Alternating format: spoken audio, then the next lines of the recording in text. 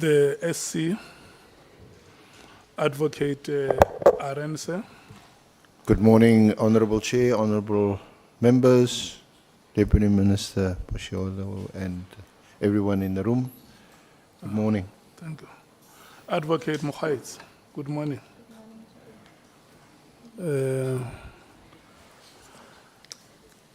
Honorable Deputy Minister, Dr. Shela Paula Boshielo, Dr. Boshielo SP. 93-1. Good morning. Good morning, Chair. Thank you very much. Thank you so much.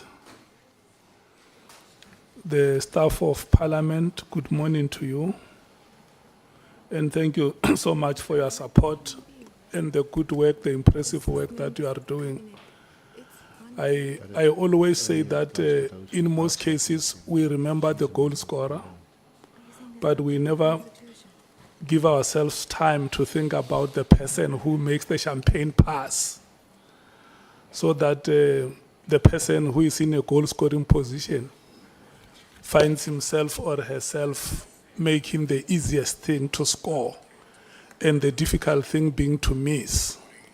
So we want to thank you so much for the support that you give to the committee, and once again, good morning to you. The members of the media who keep our public informed about the developments here, good morning to you and thank you so much for your presence.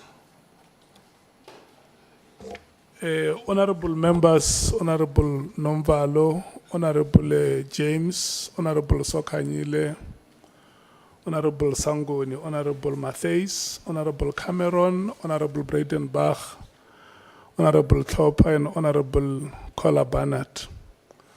We are going to start with today's proceedings. And thank you so much for availing yourselves. We have the following apologies. Number one, Honorable Kola Barnett is going to be released at 1 o'clock. And in the event she is able to come back and rejoin the proceedings, she will do so. Honorable Kola Barnett, only if we will still be here at that time. So you must call the chair and check if it will still be advisable for you at that time to come back. The statement is very short. The Chief Whip, Honorable Ntuli, due to other commitments in his responsibilities given by Parliament, he may be here, he may not be here. He will keep on updating us whether it is possible, Honorable Sangoni, for him to join us. Honorable Nhlanhla is out of the Western Cape on other prior commitments. He will not be here today.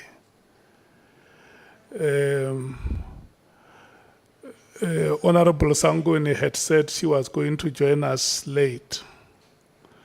She has arrived.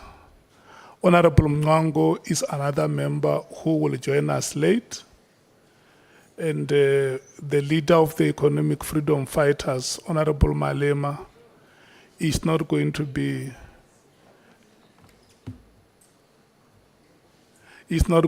joining us today due to prior commitments. I think, okay, let me also indicate that Honorable Skosana is here. Honorable Shongwe, I have not seen him. Honorable Nhlanhla.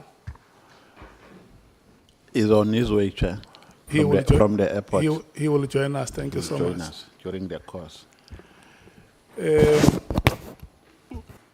next item that we must move to is to administer oath. And before I administer oath, I must do the ethical part. Senior Counsel, just before I do the ethical part, may you confirm to us that the person who is here before us is Honorable Dr. Boshielo SP. Thank you, Honorable Chair, Honorable Members of the Committee. I'm pleased to confirm that is indeed Dr. Boshielo sitting there with a pleasant demeanor. We've consulted with her a couple of times, and she still looks the same. So you may swear in, Honourable Chair. Thank you so much, honorable members. The ethical part that I wanted to do, and I wanted you to know, which you may already be knowing, is that I know Honorable Deputy Minister very well, Dr. Shela Boshielo.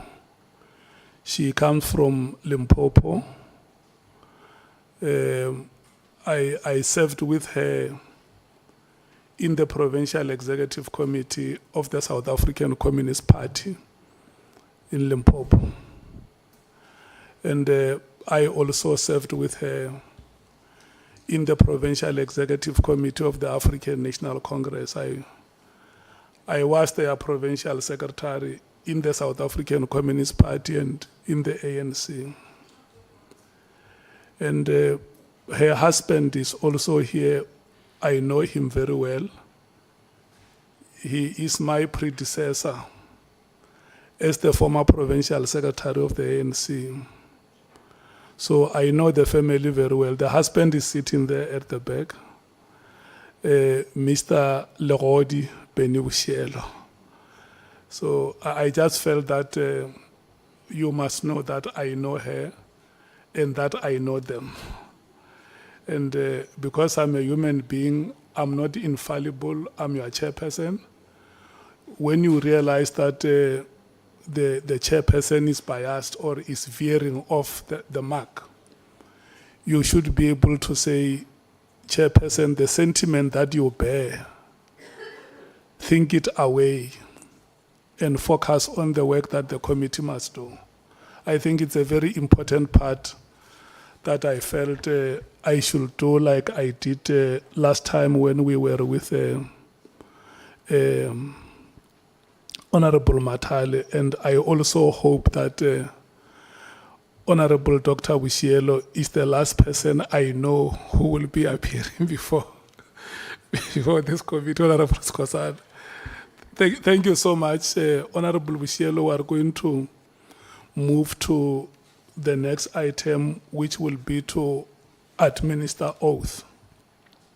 And before we do that, I will kindly want to read the following statement to you, that you have been invited to appear before this ad hoc committee, which is investigating the allegations made by Lieutenant General Nhlanhla Mkhwanazi.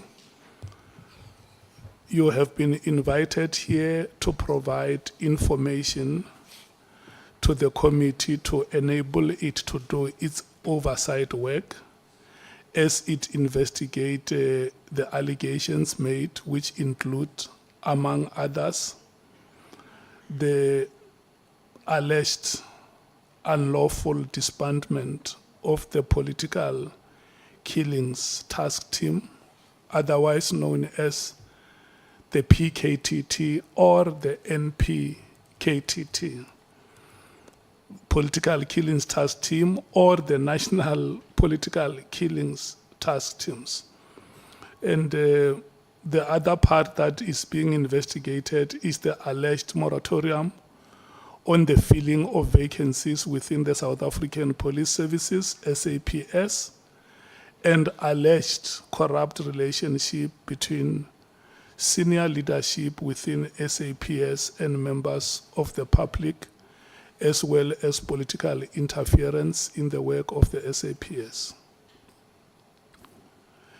In extending this invitation, the ad hoc committee chairperson has indicated that you may provide such information to the committee if you so wish, under oath in terms of the powers, privileges, and immunities of Parliament and Provincial Legislatures Act. You have indicated that you wish to take the oath so as to be afforded the protection as provided in the same piece of legislation. Please be informed that by law, you are required to answer fully and satisfactorily all the questions lawfully put to you, or to produce any document that you are required to produce in connection with the subject matter of the inquiry, notwithstanding the fact that the answer or the document could incriminate you or expose you to criminal or civil proceedings or damages. Please note this. You are, however, protected in that evidence given under oath or affirmation before a House or Committee of Parliament may not be used against you in any court or place outside this Parliament, except in criminal proceedings concerning a charge of perjury or a charge of relating to the evidence or documents required in those proceedings.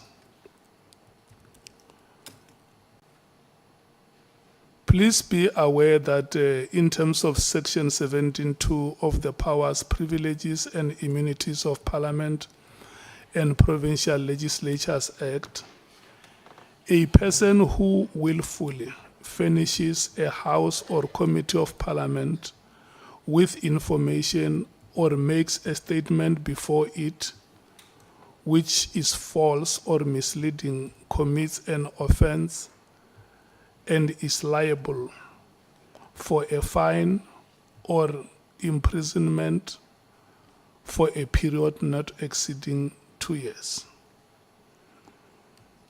You are required to take an oath or affirm that the evidence you are about to give is truthful.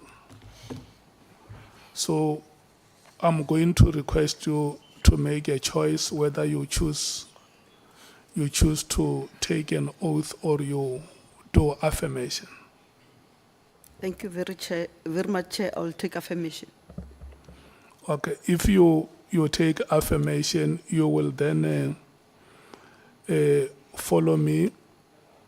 Or okay, let me read what you will have to say, and then you will follow me. You will mention your names in full, and then declare that or affirm that I solemnly affirm that the evidence that I shall give shall be the truth, the whole truth, and nothing but the truth. And then you will say, I do.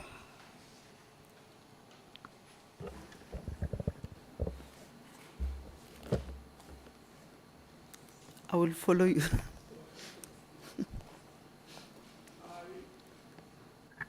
I,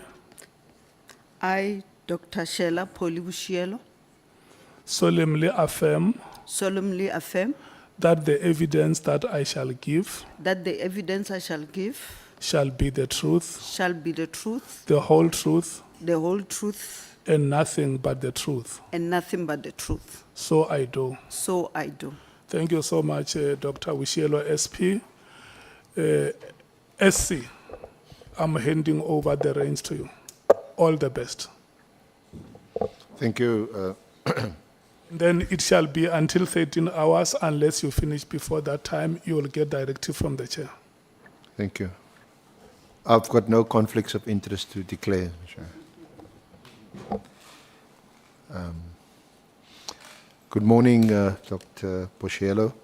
And thank you for your attendance today and your cooperation with us when we consulted with you about your sworn statement. You are currently the Deputy Minister of Police, having been appointed by the President on the 2nd of July 2024. Is that correct? It's correct. At the time of your appointment, That was in the new 7th administration, the GNU government. The then minister was Minister Senzo Mkhunu. Yes, sir. So since that date and up to recently, when Minister Mkhunu was placed on special leave by the President, you had assisted him in whatever functions or duties allocated to you. Yes, sir. Now, you are aware of what gave rise to the establishment of this ad hoc committee by the National Assembly. There were public statements made by Lieutenant General Mkhwanazi on the 6th of July, making some wide-ranging allegations involving the entire criminal justice system, and especially in the police. And you are here to assist us in trying to get to the bottom of it. But as you should know, try and stick just to what you know, what you've seen, what you've heard, what you've said. So as we go along today, if you can stick to that, that will be most helpful to you also. Will do, sir. Thank you. Now, if I may just start off with your own experience in public office. You have served both at the province, as the chairperson had pointed out, in Limpopo, and you had also served here as a member of parliament. So just take us briefly. You deal with that from paragraphs 8 onwards in your statement. Thank you very much, sir, and good morning to members. In terms of my experience in Limpopo, I've served as a speaker of Limpopo legislature from 2015, after being a member here from May 2014. And after that, I was appointed, during the elections of 2019, I was appointed as the MEC for education. And after that, I was appointed as the MEC for transport and community safety. And then after that, I was appointed as the portfolio chair of women, children, and people with disability. And then until here, where we are today, where I'm serving as Deputy Minister of Police. Thank you, sir. So in your capacity as MEC for community safety, you would have interacted with the police, both the police in the province and also national police. Indeed, sir, because community and safety means, the police, working with the police and the civilian secretariat. So yes, from time to time, we deal with the issue of police as the MEC. Thank you, sir. Thank you. You also have quite an impressive array of academic qualifications, which you set out at paragraph 15 of your sworn statement. Yes, sir. I did my 3-year diploma in transport with the University of Rau then. I have a Bachelor of Degree BCom, 2 Masters MBA and Masters in Transport Studies from University of Cape Town, and I have a Doctorate of Administration from University of Limpopo. And then if you look at our next chart, SPB1, you can also see other qualifications that I have. So all in all, I think there are 31. Thank you, sir. Okay. Yeah, thank you.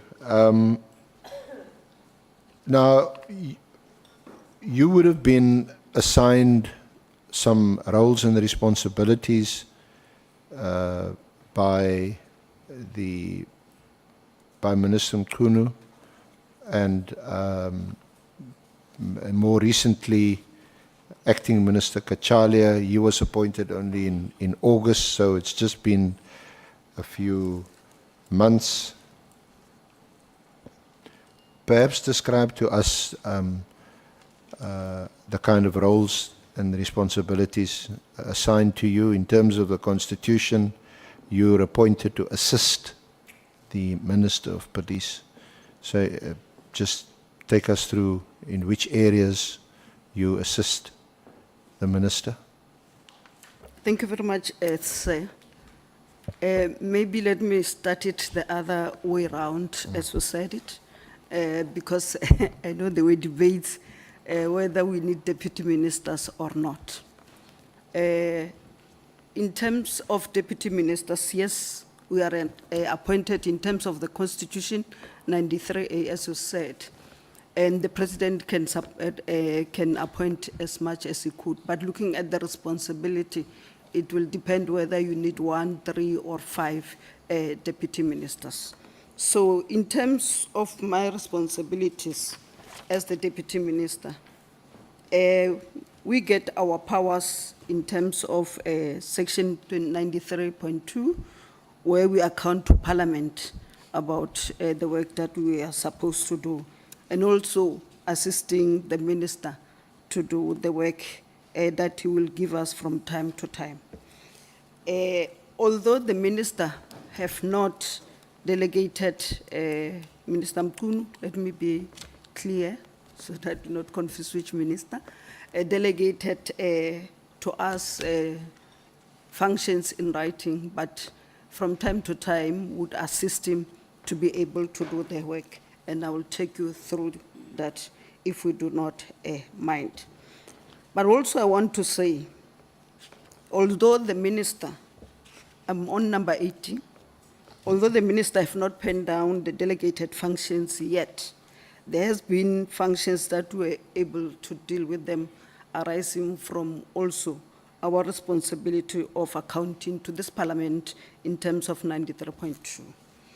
And on 19, in terms of us, the deputy minister, I did not possess any independent executive or operational authority, but accordingly, the deputy minister's primary responsibility is to support the minister in the development and implementation of policy, oversight functions, and strategic alignment across the policing sector.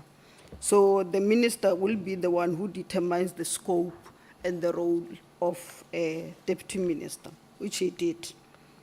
But also, as the deputy minister, I account to Parliament and serve in the following portfolio committees. I serve in the Portfolio Committee of Police. I see my chairperson is there.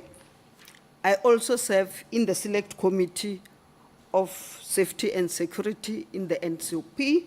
Also, I serve in the Joint Standing Committee of Intelligence, JSCI. And also, as the ministry, we sometimes have joint meeting with other portfolio committees. 2 weeks ago, I was representing our department with the Portfolio Committee on Health with SARS, discussing illicit tobaccos. And then tomorrow, I'm representing our department and meeting the Portfolio Committee on Human Settlement to be able to do that. And also, as a deputy minister, I serve in the following cabinet committees: Justice, Crime Prevention and Security, JCPS. I serve in the Economic Sector Investment, Employment and Infrastructure Development, ESIT, and also serve in the All Joint Cabinet Committee and Cluster Meeting. I also serve as a District Development Model, DDM champion of Nhlanhla District Municipality in Mpumalanga, but I also am appointed to serve in the following Inter-Ministerial Committees, IMC, the first one, A, Extended Ministerial Multidisciplinary Committee responsible for foodborne illness and illicit trade, and number 2, Inter-Ministerial Committee on the preparation for the 2026-27 local government elections. In terms of the police, maybe let me give you the setup of how big the police department is. The department consists of the South African Police Service, the Directorate for Priority Crime Investigation, DPCI, which we call it the Hawks, Yes. and also 3 entities: the Independent Police Investigative Directorate, IPID, the Civilian Secretariat Police for Police Services, CSPS, and the Private Security Industry Regulations, SERA. As part of the ministry, we account to the parliamentary committees through tabling of strategic plans, budget and expenditure, annual performance plans, quarterly reports, annual reports of all of the SAPS, the DPCI, and the 3 entities. So prior to attending the parliamentary committee meetings, the ministry, together with the national commissioner, the national head of the Hawks, and the heads of the entities and their top management, we meet and prepare the report as per the agenda of the meeting that we are going to attend. As such, the role of the deputy minister, while constitutionally accountable to Parliament, can more appropriately be defined as a layer of strategic support without independent executive powers. Thank you, sir. Thank you, Deputy Minister. And I also understand that more specific tasks or functions had been allocated to you, for example, to assess the state of gender-based violence across the country. Just talk to us a bit about that. Thank you very much, sir. The other thing I forgot to say, the role also of the deputy ministers. If you remember, the minister, when he was put on leave, it was 3 days before we had to table our budget in the NCOP.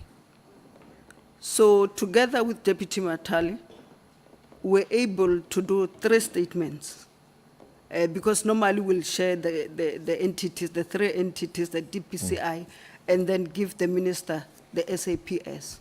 So we had done for the entities, then we had to do also for the SAPS because it was the last day, and if we have not done that as deputy ministers, we would have not having a budget by now. So the acting minister, Minister Mantashe, was appointed in the afternoon of the day before the tabling of the budget. So, but we had prepared it and give it to him, and when we went to the NCOP, we said to him, he must just read it, and where we have to come in, we will come in. And indeed, we had our budget passed in that. So that is also the other role of the deputy ministers that people might not be able to understand. Coming to your current question, when the acting minister, Professor Firoz Kachalia, was appointed, we sat together and then we took him through what we were doing and that we were not allocated responsibilities then. So after a week, he then called us and then he then allocated us responsibilities for now and he said we'll go on. So for now, I've been allocated to deal with the GBVF and all the infrastructure and everything related to it. And he assured also the support for me in order to be able to do that. He also delegated to me to deal with the integrated crime and violence prevention strategy and see whether it is working or need to be changed. And if it needs to be changed, to be able to do that. The third one, if you have read my doctorate, I am specialized in technology.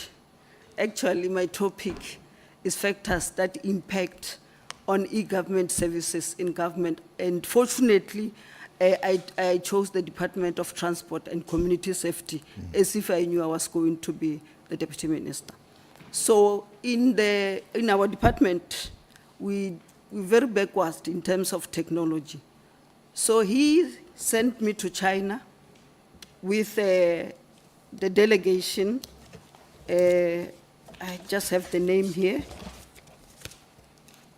Major General Jessica from DCPI, because we wanted to be able to check in terms of technology in all the sectors, what we have and what we don't have.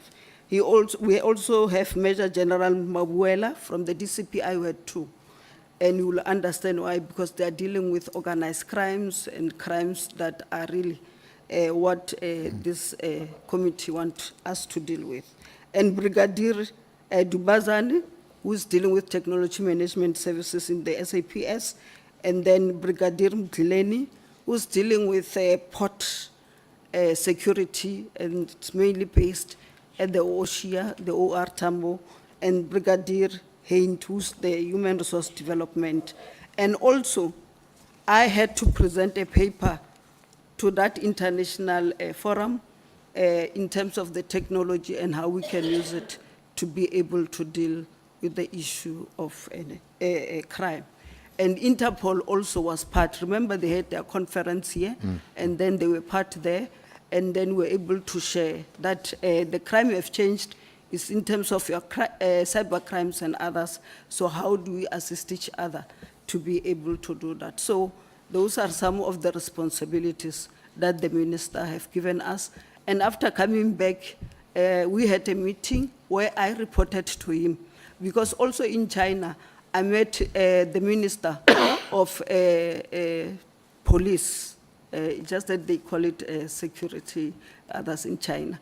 So I met him, and then I said to him, we would want to partner in terms of the technology, because they took the heads of delegations to see the technology that is used by police there.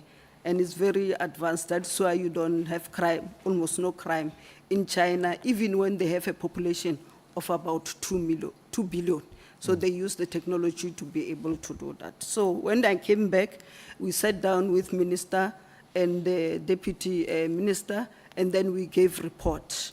And then I suggested that the memorandum that we had spoke about training of detectives. So we need to include the technology part, because when you deal with technology, you can't just advertise it like a tender for catering, because it needs to be secured and make sure that it can be hacked and all those other things. I don't want to bore you with technical things of technology. So we gave a report to him, and then he accepted the report, and then we are going to write a report to the president to be able to suggest that we amend the memorandum to include technology.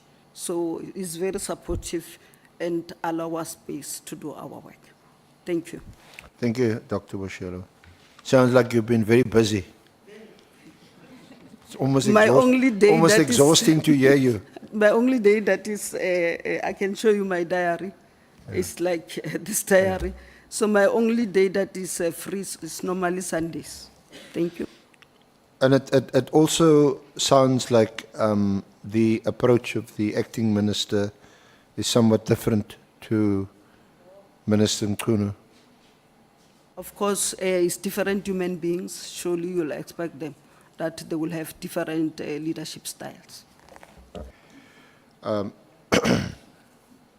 Now, talking about Minister Mkhwanazi,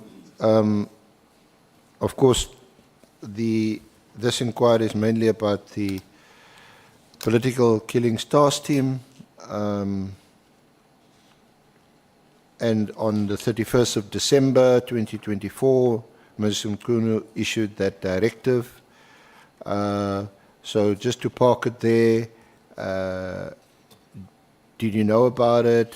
Were you informed about it? When did you learn about it? So just discuss that? Thank you very much, sir. I became aware of the minister's letter and directive, which was issued on the 31st of December 2024, while it was circulating in the social media. And I assumed it was fake. Until when the minister called me in the early January, around 6-7, to inform me that the letter that was circulating was not fake, he wrote it himself. I thanked him for clarifying the status of the letter, and the minister further confirmed before this committee that he is the author of that letter. Mm-hmm. Thank you very much. So what was your reaction when you, did you see the entire letter, which is SP2 to your statement? Did you see the entire letter on social media, or was it sent to you? Did you receive it? When did you first see it? No, I didn't. It was not sent to me. If you can look at the letter, there's no CC deputy ministers or CC whatever. It was just a letter addressed to the National Commissioner by the minister. So it was not sent to me. As I said, I saw it in the social media, and I just thought it was a fake letter. So until the minister called me and said, it is not fake, he wrote the letter. In terms of how I felt, I was a little bit disappointed that I thought we were working together, and before you could take out the letter, I've read all the letter, all of it. Yeah. And I thought it could have, as deputy ministers, maybe, discussed it with us, but maybe as the executive authority, he felt that he didn't want to discuss it with me. But I was disappointed, yes. And you expressed no view on his authority to issue such a directive or the lawfulness of the letter? As I said, maybe because he's a executive authority, he used that to do that, and yeah, I think he had powers to issue the letter, and he used it accordingly. Mm-hmm. And subsequent to, before I move on that aspect, there was a meeting on the 21st of November between you, Deputy Minister Matali, and Minister Nkunu, where the political killing stars team was referenced. Do you remember that meeting? Yes, I remember the meeting, but it was not discussed like in full. It was just in passing. Remember, I did not even know what their operations are and what are they doing, because we were still busy calling different sections to brief us, including the entities. So I did not necessarily know about it, and we did not discuss it in details. Did you know, or were you aware of the interministerial committee that was established by the President in May 2018, and where the Minister of Police played a prominent role? Yes, I saw it when it was presented in the Portfolio Committee of the 5th of March by General Khumalo, when he took us through the background and why it was formed and the successes. So was that's the 5th of March this year, 2025? Yes. So prior to that, you weren't aware of the interministerial committee? No. And you obviously never attended any of those meetings? No, sir. Because sometimes the minister can't attend and one of the deputies would stand in. No, sir. The only time that we discussed about it shortly, it was when we were dealing with the organizational structure, and then saying in terms of the matters that we see increasing, how best can we be able to come out with a strategy or a structure, a permanent structure to deal with this. So that was the only one. So I never attended any meeting of the PTY or the IMC. Now, just looking at the letter of the 31st of December, 31 December, SB2, you'll see it deals with 3 items, 3 categories: filling of posts in the intelligence division, ports of entry, and then the political killings task team.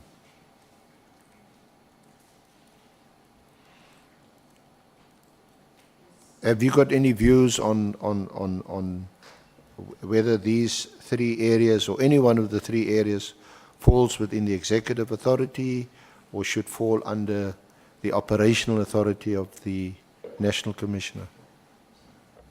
My understanding of the work of government, since I've been here and also been an official up until a chief director level and then executive also in a parastatal, is that in terms of the accounting officer and the executive authority, they are interfaced and they are expected to work together. So the executive authority will deal with strategic issues from cabinet, from parliament and others, and then the accounting officer will deal with the implementation in terms of that. So my understanding is that the 2 should have met and be able to discuss issues that were raised in that letter rather than start writing letters to each other. And to say also they were together, we're doing the operation of the safer security, so they should have discussed it because I think they said they were together until the 28th of December where they attended a funeral of one police officer. In terms of the filling, the other one I think of the PKTT I've answered. In terms of the filling of posts in the intelligence division, the minister halted the filling of posts immediately until substantive discussions between himself and the national commissioner take place. I thought the minister should have provided reasons to the national commissioner why the process should be halted and what he expects him to bring when they meet so that they can unblock whatever was there and then move over. In terms of the ports of entry, in relation to this matter, the minister's directive were reasonable because it gave sufficient time to the national commissioner to prepare a comprehensive report at the end of January 2025. So the concerns of the ministers were also clear in the letter. So that will be my take on the letter in terms of the items there. Thank you. So essentially, you would have dealt with this in a much more consultative, collaborative way. That's how we should be able to work together, because when the president appoint a minister and also appoint the head of institution at the national level, these 2 offices must be able to work together. There's no way in which they cannot work together. Unfortunately, it just depends on the leadership style of the people that have to be. And sometimes you need to compromise and understand that it's not personal, but it's about the work that needs to be done. So there is an interface between the 2 offices. They can't work without each other. Now, you after the minister called you in early January to confirm that that was his directive and he drafted it, he wrote it, were there any further exchanges or interactions or meetings with the minister in relation to this, especially the political killings task team issue? No, but the problem or the issue with the letter is that it was already sent to the national commissioner, and it was addressed only to the national commissioner. So if he had sought, inputs from me as the deputy minister, I should have done. So it was no use for me to even ask to do some input because the letter was out already, and he confirmed that it is not a fake letter. So I did not and had the opportunity to do that. And then it was an online meeting, the one on the 5th of March before the Police Portfolio Committee. So you were in that meeting, and you also heard Lieutenant General Khumalo make a presentation about the political killings task team. Yes, sir, I was in the meeting, and I must confess that it was the first time I had a full report of what the task team was all about, its successes, its budgets, and what it's doing. Yes, I was in that meeting. What impression did you get from hearing the presentation? Let me not say anything because it's a crime intelligence issue. But if the commission want me to write what I think should be done, I will do. Okay. Thank you, sir. And then you also heard Lieutenant General Mkhwanazi express some strong views in that meeting, isn't it? Yes, sir. And what was your reaction to that? I was very surprised because I must say to you, coming to the SAPS, including the entities, I work very well with everybody. From the National Commissioner, actually some of the issues, the dates and everything that I did not remember very well, the National Commissioner was the one assisting me. So I work with the National Commissioner, and some of the responsibilities that I do, you know, we work together, or he will ask me if the minister is not available. The case in point is when we were dealing with the 3 officers from Bloemfontein that were taken by the water in the Hanover, in Pretoria. If you have seen, we were there with the family because the National Commissioner called me, said, DM, where are you? I said, I'm around in Pretoria. He said, the family is here. Can you come and assist me? And then we went there.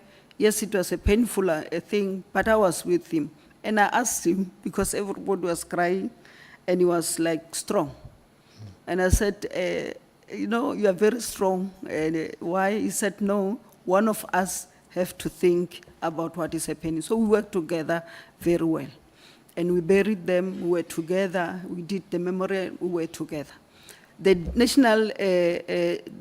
Deputy National Commissioners also, and the acting, we worked together. The Divisional Commissioners, we worked together. Executive Director of IPIT, we worked together very well.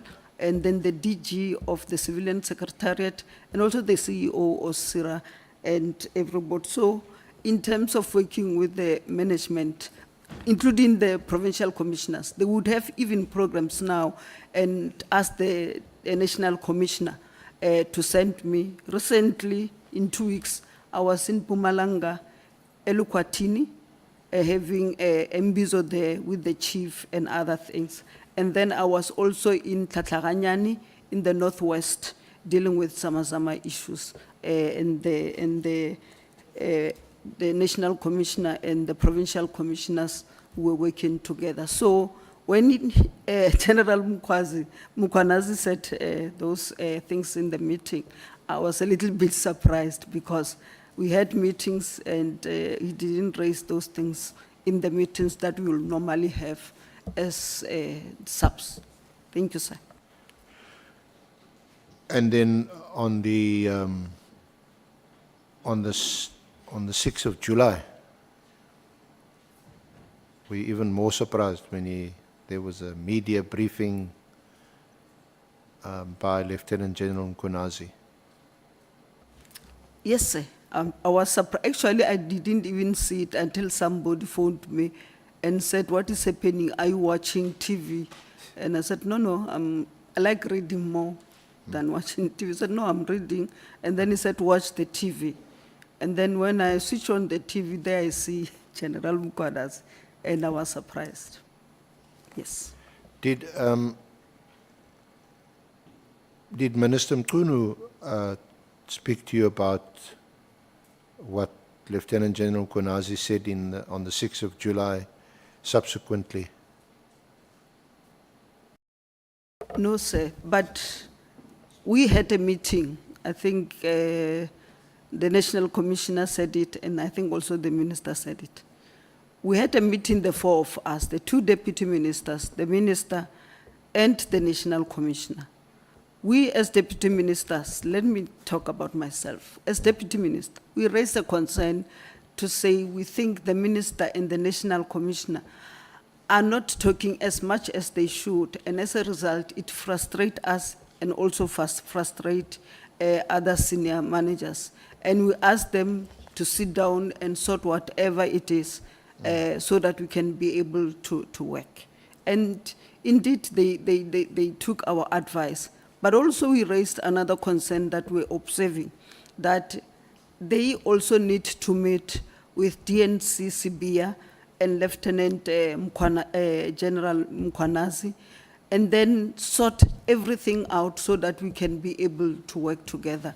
And I think they met, actually they met with the National Commission, the Minister and the National Commissioner, and also DNC Sibia and Lieutenant General Mkhwanazi, because if you remember in that statement of the 6th, he said they met, but he doesn't work with criminals, something like that. But it means the meeting takes place because as leaders we could see there was a problem, it was going to affect us.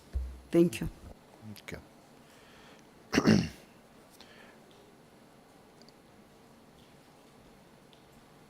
It is not attached to your statement, but in our consultation, we showed you a WhatsApp message that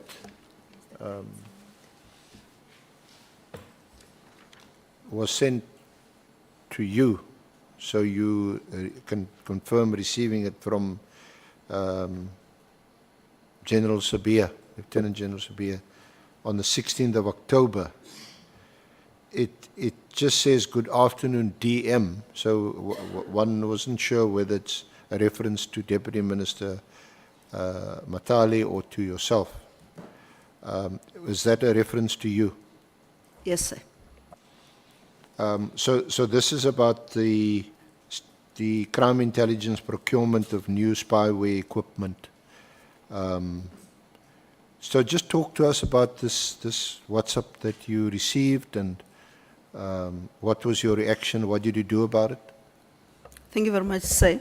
I received, it was forwarded, this WhatsApp from DNC Sibia on the 16th of October to me, talking about, should I read it or just say, talking about what the procurement of the spy equipment of 30 million, and that the minister did not approve it, and also the National Commissioner. So it was forwarded at that time. I did not comment. Oh, the comments that DNC Sibia wrote was the first one. He said, DM should take note of the above exercise and exercise vigilance with any type of electronic communication, such as cell phones, emails, etc. So it was like they are buying this equipment to back me. And the second one, he said, Mr. Matebula has also been briefed in terms of ANC leadership. Mr. Matebula is the head of security of the African National Congress. Both WhatsApp were forwarded, not necessarily from him. Then he forwarded another one, because I didn't respond firstly. He forwarded another one which says, my suggestion that we should commit the National Commissioner to this. He needs to come out and say whether he knows about it or not. He must also investigate, and if yes, why was the minister not informed? And I must say, SC, that the reason why I didn't respond is because you know that ministers don't deal with procurement issues.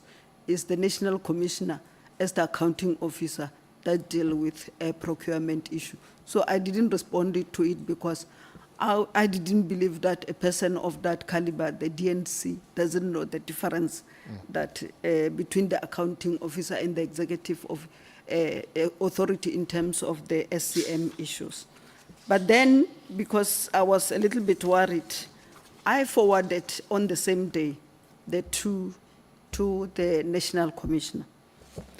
And the National Commissioner phoned me and said, DM, this is not true.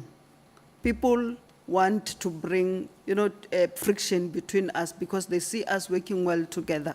But he said, he assured me and said, I'm going to make sure that I'm going to investigate this and give you a report. Indeed, he investigated the matter, and then he involved the neutral intelligence, NICOC, and then SSA, and then he then sent me a message to say he has investigated it and dealt with it, and I was fine with it. And subsequent to that, you didn't receive any further WhatsApp messages from General Sabia? I did not, because I also informed him that I'm sending all these messages to the National Commissioner. But why do you think he forwarded this WhatsApp to you, or these WhatsApps to you? I would not know, but like I said, the first message was that DM, be careful of your electronics and whatever. And to tell you the truth, I'm saying the way we're working together, I never thought in my life that the National Commissioner and his team would want to back my telephones and emails or any other thing. SC. And of course, it's not a... Sorry. May we take Honorable Nomvalo and Honorable Skosana? Okay, Honorable Nomvalo. Yeah, no, thank you very much. I just need some clarification. DM, did the National Commissioner share with you the outcomes of the investigation when he said to you, I have investigated the matter? Did it end there, or he went further to say, I investigated it and these are the outcomes?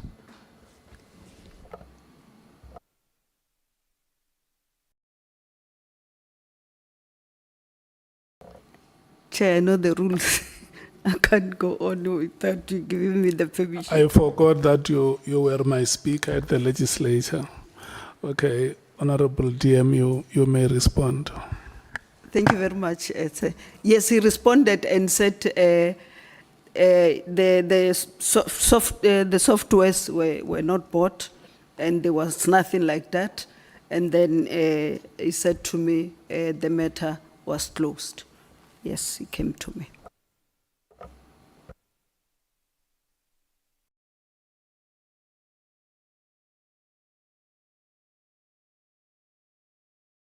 See, we may proceed. Thank you. Thank you, Honorable Chair. Honorable Deputy Minister,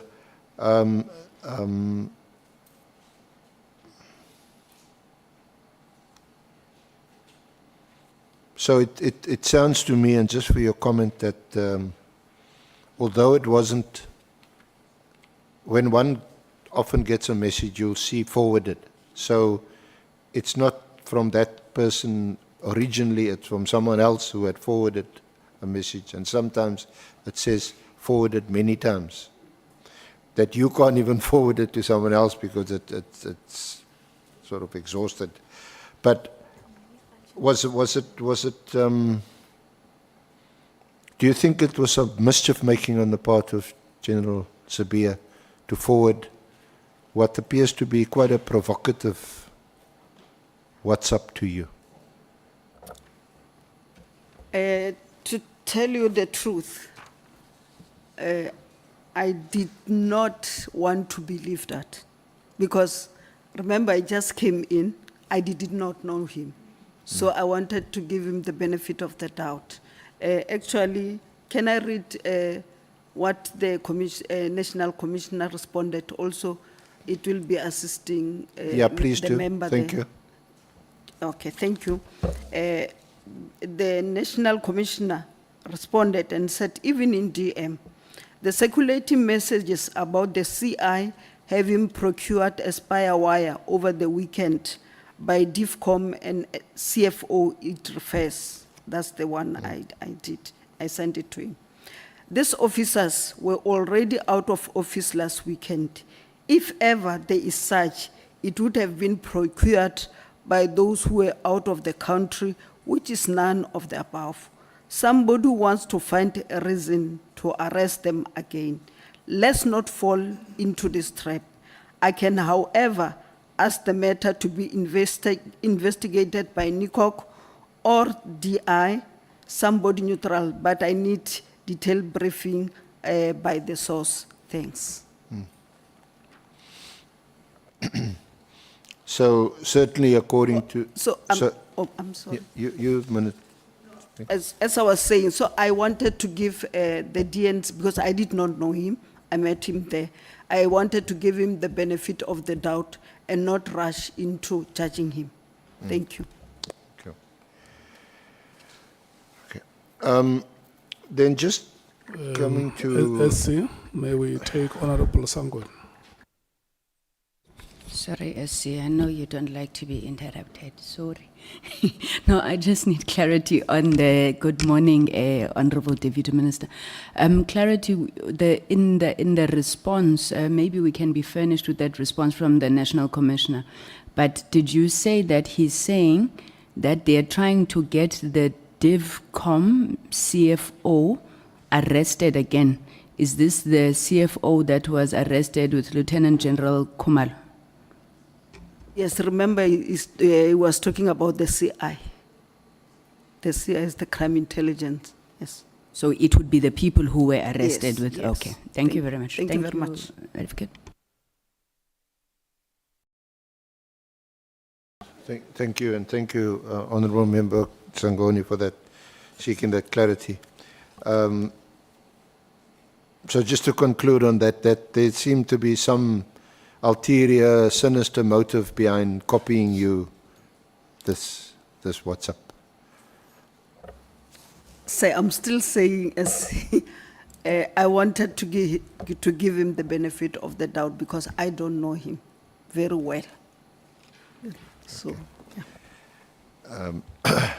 So, Deputy Minister, just in terms of some concluding... Sorry, sorry? Yeah, just for the record, I never also discussed these messages with him, with the DNCCB. I only forwarded to the National Commissioner and got response from the National Commissioner. Just for the record, I never discussed these messages. And I think just for the record, the way you dealt with it was entirely proper and correct, that you wouldn't get embroiled in matters of this nature. I think your evidence was that this was in any case beyond your sort of job description, and certainly the minister wouldn't become involved in matters of this nature. Yes, sir. Can we just deal with some comments you make in your concluding remarks from paragraph 48 onwards? Do you want to comment, make some comments there? Yes, sir. Thank you very much. In terms of my thinking is that, I don't know, I know other people don't think this ad hoc committee is not important, but for me, it is very important, and I'm stating the reason why I think it is relevant and important. I think the work of this ad hoc committee must lead to a SAPS that is not only effective but is trusted. And based on the evidence that have been presented before you by the Minister, the National Commissioner, the DNC, and the Provincial Commissioner, I believe that trust will be built on 3 pillars. The first one being the pillar of lawful process, where the roles of the executive, the accounting officers, and bodies like the IMCs are understood, respected, and not circumvented. And also the second one, the pillar of internal accountability, where decisions are made transparently within the ministry, utilizing the full capacity of deputy ministers. And the third one, the pillar of external oversight, where bodies like the IPIT and Parliament itself, including the portfolio committees and the standing committees itself, are empowered to hold the police accountable without fear or favor. The allegations that brought us here, SC, are a symptom of the failure of these pillars. That is according to me. And your recommendations as this ad hoc committee can be the blueprint for the revitalization and restoration of SAPS. And let us ensure that the outcome of this process is a police service that commands public trust, because we have a deficit in that regard, and respect, which will follow when the SAPS itself consistently demonstrate respect for the Constitution, rule of law, and the people it serves. Furthermore, restoring public confidence and trust in SAPS will require vigorous interventions to promote principled leadership and strict adherence to constitutional and procedural governance. As you know, SC, in terms of the priorities of this government, we fall in the third one, where we want to build a capable, ethical, and a democratic leadership. So the events surrounding the disbandment of the PKTT serve as a case study on how not to manage a critical national institution. Maybe I'm an academic, that's why I'm writing like that. You're writing a thesis now. We must do better to uphold the constitutional governance of the SAPS. It seems constructive consultation between the executive and the accounting officer and respect of the mandates of cross-departmental structures like the IMC must be compulsory. Therefore, there is an urgent need to implement also digital docket management, body cameras, and data-driven policing to reduce opportunities for interference and increase public accountability. Remember our mandate in terms of 205 in the Constitution is about really the safety of our community, but also protecting the sovereignty of our country. So this committee's work is a pivotal opportunity to reaffirm these principles. I always say you'll be able to assist us to reset the button. I trust your recommendation will guide us towards a police service that is both effective in its duties and truly accountable to the people of South Africa. The people of South Africa need SAPS which can tackle corruption without fear or favor, protect whistleblowers, and ensure that oversight bodies like IPIT are truly independent. Even if they get their allocation from SAPS, they need to be independent. And police must work hand in hand with communities, restoring confidence through visibility, respect, and cooperation. And lastly, the modernization of the systems, embracing technology, and rewarding excellence that we normally would not do will go a long way to foster a police service that is not only effective, but also trusted by all South Africans. That's why I think this ad hoc committee is relevant and is important, and I'm happy that it has been reconstituted. Thank you very much. Thank you very much, Deputy Minister. Thank you for your cooperation once again, your contribution, your insights, and your very sound advice and views on the way forward. Thank you very much, Honourable Chair, Honourable members of the committee. That concludes our part of the evidence. Thank you. I want to thank the two of you very much, the SC and the Honourable Deputy Minister, because this is the record time that we. And I think it's our first female witness. It's the record Maybe time we should that have more. we could ever conclude a statement. Honourable Matthews. Thank you, Chair. Mine is just a clarity question. Dr. DM, I missed the name of who is the head of the ANC security, head of ANC, what is your security portfolio in the ANC?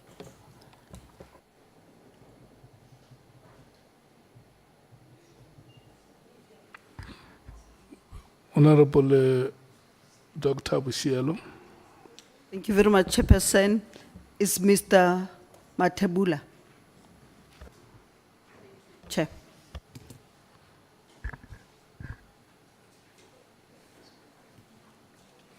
Honourable Matthews, can I get your signal? Are you fine? Thank you. Okay.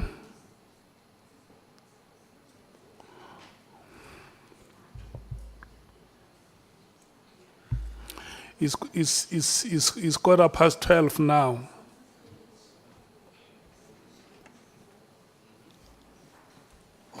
And I think we can take 2 or 3 speakers before we go for a break. And today, a full member is allocated 20 minutes or less. No 1 hour today. And if you have nothing to say, you just say nothing to say. And then we pass. Yeah. So it's now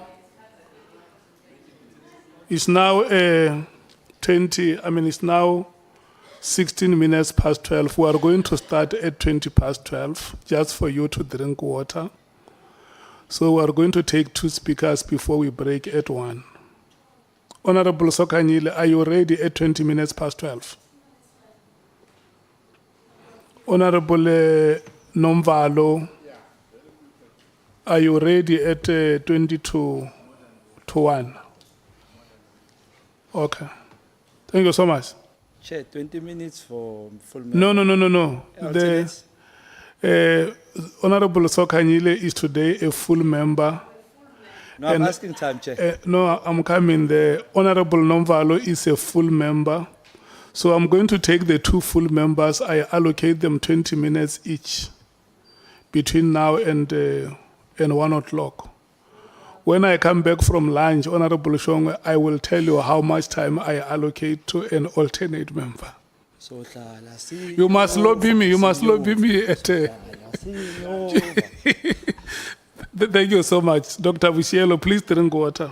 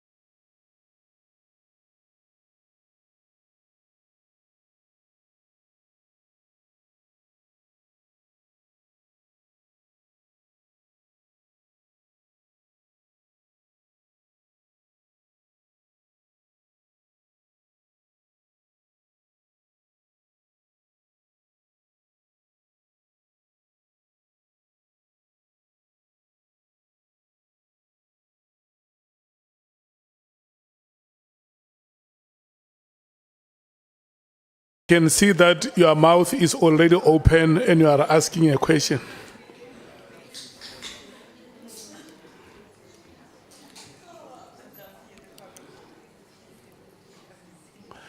I'm going to deduct a minute from Honorable Sauls and credit it to you.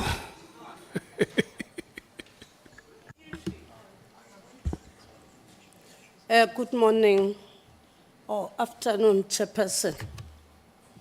Let me greet you. Let me greet the honorable members that are here.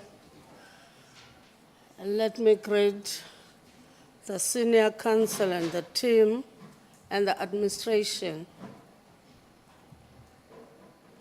Good afternoon, Deputy Minister. Afternoon, ma'am. Thank you. I've got few questions.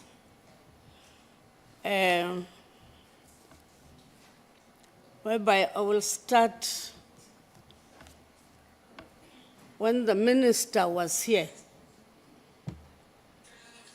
When the minister was before this committee, he gave the evidence that he issued the directive based on the authority granted to him in terms of Section 207, subsection 2 of the Constitution of the Republic of South Africa.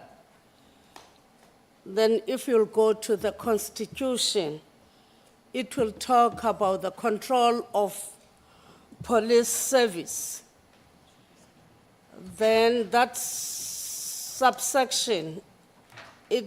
it provides that the National Commissioner is responsible for controlling and managing the police service in accordance with the National Policing Policy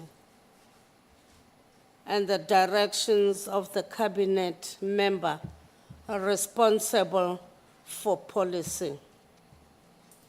Then, here is the question.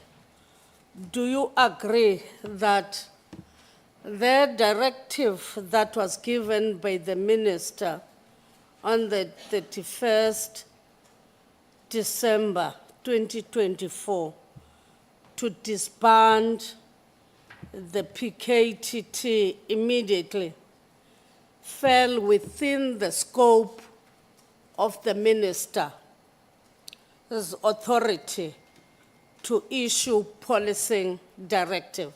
Do you agree to that?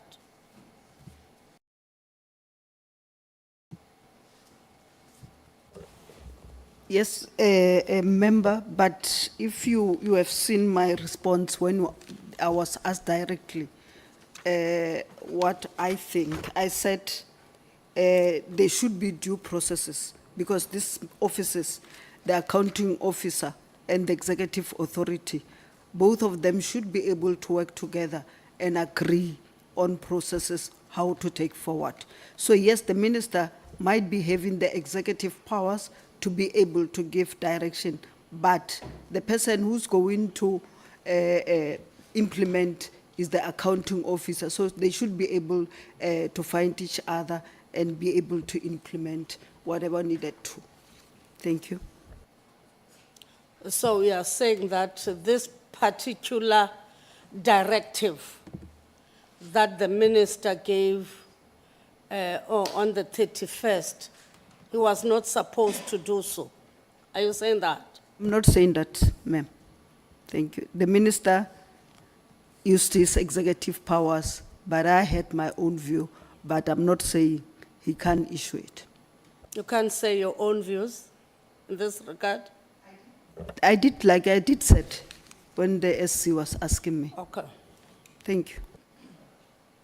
With reference to paragraph 26, you indicate that you had a telephonic discussion with the minister regarding the directive to disband the PKTT.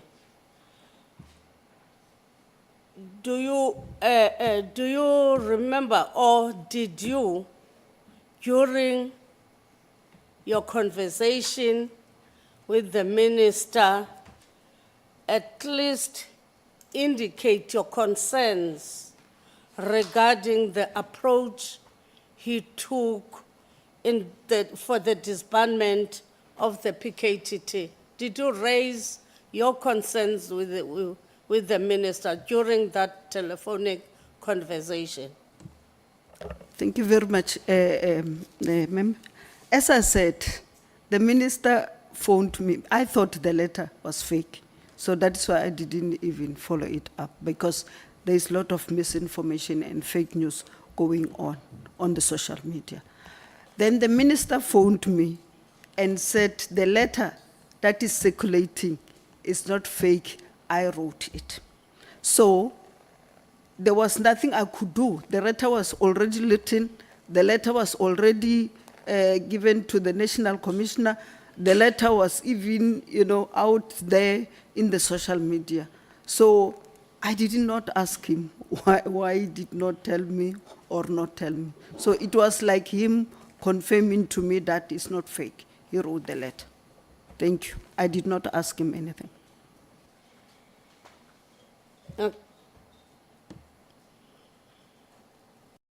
Honorable Sangoni.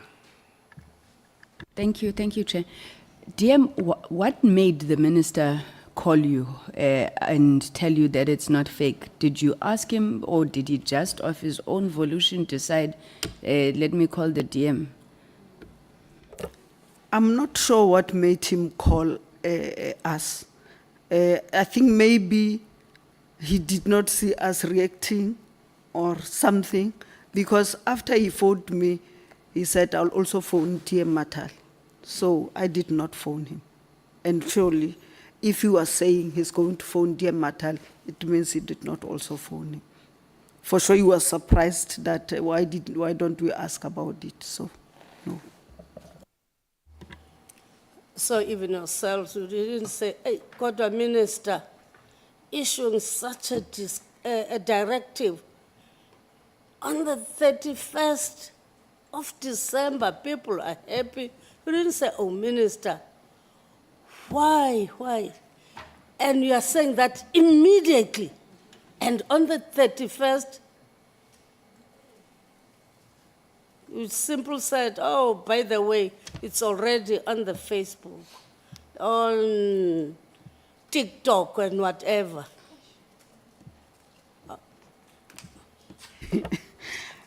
Funny enough,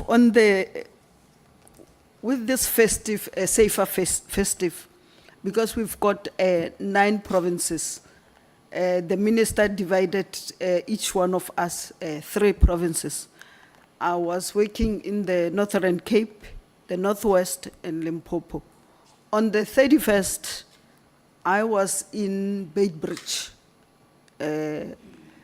checking there what is going on, and then what is happening there, and all other things.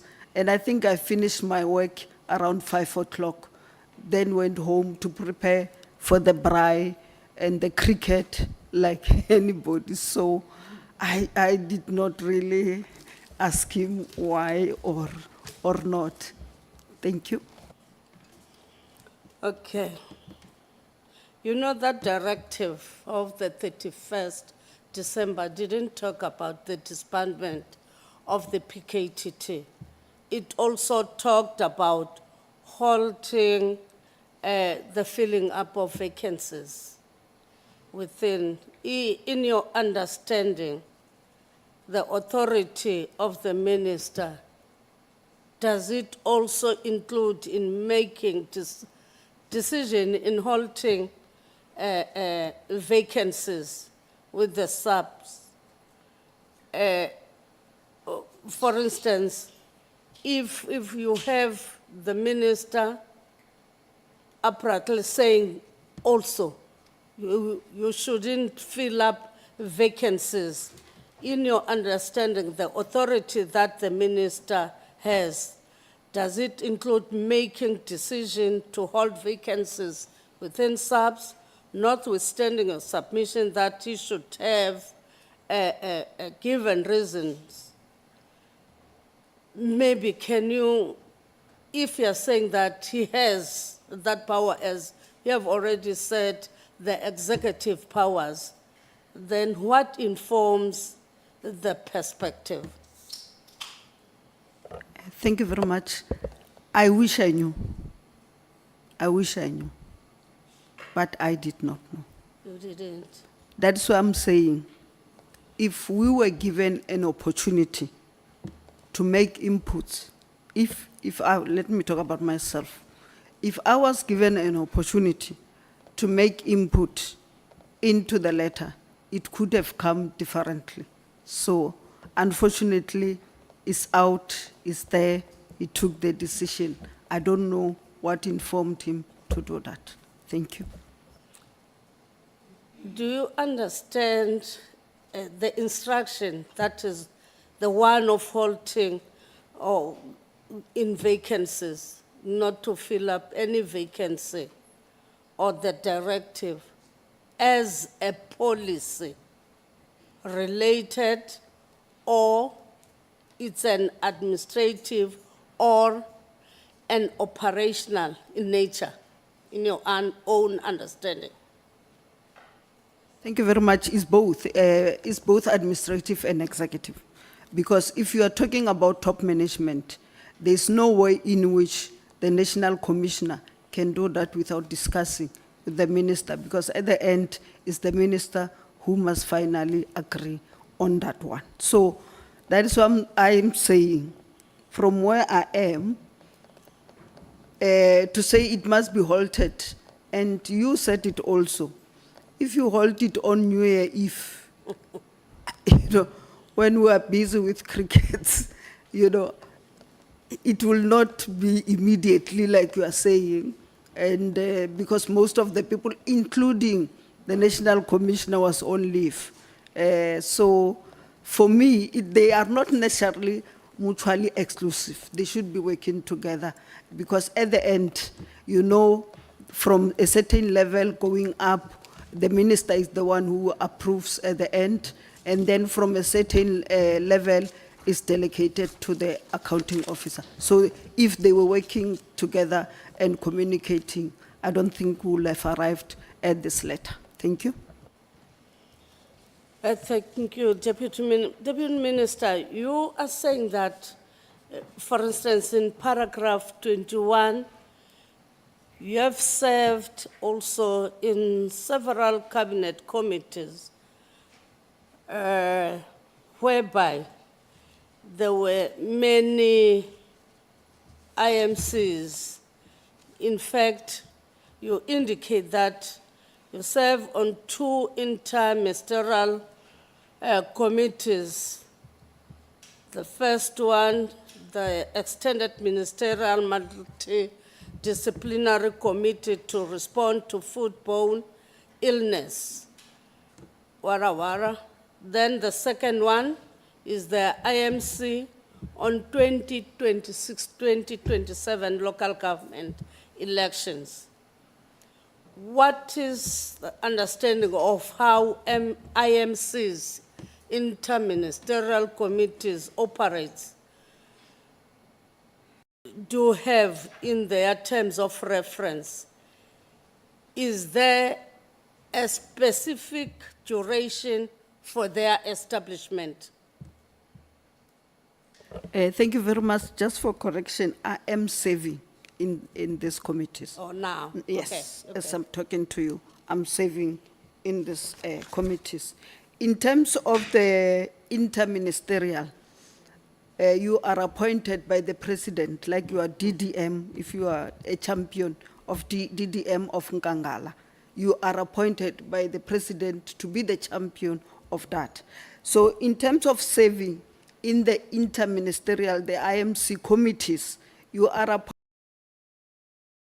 appointed by the president, because it's different ministries serving into that. And remember, deputy ministers are members of the executive, so the president can also assign them any other responsibility.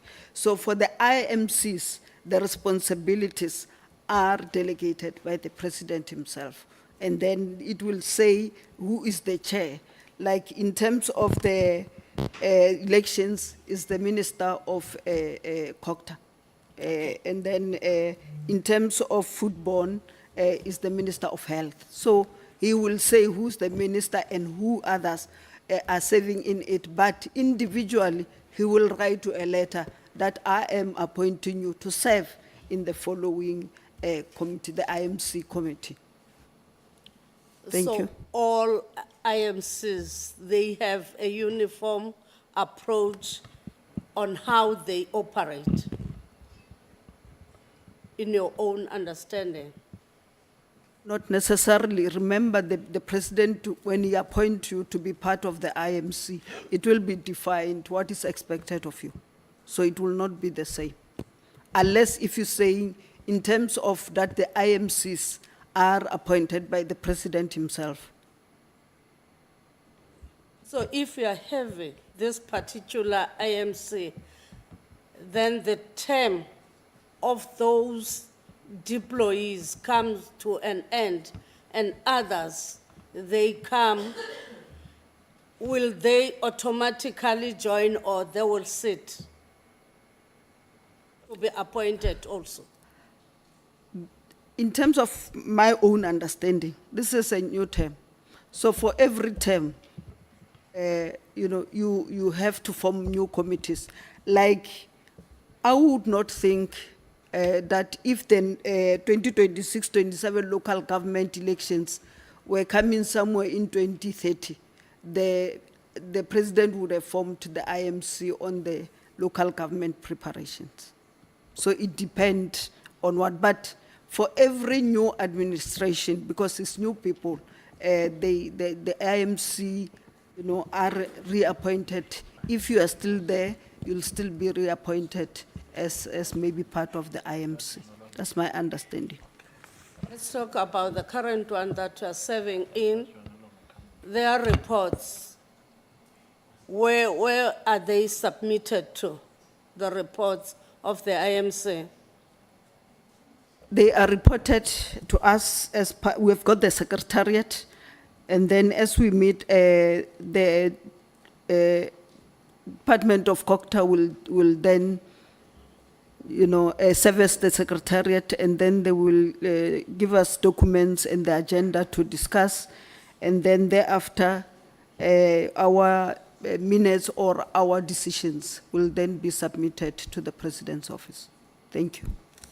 Let's take the IMC of the PKTT, whereby also it was formed by the president, but you said you only heard about it on the 5th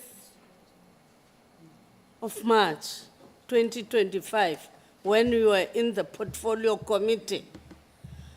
After the portfolio committee meeting on the 5th, you didn't come into discussions with the minister to say, where is this IMC, if it was only for the first time you heard about it, and the PKTT? Thank you very much. The mere fact that I did not receive a letter to be in the IMC, that's why I didn't know that it was in the IMC. But when the minister appeared before this committee, he informed this committee that there is no IMC. But the former minister also, Minister Bekitele, when he appeared before this committee, he said the IMC is continuing. So I think there's some issues that must be dealt with by the relevant people. I would think it's legal people in the presidency to be able to deal with the matter. But I know that if you serve in the IMC, you get a letter from the president informing you that you are serving in this committee.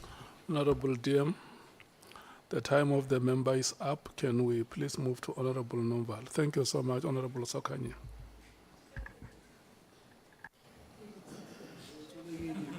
Yeah, thank you so much, Chair.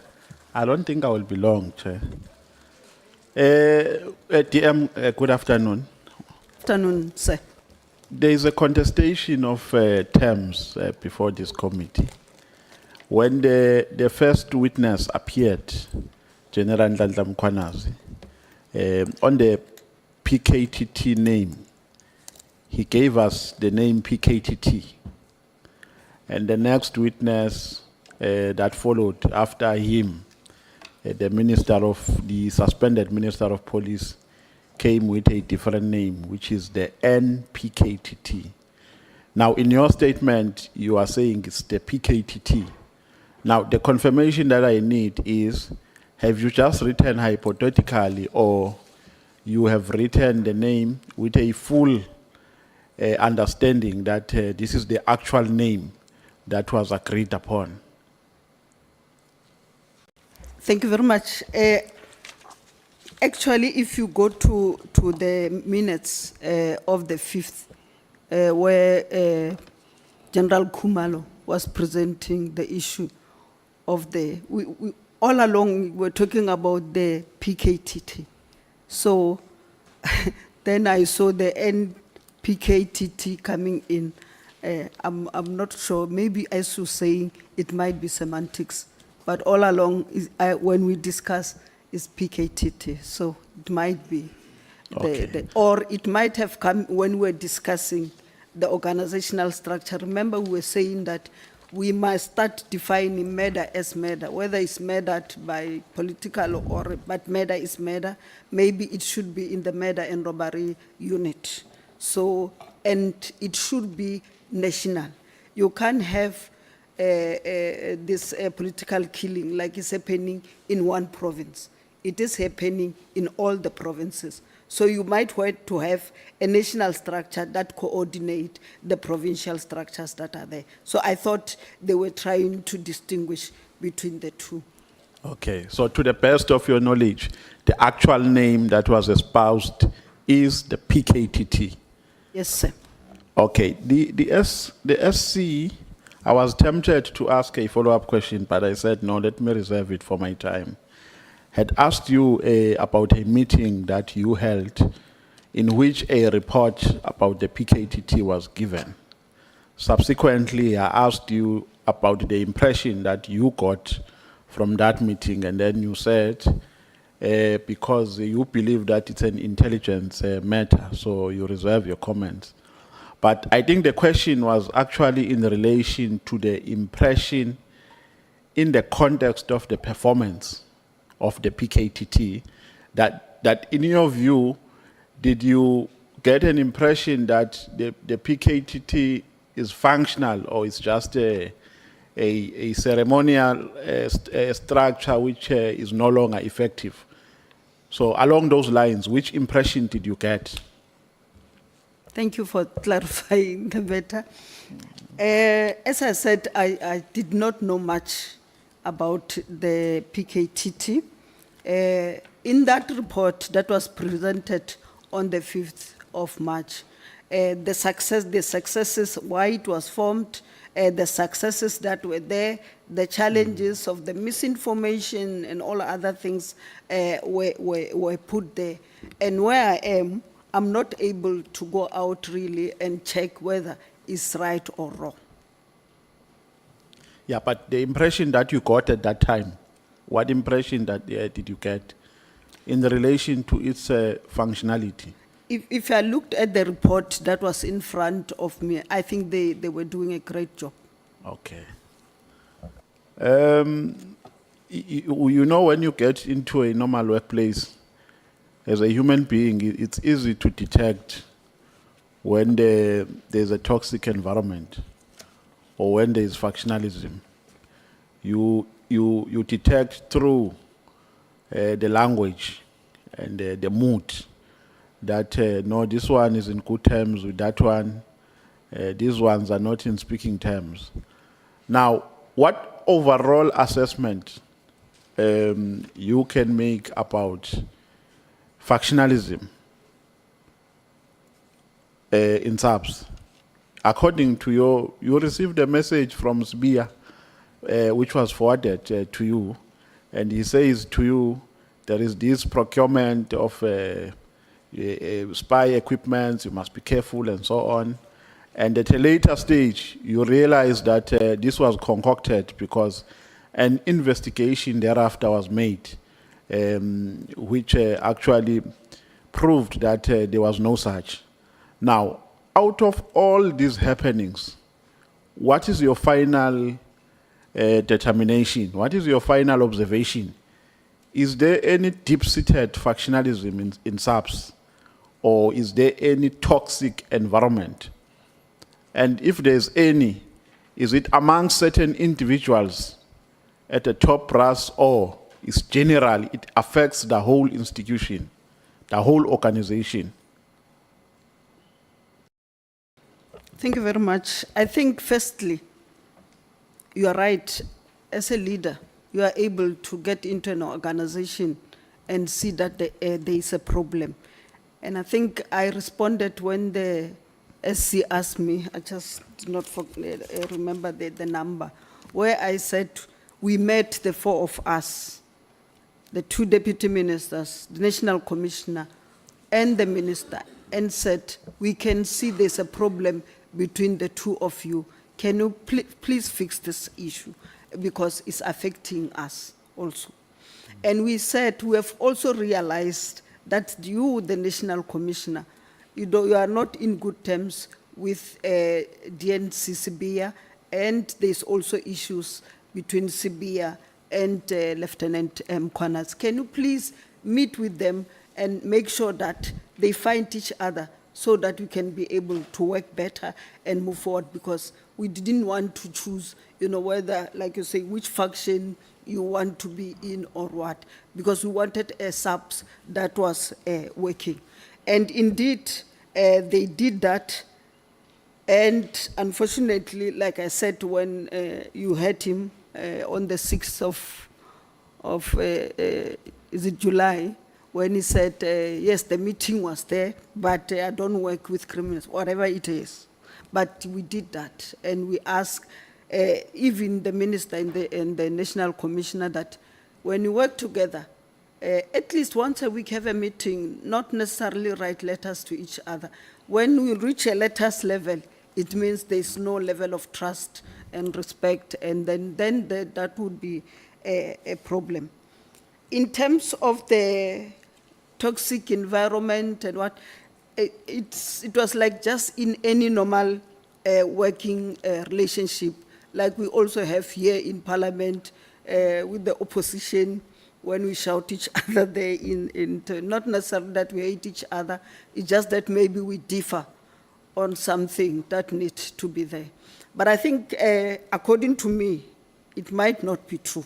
It might be one to be briefed. Is that the South African Police Services, from 1994, it was not transformed as it should have been transformed, such that you still have the old order and the new order that is trying to coexist. And as a result, there will be that friction.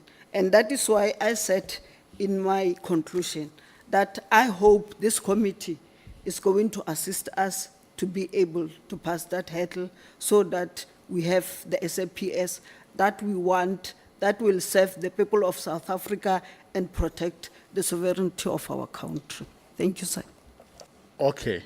Notwithstanding what General Nhlanhla Mkhwanazi said on the 6th in relation to his meeting with General Sibia and others, but in terms of your observation, was there any paradigm shift after that meeting? Did you experience any change? When people are mediating each other, when they come out of that mediation, you can tell from a distance that there is now a paradigm shift. Did you experience any paradigm shift? Thank you, sir. Yes, we did, like the minister and the national commissioner, when we were doing the safety festive operations, the minister was paired with the national commissioner, and they were doing KwaZulu-Natal, Western Cape, and Eastern Cape. So they were working together. And I was given the acting national, deputy national commissioner, and then Dear Matali was also given the national deputy commissioner. So we worked together until like the 31st letter and until the 6th August when this thing came. But all along, I thought we were working together. And I must say to you, in terms of the deputy minister, I worked with all of them, including General Mkhwanazi. I went there in Ulundi, I think it was last year or the beginning of this year, when there was a pass-out parade. I went with Lieutenant General Libya, who was the head of the Hawks, and went there for the pass-out, and we had the best pass-out that we could ever have.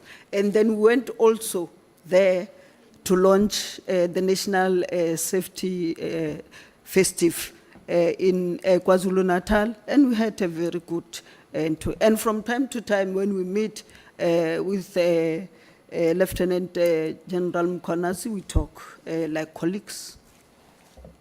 Okay, no, thank you, TM. On paragraph 27, page 11, and paragraph 33, page 12, you are saying, in summary, I'm not going to quote you verbatim, but you are saying that you think the decision of the 31st could have been handled better. Yes, I sir. think, yes, and I think on page 27, you are saying that, in your view, the minister should have at least consulted stakeholders. And so the impression that I get from that is that your only concern about the decision is a lack of consultation.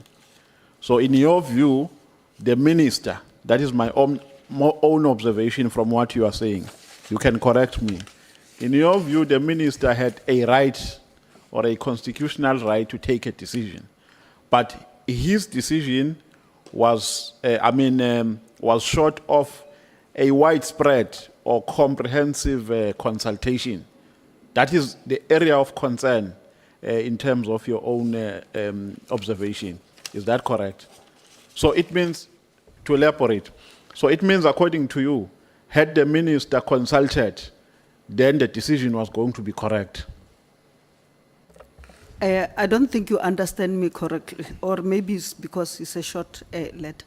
In terms of the consultations that I'm talking about even consulting the operatives, and then people who are in charge of managing the PKTT, the provincial commissioners, the national commissioner, everybody who was involved in terms of that. And surely they would prepare reports and be able to also give recommendations to say, at this stage where we are, we think we cannot be able to do this, and this might be the best way to deal with the matter, and then give an alternative on what to do. So that's my understanding. It's just that I didn't just want to write a big thesis. Okay, no, it's fine. Now, Minister Mkhwanazi sits with you for 12 months. He doesn't give you a performance plan. After him, Minister Kachalia comes in. And then you raise a concern to him that, Minister, there is no delegated function to us. And then with ease, he gives you a task. You said he has given you a task to go to Northwest, if I heard you correctly. No, to deal with the GBVF, the whole of it, and also to deal with the integrated crime violence prevention strategy. Now, would you describe Mr. Mkhwanazi as a person who believes in collectivism, as a cordial person, and as a rational person who takes into account his colleagues when he works with them, who doesn't work alone, who's not aloof to his subordinates or to his colleagues? Because here, Kachalia comes in, he doesn't spend much time in office. You raise a concern, with ease, he gives you a function. And then minister has been with you for 12 months, he doesn't delegate functions to you. So what is your observation about Minister Mkhwanazi? Leaders don't lead the same, and then they don't see the matters the same. So here, I see a different leadership styles between the two. That will be all I want to say. Yeah, but remember, this is an operational issue. And the standard operating procedure here is that for you to be able to execute your functions properly, there must be a performance plan. Whether you are weak as a leader or you are strong, it's a standard operating procedure to which you must adhere. It doesn't depend on your moods. It's a standard which has been put there. And if you do not meet that standard, it means there's something wrong with your leadership. That's what I'm saying. I can't comment. Maybe you can ask him the reason why he did not do that. But I would not be able to. But for me, I attribute it to different leadership styles. Yeah, but you found it ironic that after 12 months in office, you don't get a performance plan. To you, was it an ordinary or it's a normal thing or it's an ironic thing which must never be encouraged? I tried to raise it at some point, and it was coming, I thought, yes, I agree with you, it must not. It's Okay, not. then the last question, second last, the chair will kick me out, I know, when I'm running out of time. The second last question, you are correctly saying, yeah, that as a deputy minister, you are accountable to Parliament. Now, you are not given this performance plan by the minister. You go to Parliament, and you are not raising this in Parliament as a concern, because had you raised it in Parliament, Parliament was going to use its oversight responsibility to say, Minister, this is undesirable. Give these people their task so that your department will be efficient. Now, you don't raise that in Parliament. Why didn't you raise it as a concern, either in the Portfolio Committee or in the National Assembly?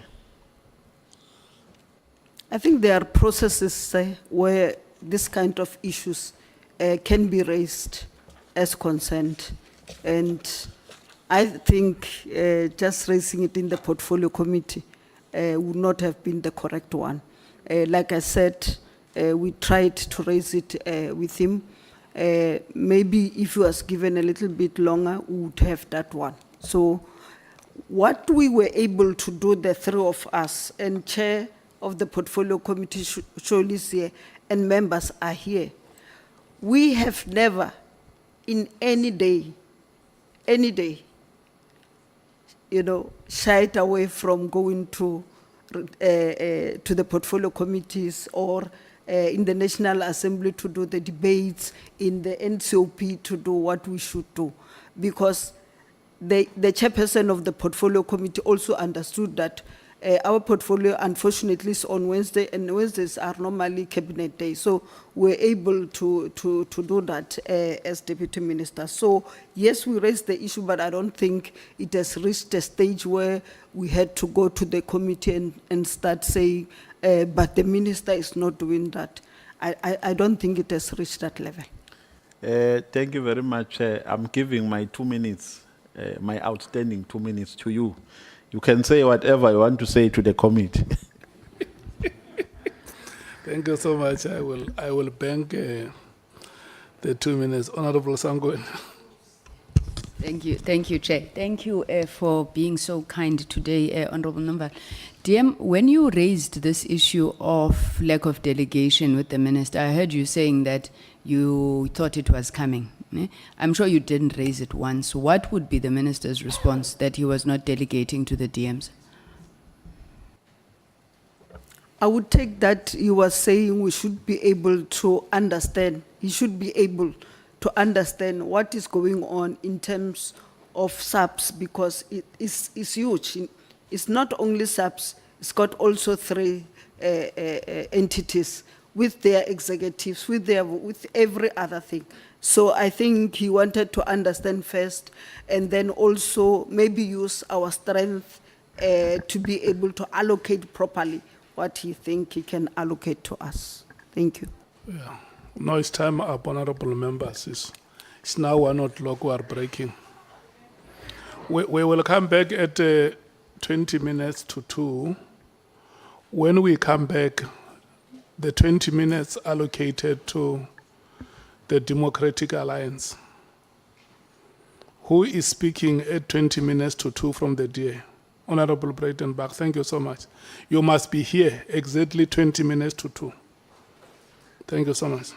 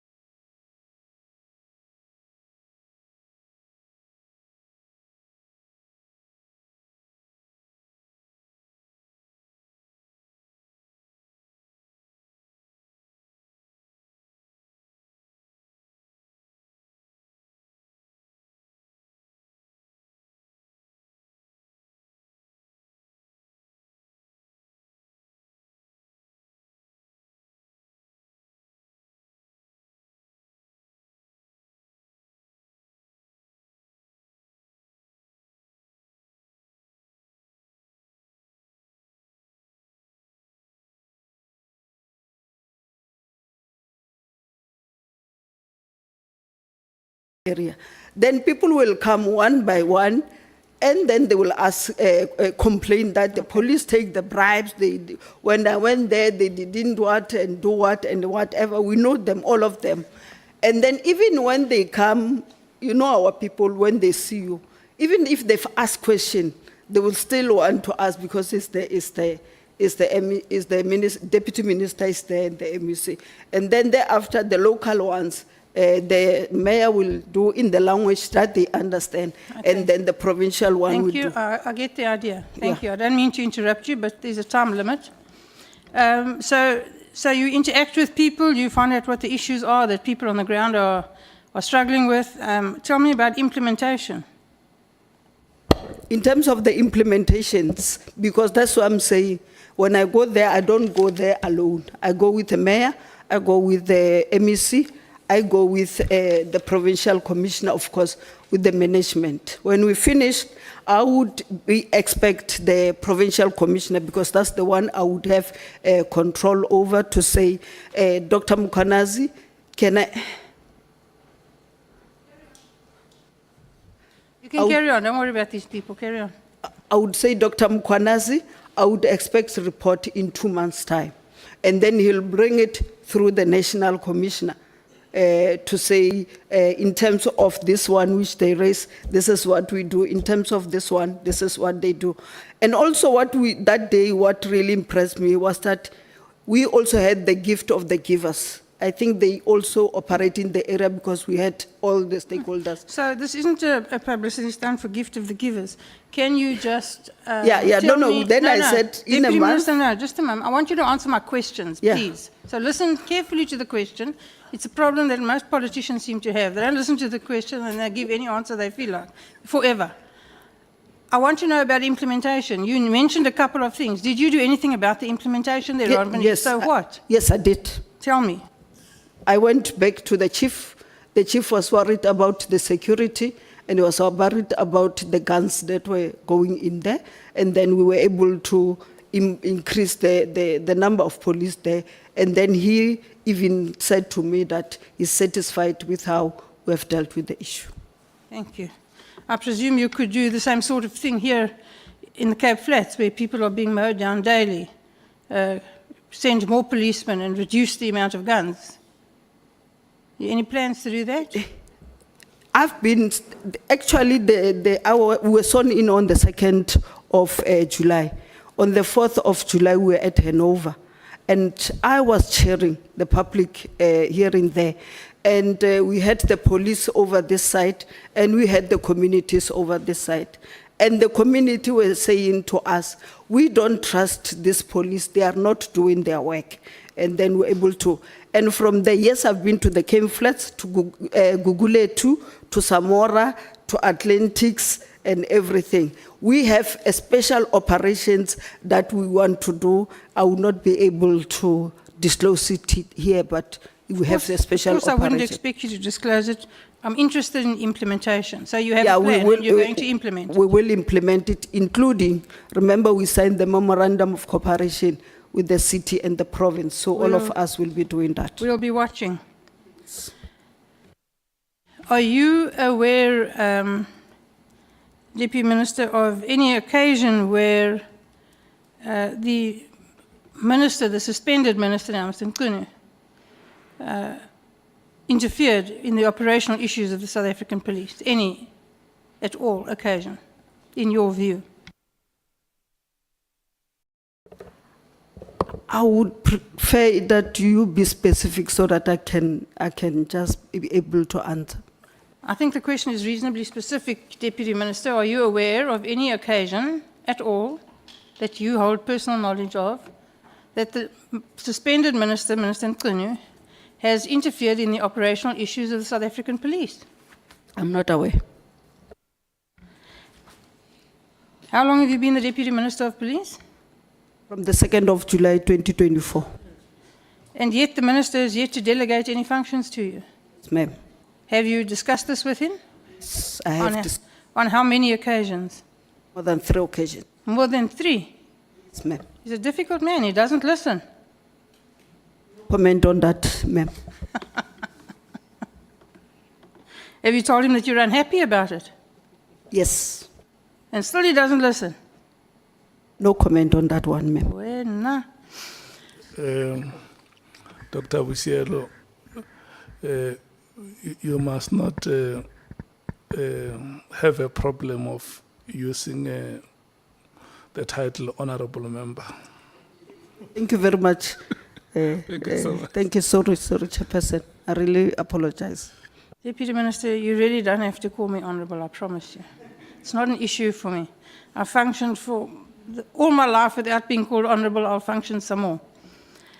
I'm directed by the chair. I must take instruction from the chair. No, you actually don't have to. Has Minister Nkunu ever discussed the national policing policy with you and consulted the provincial governments in your presence, taken you along, talked to you about how you're going to implement those things? Have you had those discussions? Not yet, but we took the national policing policy to the province. We started at the MINMEC, and then we took it to the province, and then it went to the cabinet. It was approved, and I think it was approved about 2 months ago before he was told to take leave. Thank you. So it's taken this long to get that far. Yes, apparently.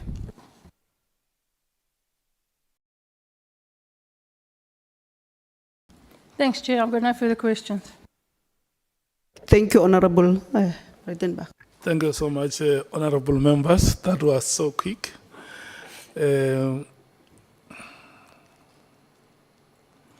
Honorable Matthews, do you want to speak?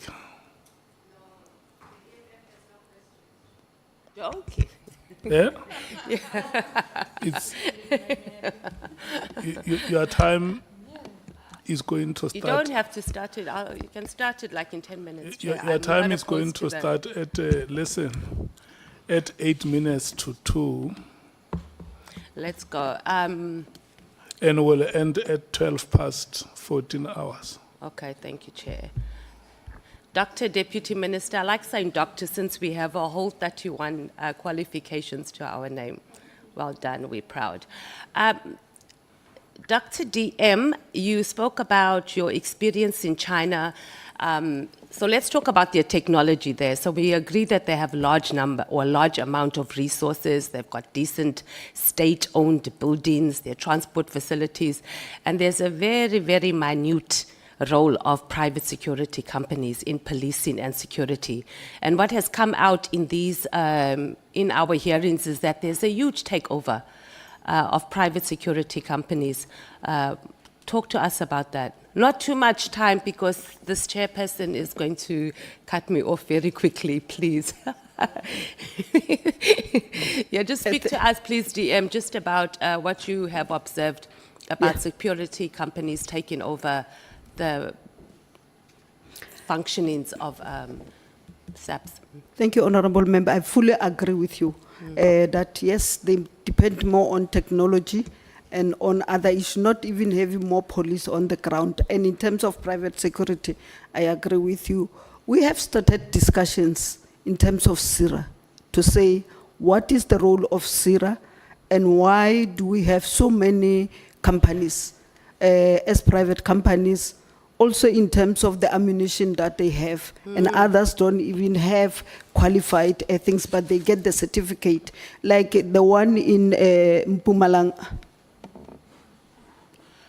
So is that something that we need to consider here as a committee as looking into SIRA and also the number of licenses that are issued to security companies as well? Yes. Okay. Noted. Let's talk a little bit. I know we are exhausting this issue of the disbandment. The minister said that he had a meeting with his 2 deputy ministers. And it's very unclear about, during this meeting with the 3 of you, was the discussion very clear that we are moving to disband the PKTT? No, thank you. So was the discussion more around the issue of that we are going to move and we're going to empower, I think is the better word, or, put more resources into the murder and robbery unit. So there was never a discussion at all when the three of you met. I think he said it was in November, if I'm not mistaken.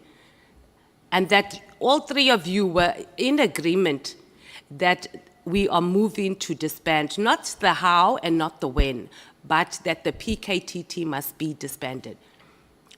As I said, no, we did not talk specifically that the KK must be disbanded. But yes, we spoke about empowering the murder and robbery unit and saying maybe the skills that are there, because it's a multifaceted team, can be used to be able to assist us in that regard, in terms of even coming with an organogram that could take care of all these matters from the national level. So why do you think the minister was beating around the bush instead of just dealing with this issue straight? Because clearly he wanted to disband it. And during his entire testimony here, he just kept going back to, we are going to well-resource the murder and robbery unit. And by doing that, automatically it meant the PKTT is going to be disbanded. Why is it a touchy subject, or why do you think it was a touchy subject, just to deal straight on as this is a unit, it's been operating, and it's one of the units that needs to go? I wish I knew. I don't know. But you're also a senior member, both in a political party and in government. DM, you have to have an opinion about what was going on. Or even your suspicions. This is the opportunity for us to also know. And we understand that it's your take. But you are there. You were part of, not part of the process in the sense that you made a decision. But you were there. There were engagements that were being done. You talk to each other, whether it's the DM or with the generals or with each other. It can't be that you just had no idea. I'm like saying, you asked me how did he, I don't know what prompted him. And I said in my response here, I said, if I have been given an opportunity before the letter was out, I would have put my input there. Unfortunately, even if I can want to give you all the whole thesis about it, there were letters out already. It doesn't mean that you didn't have an opinion about it. So we're not saying, what we're trying to establish here as a committee, as you know, Dr. DM, is why, so we can avoid these things from happening again. So we know that you can't do anything about it. It's a done deal. But also, speak to us. There was something.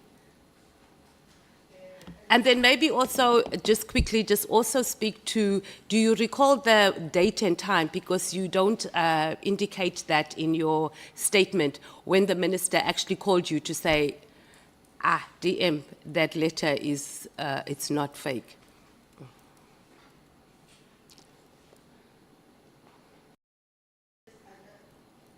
Thank you very much, Honorable Member. I would not want to, remember I'm under oath.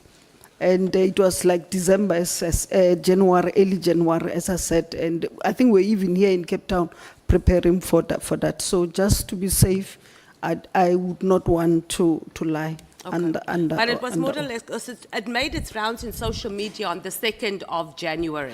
I think So it was it's safe around to 5, say- 6, 7, Okay. around there. So you spoke about the 8th January, where the South African Police Headquarters attends the ANC January 8th events. Did you engage the minister at the January 8th at all? He did not attend that January 8th. Okay. Oh, that's interesting. We didn't know about that. Let's talk about, did you know about the arrest of Lieutenant General Kamalo? Yes. We were with him a day before. We were presenting the report to the Joint Standing Committee on Intelligence. Why do you think that General Sabia forwarded the message to you? As I said, I did not. I just took it straight to the National Commissioner. The question is, why do you think he would have sent it to you? Because he didn't. I would know. I want to know. But what I get from the message that he write, not the forwarded one, I think he was trying to warn me that they are going to back my phones and my emails and what. And I think this comes back to the question about when we spoke about factions that are operating in the South African Police Service. So there's one thing when we disagree with each other. There's a whole other thing when certain groupings start acting on their disagreements, such as the thing of bugging. Former Minister Becky Cele also said that his phone was, it was intentionally bugged, but it was done in an illegal way as well. So is this a normal practice then, SAPS? Because this is why our country is unsafe. Because we have the executive, we have the top SAPS officials busy bugging each other's phones, listening to each other's messages instead of saving our children from being raped at school. I would not say that, but as I said, with the skills that I have and with what I've seen can assist us in terms of dealing with those, I think we'll be able to stop some of the things that we are saying. So you weren't surprised that they could be bugging your emails and your phone? No, I don't have anything to hide, Honorable Member. But that's not the point, Dr. DM. It's the fact that it's illegal, and at the highest level of our South African police service, we are having people operating like that. What hope is there for the ordinary South African on the ground when they're just doing it there on the top? It means that we don't have a justice system here in the country, and it starts with the South African police service. I'm telling you what I have done to be able to deal with the issue. I've said that I took a team as per the minister's directive. We went to China. We were shown what technologies are there. I told you from the DCPI. I told you from the CI. I told you from the border, and also TMS, Technology Management Services, and also our representative in China. And then we went to see that one of them was the issue of parking, and the other one, which came because of the unrest of the 21st of July, from the report that we need to have a technology that can be able to deal with the social media and see what is going on and all those kind of things. So we're very pointed and specific what kind of technology did we do.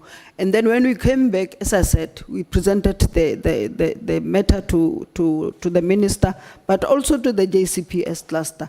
And the good thing was that the Minister of Finance was in the JCPS, because that day they had the caravan meeting. So we're able to say we would need a lot of money to be able to deal with the technology. And I'm driving that because I know what to do and what needs to be done. Thank you. Okay, Dr. DM, I wasn't really addressing that, and I'm glad at least we've been informed about what technology we have in. But this is a really big issue, that people's phones can just be tapped at every level. And if we have the approach of, I have nothing to hide, so what? It's not, if it starts with you and you can have that approach, there's no hope for ordinary citizens. And you've been voted by the people to protect them and to protect their interests. And I think we just need to be more conscious of that. And not just you as a deputy minister, but all of us as members of parliament, that we don't allow such illegal activities to continue in the highest offices of our South African police service. I fully agree with you. As that. So tell me, how does the ANC head of security enter in this? I would not know. That's why I didn't Did you even not ask General Sabir about... Was it General Sabir that told you that he's briefed the head of ANC? The forwarded message, yes. Yeah, but you see, this is also political interference as well. So do you know whether this is common practice for a Deputy National Commissioner to be picking up the phone and calling ANC I don't know. NEC members? But I you're don't also an NEC member. Have you ever been briefed? No, I'm a deputy minister to him. I don't know him. Outside that, I'm a deputy minister, and he's the deputy national commissioner to me. No, but I'm talking about as in the ANC head of security. No. So your experience as an ANC member, and you've been served in the executive, I'm assuming both in the province and on a national level, is it common for government officials to be briefing ANC members about what's going on, especially on intelligence issues? I'm not aware. Thank you. Let's talk about this deputy ministers, and not just, obviously not police in particular, but just the whole concept of us having deputy ministers. So the issue of deputy ministers, it only found its way, I don't know if you know this, but our research office did some research on this. So deputy ministers were introduced in 1961 by the Apartheid National Party. And they did so because they were preparing or making way for ministers.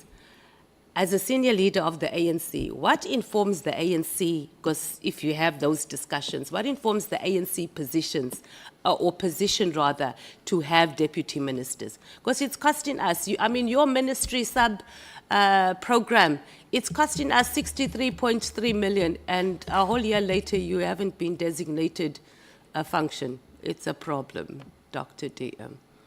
Honorable Member, are you not conflicting the two because there's an ANC as a party, there's government, and the two are not the same? They're not the same.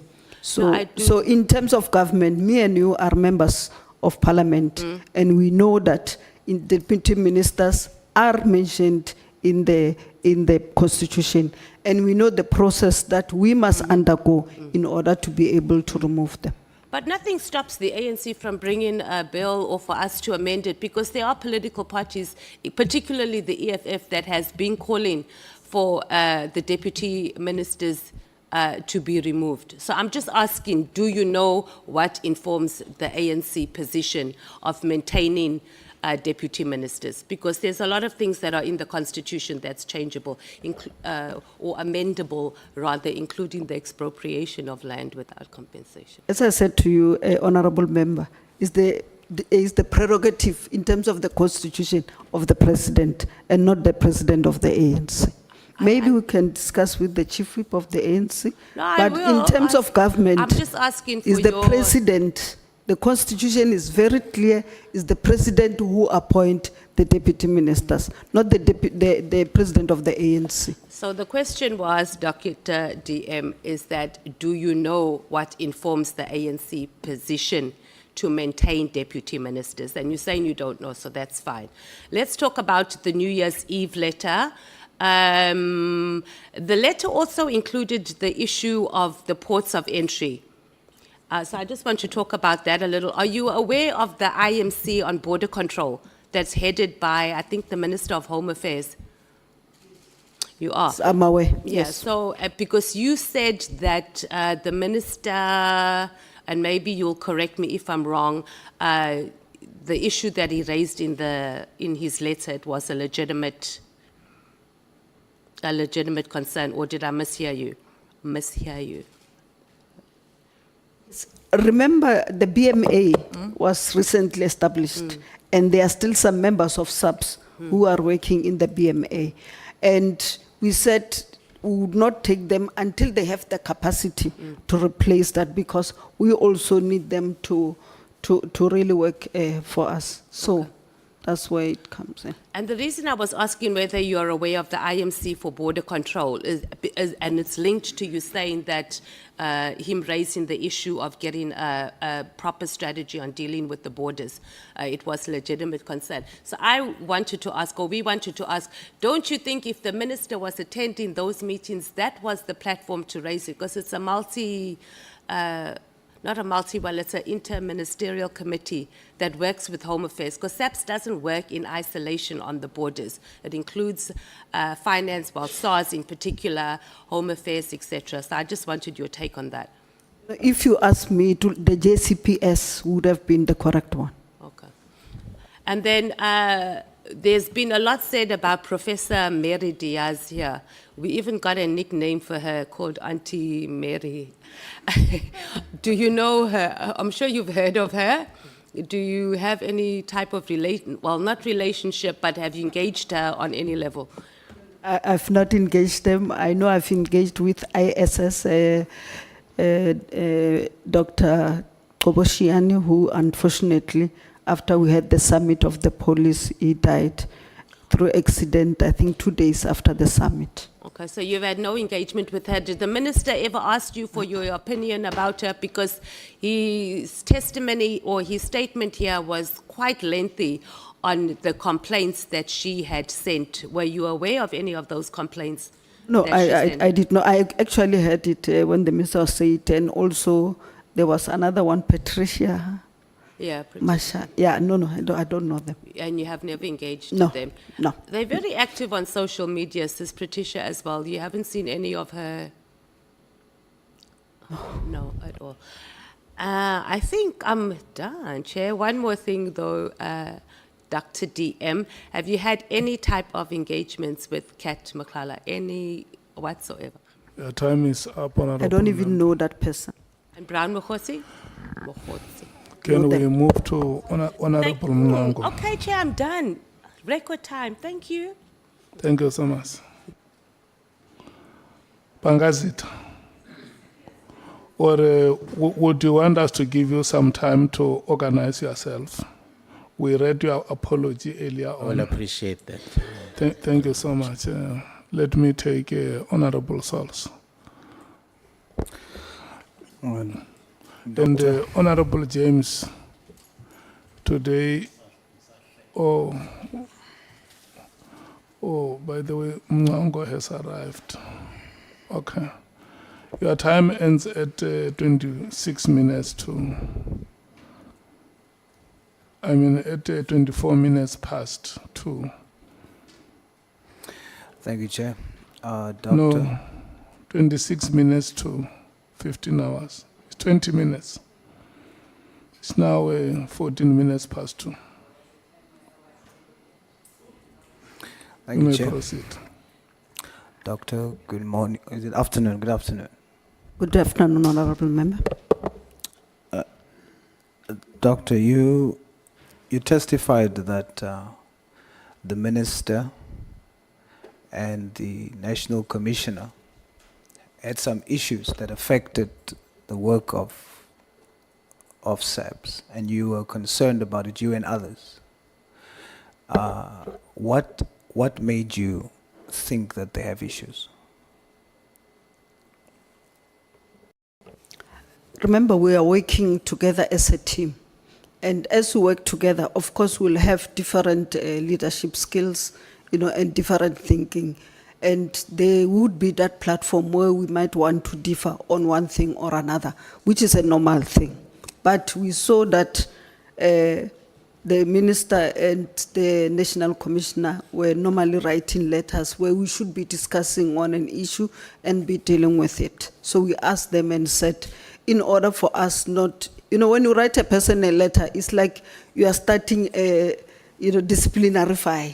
You are not necessarily discussing to be able to come with a solution to an issue. So that is why we asked them to say, we don't want to fight over something we don't know, let's just talk among yourself. And also we observed that there is no good relationship between Lieutenant Mkhwanazi and the DNC Sibia. If you can sort it out, we'll be very happy.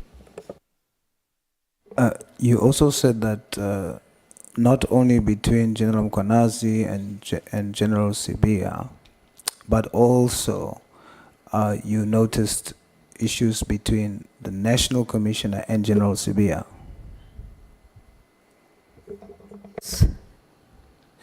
Now, before the meeting that you all suggested they should have to iron out these issues, could you, when you assess at that time these concerning matters, if you had to now tell us if there were to be sides, who will be on whose side? As I said earlier, I was just, I'm a leader in my own right, but also in terms of responsibility.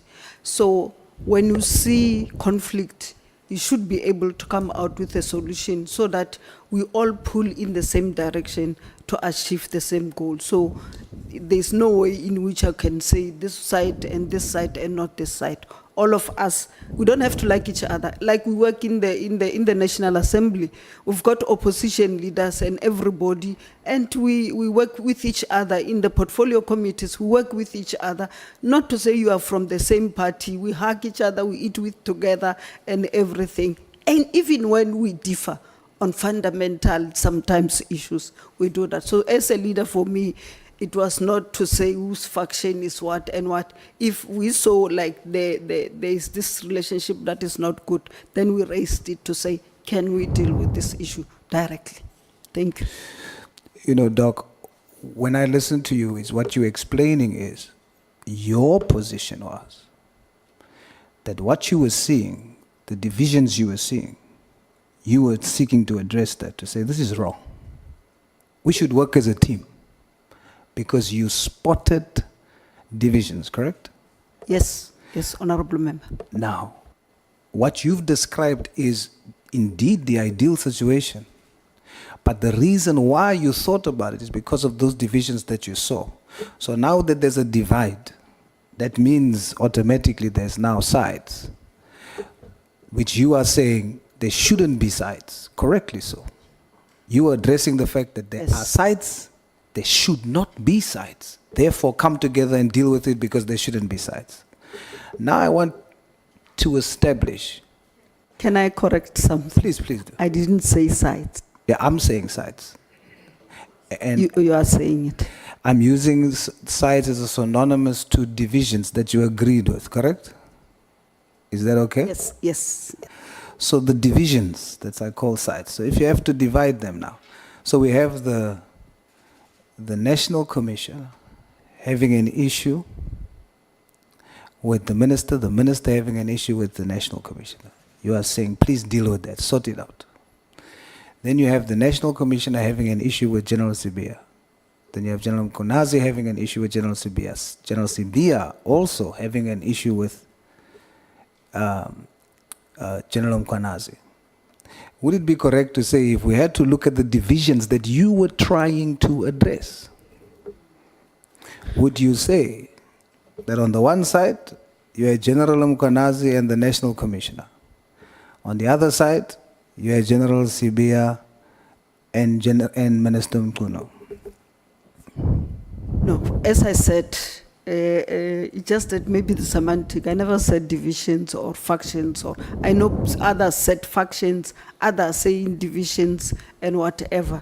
I said we identified an issue of communication and some tensions, and we said address this before it went further. So it's not a question of whether it come in the form of factions, divisions, or whatever and whatever. I'm just saying as a leader, we are leaders, we are executive, and then we are able to see that there's an issue here. You don't necessarily want to get involved, but we want everybody to pull together. So that's why we did that. Not to say the one was with this one, the one was this one. That is why when we even said it, we said the two of them, the minister and the National Commissioner, should deal with the matter. Was those issues that you're talking about dividing them? It was not necessarily dividing them. It was where I am, to be honest to you. It was that people were not seeing things the same. And then they just heightened them where they were not able to come together and say, but we can still bring this and this one and then have one way up. That for me, that's what it meant. So there wasn't one way up? So that's why I'm saying. So if there was not one way up, what is the opposite of not having one way? You have multiple ways, divided ways. No, it's not a divide and rule. It's just you are not going to achieve what you as the organization want to. Why? Which was to make sure that our country is safe and to make sure that we protect the sovereignty of our country. Doc, this will be my last attempt. Why would it not achieve that? What was your concern? I think I said it. I said they should talk.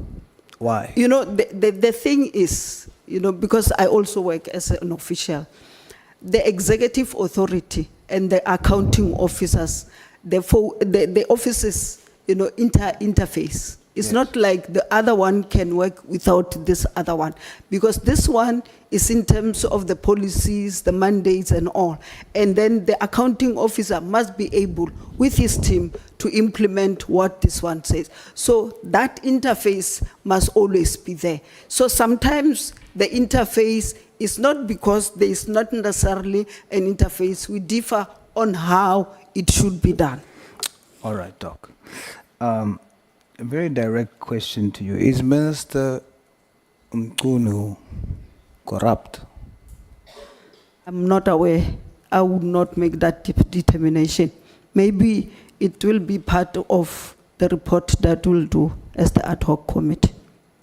You working with him, having worked with the minister, these are allegations that we are dealing with. What would your position be if I had to ask you, based on these allegations, is Minister Mkhwanazi corrupt? I think we need to be fair, honorable member. You have to get all the sides and have all the information and have all the evidence and then come to a conclusion. So actually, I was saying, Chair, I'm the only woman who's appearing before the committee. I'm not sure if other women are still coming. And yeah, this is a very different environment at all, where you might not find many women in this and then say, Chair, you didn't even acknowledge it. So I'm saying, be fair. Listen to all we are saying. I think there's still others coming. And then get all the evidence and then do the determination. Yes, Doc, you are one of the sources of that evidence. And hence you represent a witness, you present evidence, and we're interrogating the evidence. And so in an attempt to get to a conclusion, I'm asking the question, I'm probing the question based on the allegation, you see. So you are assisting in me compiling that. But I would take it you saying that you can't say whether he's corrupt or not. Yes. Would you say, is the Minister Mkhwanazi, protecting drug cartels? That's what I'm saying. I don't know. I'm waiting for Nhlanhla Commission and the ad hoc commission to really bring that. Because the danger, honorable member, is that anybody can implicate you tomorrow and say, Honorable Souls had 1 kg of cocaine. And then maybe to the police. And then they just take, you know, you and arrest you without any evidence, without any other thing. And then you went through the integrated justice system to the courts. And I don't think the courts, you know, will sentence you without that evidence. So you must know there will always be misinformations. There will always be, you know. So as a source that we must interrogate, sorry, Doc, I think my time is almost up, so I just want to finish this one. So I didn't mean any disrespect to interject. So as one of the sources from which we must draw answers to these questions for, is the only reason why I'm asking you. I'll ask everyone else too, you see. So I'm not expecting you to know, but I'm trying to interrogate. Do you have some sort of idea based on your experience that these allegations that are being made of the minister, is it true or not? And you are saying, based on what you have been exposed to, you cannot say that the minister is corrupt. You cannot say that the minister is protecting drug cartels. Is that your same position when I have to ask you, is General Sibia corrupt? That's what I'm saying. You need to be able to yourself, with the information that you have, the evidence that you have, and I hope, Honorable Souls, you are not just going to take what is on the social media and everything, and then you come with a decision that will assist us to be able to say what you are saying is true or false. Yes. So that question is hanging, and it's part of the allegations. And all the witnesses that are sitting in the seat that you are sitting, Doctor, you, I repeat, are the sources available to us from which we can seek to establish whether or not these allegations are true. Therefore, I'm posing it directly to you. And I'm satisfied that what I hear you saying is that you are testifying today that based on your exposure in SAPS, based on what you've seen thus far, you cannot say that the minister is corrupt, as it is alleged, General Sibia is corrupt, as it is alleged, that there is a protection, an attempt to protect drug cartels by them. You are not in a position to say that that is in fact true. Yes, Honorable Member, I'm not. Thank you, Doc. Very much, Honorable Member. Thank you, Chairperson. Can we take Honorable Shongwe? 15 minutes. Thank you, Chair. Sawubona DM. Thobela, Honorable Member. Le jwang ma'am? Your time expires at 22:03. 22-3. I might take less than that.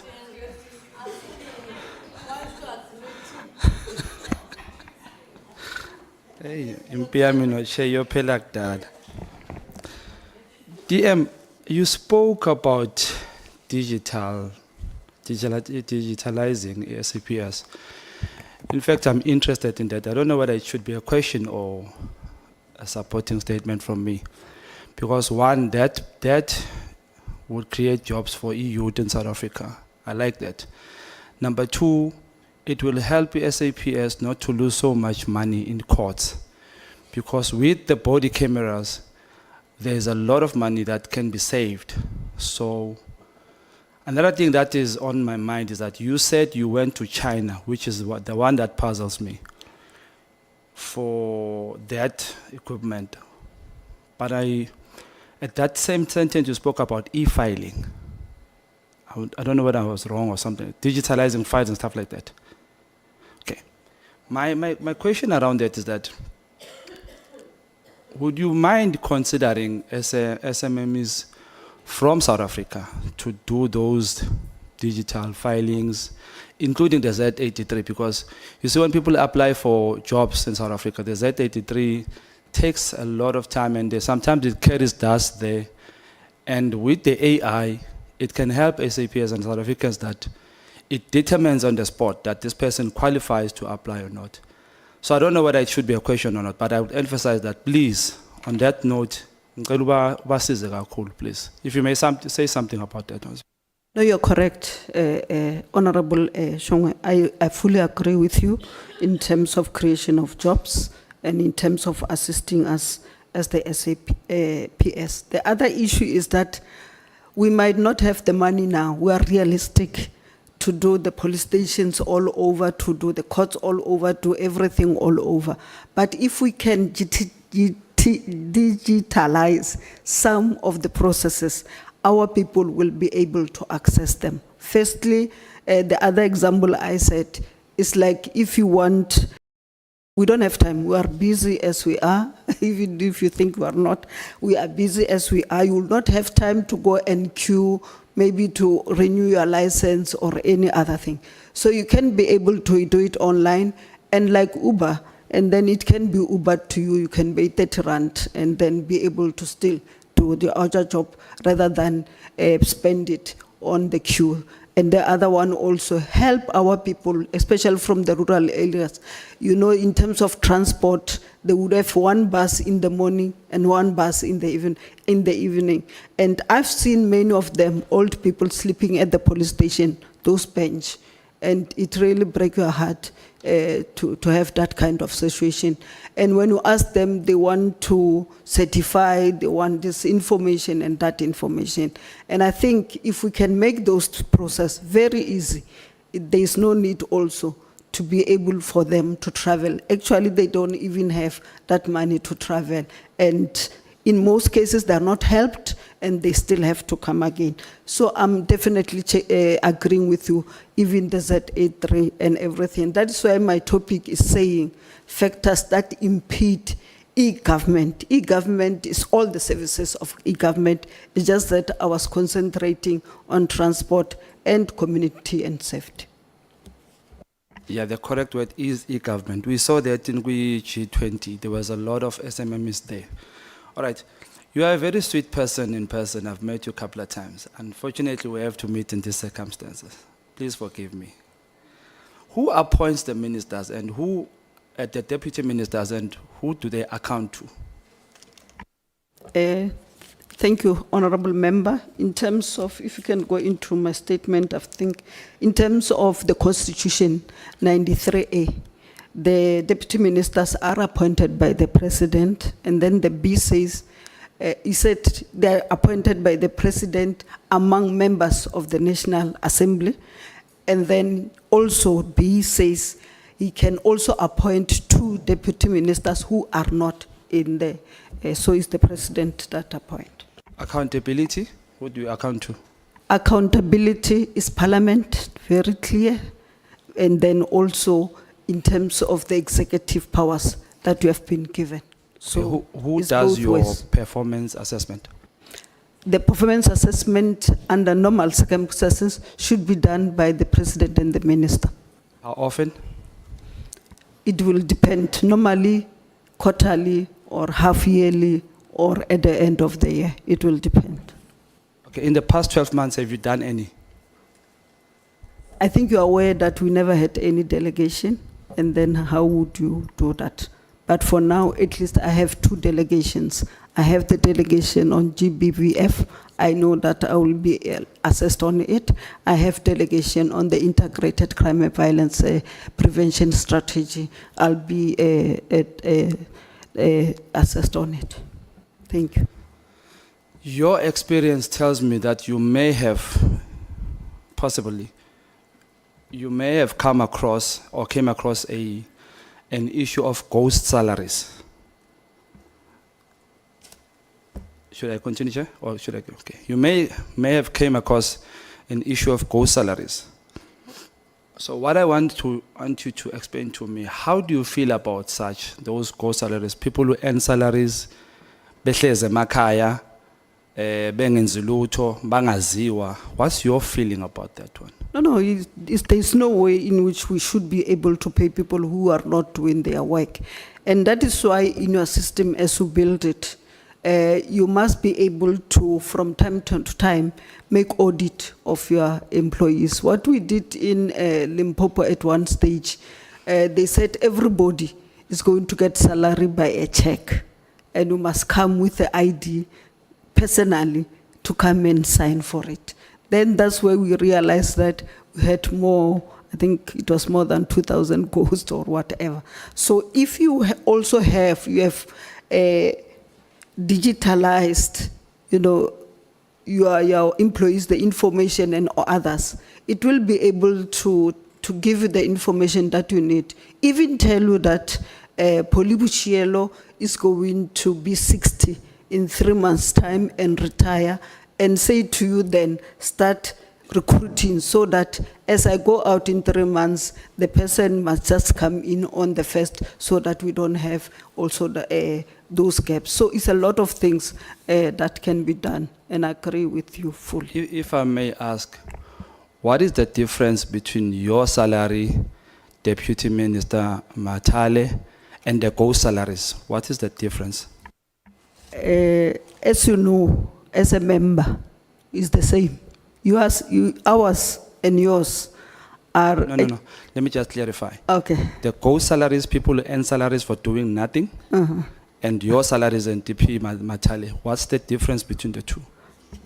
I think you were not here when the question was asked, what was my responsibility. I can take you through in terms of my statement. You just told me now that the president can't do a performance assessment with you because they were not delegated functions, right? Yes. Which means now, if the president has to assess you, There must be something given to you to do. They cannot assess you on what you decided to do. For example, you went and did the zamazamas, as you say. That was your interaction or intervention, let me say.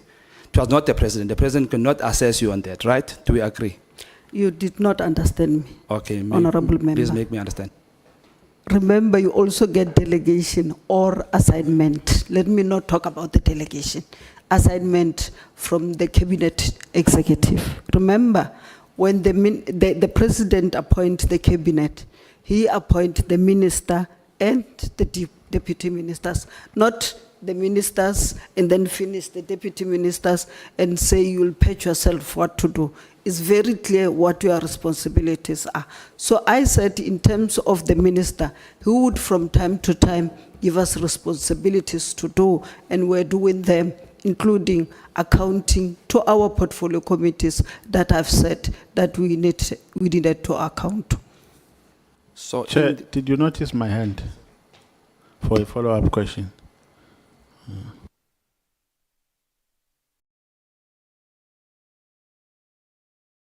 Can I come in? No, let's allow Honorable Shonga I think he wants to respect to me, conclude his time. Just write your questions down yourself, and Honorable Matthias, you'll come in when he's done.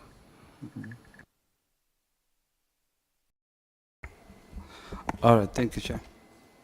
So I want to understand, when you say the minister can only assess you on the delegations that given to you, and you say in the past 12 months you have not done that.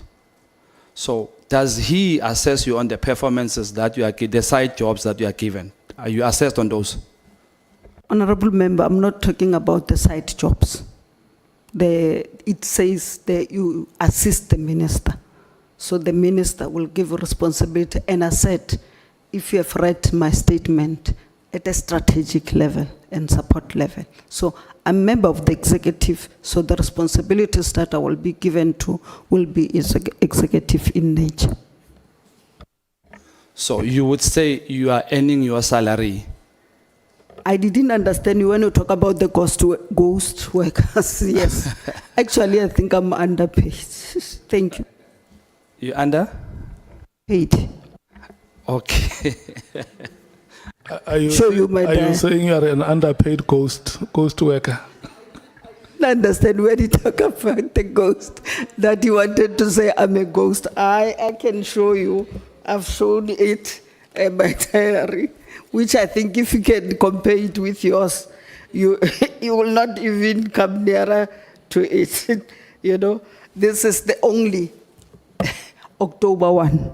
Is that the salary? Is the diary? Or the one that you made for yourself? No. You were not here when Okay. I went through it. I was asked the question, I went through it. I'm saying this notion, and I clarified it when I started, this notion that deputy ministers just earn their salaries and not do anything is not correct. And I went to all length, to be able to do that. I don't know if the chair, you want me to start again. No. I get what you're saying. Okay. My questions, I think my confusion together with South Africans is this. You said 3 days before the minister was removed, you and DP Matale had to go and deliver a speech. Budget. The budget, I mean to say it. Thank you for that. Now, I want to question the fact that, is the president thinking of South Africans in terms where there's a wastage of money? One, you were not delegated functions. Number two, there's 2 ministers who are earning salaries with no functions. An acting minister coming from outside the cabinet, the structure of MPs and stuff like that. And another acting minister, which was Honorable Mantashe, and now the suspended minister. You guys say you took charge and you delivered. So why did the president not save money, according to you? Why did the president not save money by taking one of the 2 of the DPs and appoint them into being a minister, if you guys can deliver and can do the function? doesn't it also look bad on your credibility that we cannot trust you because the president doesn't trust you that you can deliver? He decided, no, I cannot take one of these two. I'll just go outside the parliament and look outside the parliament for somebody whom I can put there. And I believe that had he not done that, he would have saved money by not appointing a person who was working outside, who didn't need a job, but given that gave that person a space. I would like to raise a point of order. Point of order. Yes, it's a point of order, Chair. Chair, we sat here and we endured Honorable Mateis, and we didn't call point of orders when she was doing exactly what Honorable Shongwe did, and I think to a certain extent maybe Honorable Sauls.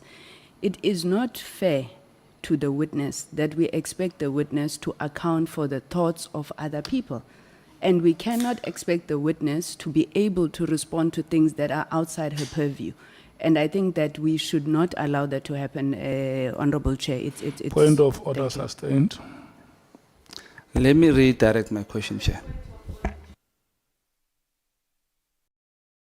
Point of order, Honorable Matthews.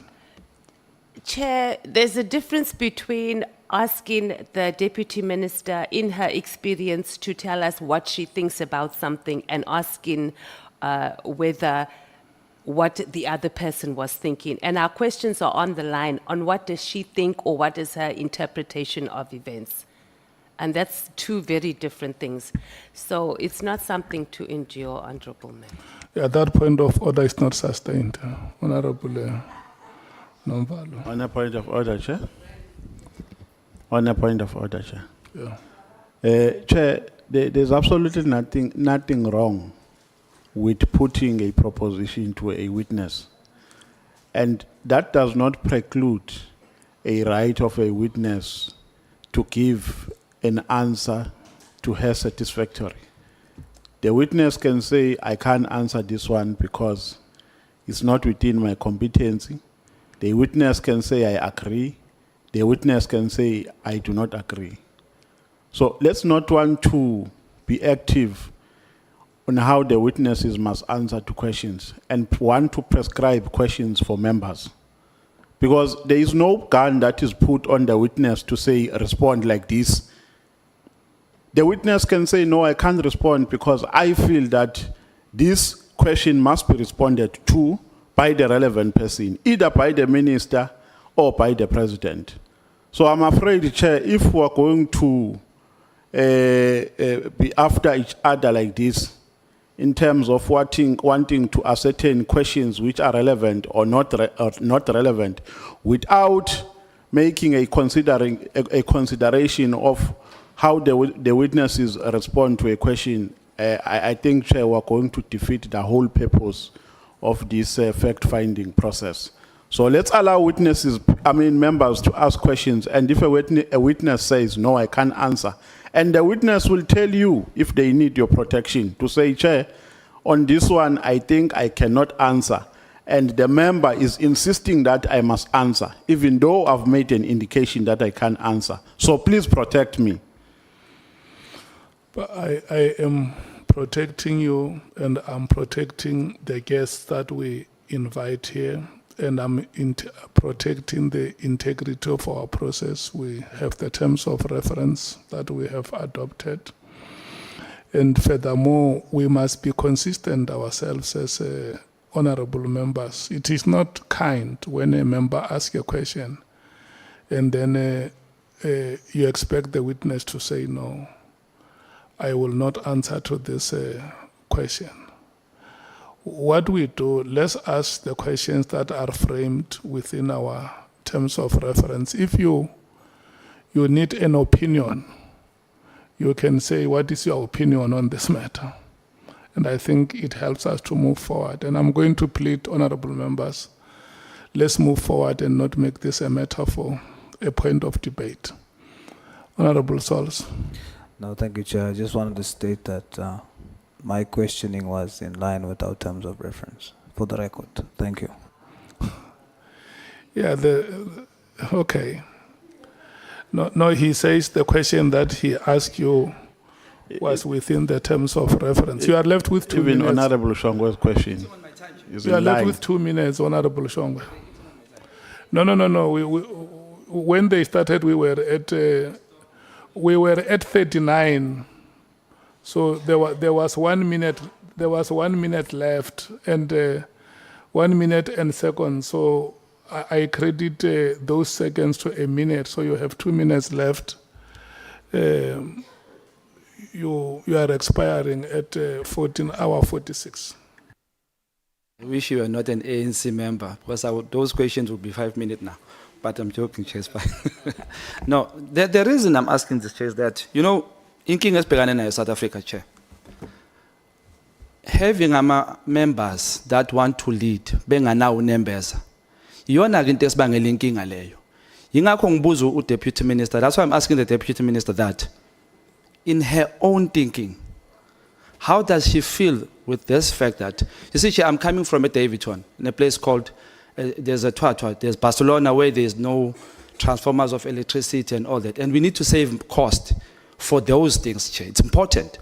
So now when the president decides to take a person from outside, you being appointed, you have a right to say, hey, President, I think take one of the deputy ministers. Kwenzakalani now? I shouldn't ask questions, Chair. Now I was just clarifying this where I was going, because the question will be taken out of context. Yeah, bo. So I want to push that point so that it's clearly understood that Unembeza is important as a leader, Chair, that if you do take accountability and cost-saving measures, wouldn't it have been an opportunity for you to say to the President, President, before you appoint outside, please look inside, let's save money, because we're paying 5 salaries for one position. It's 5. Mantashe, Honorable Mantashe, the 2 of you, and acting and the minister. They were paid 5 salaries. We could have saved money there. Thank you, Honorable Member. Let me correct you, it's 4. Honorable Mantashe is already a Minister of Minerals and so. Are you saying when he acted, it got nothing? No. And then, one, remember the President appoint ministers, doesn't ask you whether you appoint me and not. But also secondly, while deputy ministers, we are members of the executive, but not cabinet members. The time of the honorable member is up.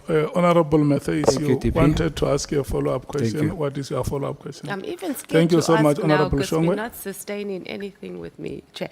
Just quickly, it was just on clarity, Dr. DM.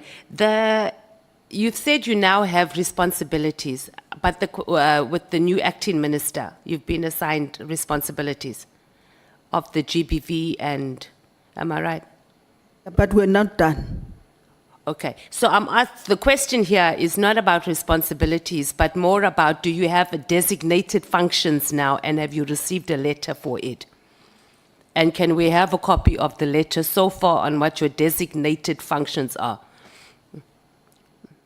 Remember, delegations can also not be in writing. But for now, this is what the minister said I must do. But as we finish others, I think you'll be able to write comprehensive functions in terms of what So you I'm don't have expected still to do. then? I'm asking for a point of clarity, Chair, please bear with me, I'm not being difficult. Okay. And DM, I'm also not being difficult with you, and I also don't think you must take it personal when we're questioning this thing about deputy ministers. And it's not a reflection on whether you've been working or not working. Okay. As the public and as members of parliament, you're supposed to have designated functions. All deputy ministers, not just you. So the bigger question here on what we're trying to deal with is that are our ministers and is our cabinet failing South Africans? We are allocating budgets and then they are not doing their jobs by giving you these designated functions that you're supposed to, so you can answer for. So I'm just asking, that process, I don't know how it works with the other deputy ministers, whether they get, these are your designated functions, because if you are appraised, there needs to be something in writing. So Chair, that's what I'm trying to determine. That's what I'm saying, not yet in right. We'll be finishing it because we're preparing to come here to. So the this- so the acting minister's been running around in China instead of also sorting out, or Yes. wherever he Okay, is, can instead of we Yeah, sorting take, yeah, out. but also Thank to you. say other Honorable, deputy ministers have. the time for Yeah, follow-up delegation. is over. Can we take Honorable Nomvalo, your follow-up? Yeah, no, my follow-up is almost, I'm being interrupted, Chair. Maybe the EFF is attacking me, Chair. Can I be protected? You are on the platform, Honorable Member. Yeah. I want to move to Honorable James and No, Nomvalo, Let's- she's not let's attacking speak- you. let's We are speak going crisp. to Gazwela, Yeah, no, Let's- Chair. let's be my, crispy. my question is almost similar to that of Honorable Mateis. The DM, still I'm under attack, Chair.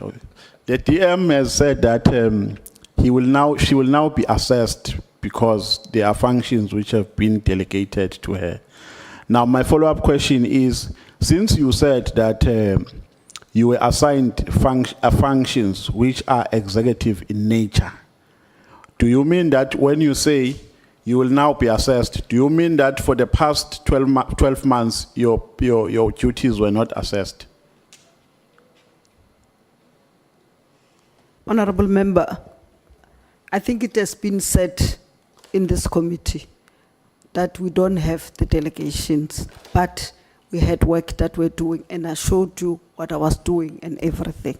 Yes. So it means I would not get a bonus, but I work for people. Yeah, no, I get that, DM. But do you mean that that work that you have been assigned to has not been assessed up until today? Not yet. Oh, okay. Thank you so That's much. what I needed. Honorable Sangoni. Thank you very much. Deputy Minister, is there No, anything? Chair. No. Point of order, Chair. Sorry, Honorable. I had a follow-up. My hand was up first. Oh, I was noted. Chair nodded to me. Chair, you're doing the same thing you did in the last meeting. No, it's fine. Today, I can't accept it, Chair. It's okay, Honorable Sol. My apologies. You are right. Your hand was up before Honorable Sangoni. May we start with you? Thank you, Chair. Honorable Doctor, just for clarity, I understood you to say that even though there was not delegations, but you have at least 2 delegated responsibilities. So you are a deputy minister with at least 2 delegated responsibilities. Correct? Can I clarify? I'm saying with the current acting minister, the 2, with the current. Yes, but as we sit here now, we Yes, can say you yes, are deputy minister yes. with formally delegated 2, responsibilities. yes, 2 and of we them. are not done. When we finish this process, because we're preparing this, we had to really take you serious and prepare and come and do statement, and others were going to finish the rest. He will come, I think, tomorrow also to say Yeah, but how he's going to for do it. now it's 2. Yes, for now it's 2. Thank you, Honorable And I can say them, or No, it's fine. Nobody asked which are those, but you have said them. It's gender and integrated what. Honorable Sangoni. My follow-up, Chair. Deputy Minister, are you appointed in terms of the Public Service Act or the Constitution, Section 9 that you indicated? thank you very much, Honorable. I'm appointed in terms of the constitution of this country. Now, DM, in the Constitution or any other law that you know of, is there anything that requires you to have a performance assessment? No. Thank you. Thank you, Chair. Okay, thank you. Okay. Is there any member who still wants to ask a question before we go to Honorable James? ANC, is there any member who wants to ask a question before we go to Honorable James? MKP, is there any member who wants to ask a follow-up question before we go to Honorable James? Okay. Yeah. So in the event where, Chair, the follow-up comes after that follow-up question, the last one. Now, in the events where there is a designated performance plan, deputy ministers are assessed, right? It's a normal practice that their performance is assessed. It has been established.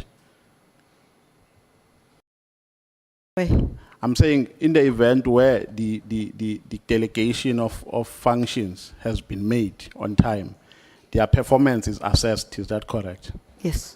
So it's an established protocol that their performance is assessed from time to time. Yes. Thank you. Is there any other follow-up question? Okay. Can we move to Honorable James? It's now 6 minutes to 3. Your time will expire at 10 minutes past 3. Thank you so much, Chair. Good afternoon, DM. DM, do you believe your testimony here today added any value to the mandate of this committee?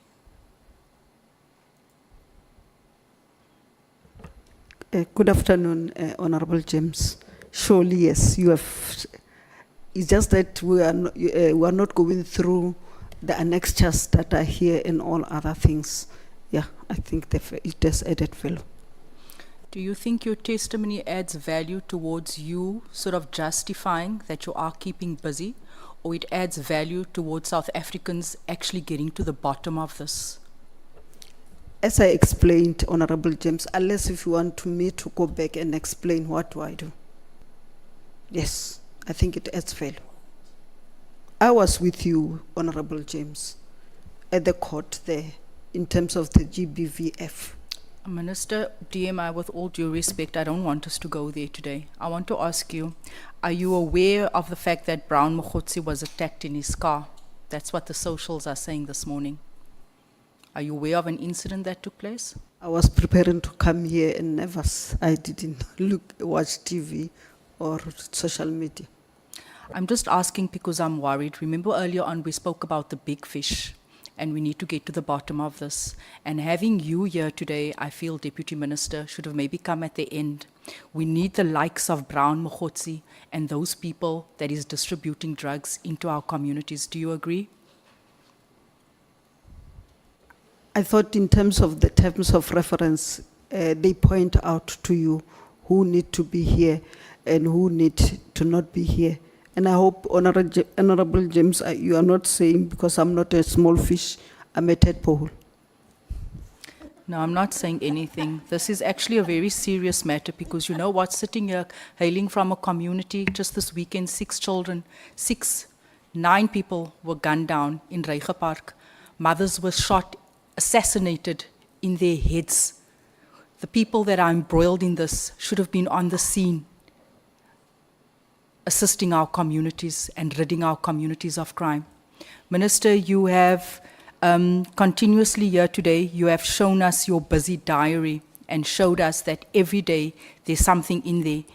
Do you think, would you agree with me that when you don't have a coordinated approach towards a certain goal, you can just be keeping busy doing absolutely nothing and there's no impact for South Africans on the ground?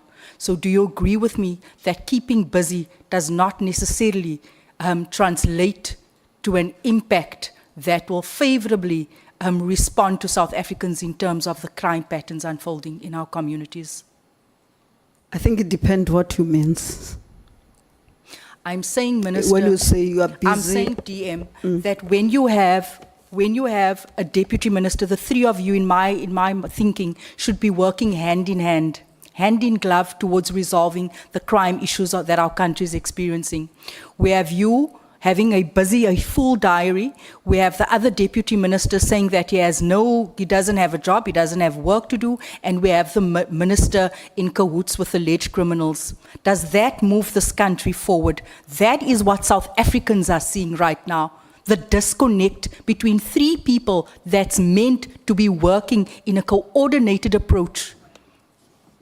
I can't respond to that, Honorable Member. All I'm asking, a DM, you are a well-learned person. Do you not agree with me as a woman and as a mother, take off your cap as a DM, that we need a coordinated approach, and the three of you need to be working hand in glove towards putting an end Yes, I agree to with the you. shootings in the Cape Flats, in Reiger Park, in Eldorado Park, In Mtata. in Tata, Yes. everywhere else in our country. Absolutely. And that is not happening. It's happening. It is not. How do you say it is happening, DM, when the deputy minister last week said that he has no duties? You have come here and you've said that you have a full diary. It is not coordinated. It is not towards a certain outcome. That is what I'm trying to show here. Yes, you are keeping busy, no doubt. But it is not serving South Africans. When you don't have a proper plan, you know that that's where the goalposts are. That's where we all need to work towards. You are ultimately failing South Africans by purely keeping busy. Can't answer for another one. You're not answering for another one. I'm just But asking I for said your I opinion. agree with you that we need to operate in a very coordinated manner to deal with the issue. In particular, I said the safety of our communities and also ensuring the sovereignty of our country. Thank you. DM, you know what? It's not rocket science that you have no involvement, really, in the crime that is unfolding within SAPS. That is just might be proven wrong at a later stage, but for where we're at right now. But also, DM, the fact that you have such a big position that carries so much weight, and you see something on social media, and all that worries you is it authentic or is it fake? And you don't probe it, despite feeling uncomfortable, despite having your own opinion. You don't stand up and you say, Minister, are you sure that this is the right step? Are you sure that we should be doing this? And you don't probe, and you just leave it like that. I think I've answered it. The minister have the executive I'm authority. asking it now, DM. I'm asking it. You want me to I need you to answer whether you've answered it before. I am Yes. asking. I need certainty and surety here today that you are the right person, that you are fit for this post, that if ever something comes to your attention and you are uncomfortable, you'll raise your voice in the interest of South Africans. I think I've said it here and gave an example where I have personally stood up and say what need to be said. What was that when you saw that letter? Because in your testimony, I read that you received it on social media, you saw it, and you were sort of satisfied at the fact that the minister verified that, yes, he had penned that letter, and that's where you left it. I didn't say I was satisfied necessarily. I was just saying he confirmed that it was not. And in terms of how I felt, I think the SC asked me how I felt, and I said it, how I felt. How did you feel, DM? Because I keep on saying, I'm asking the questions now. Very disappointed. Disappointed. What did you do with that disappointment? Did it translate to any action, tangible sort of action? The issue here, Honorable James, is that the letter was already out. I said it here in the statement, and I'm under oath. I'm talking about the statement that I took oath of.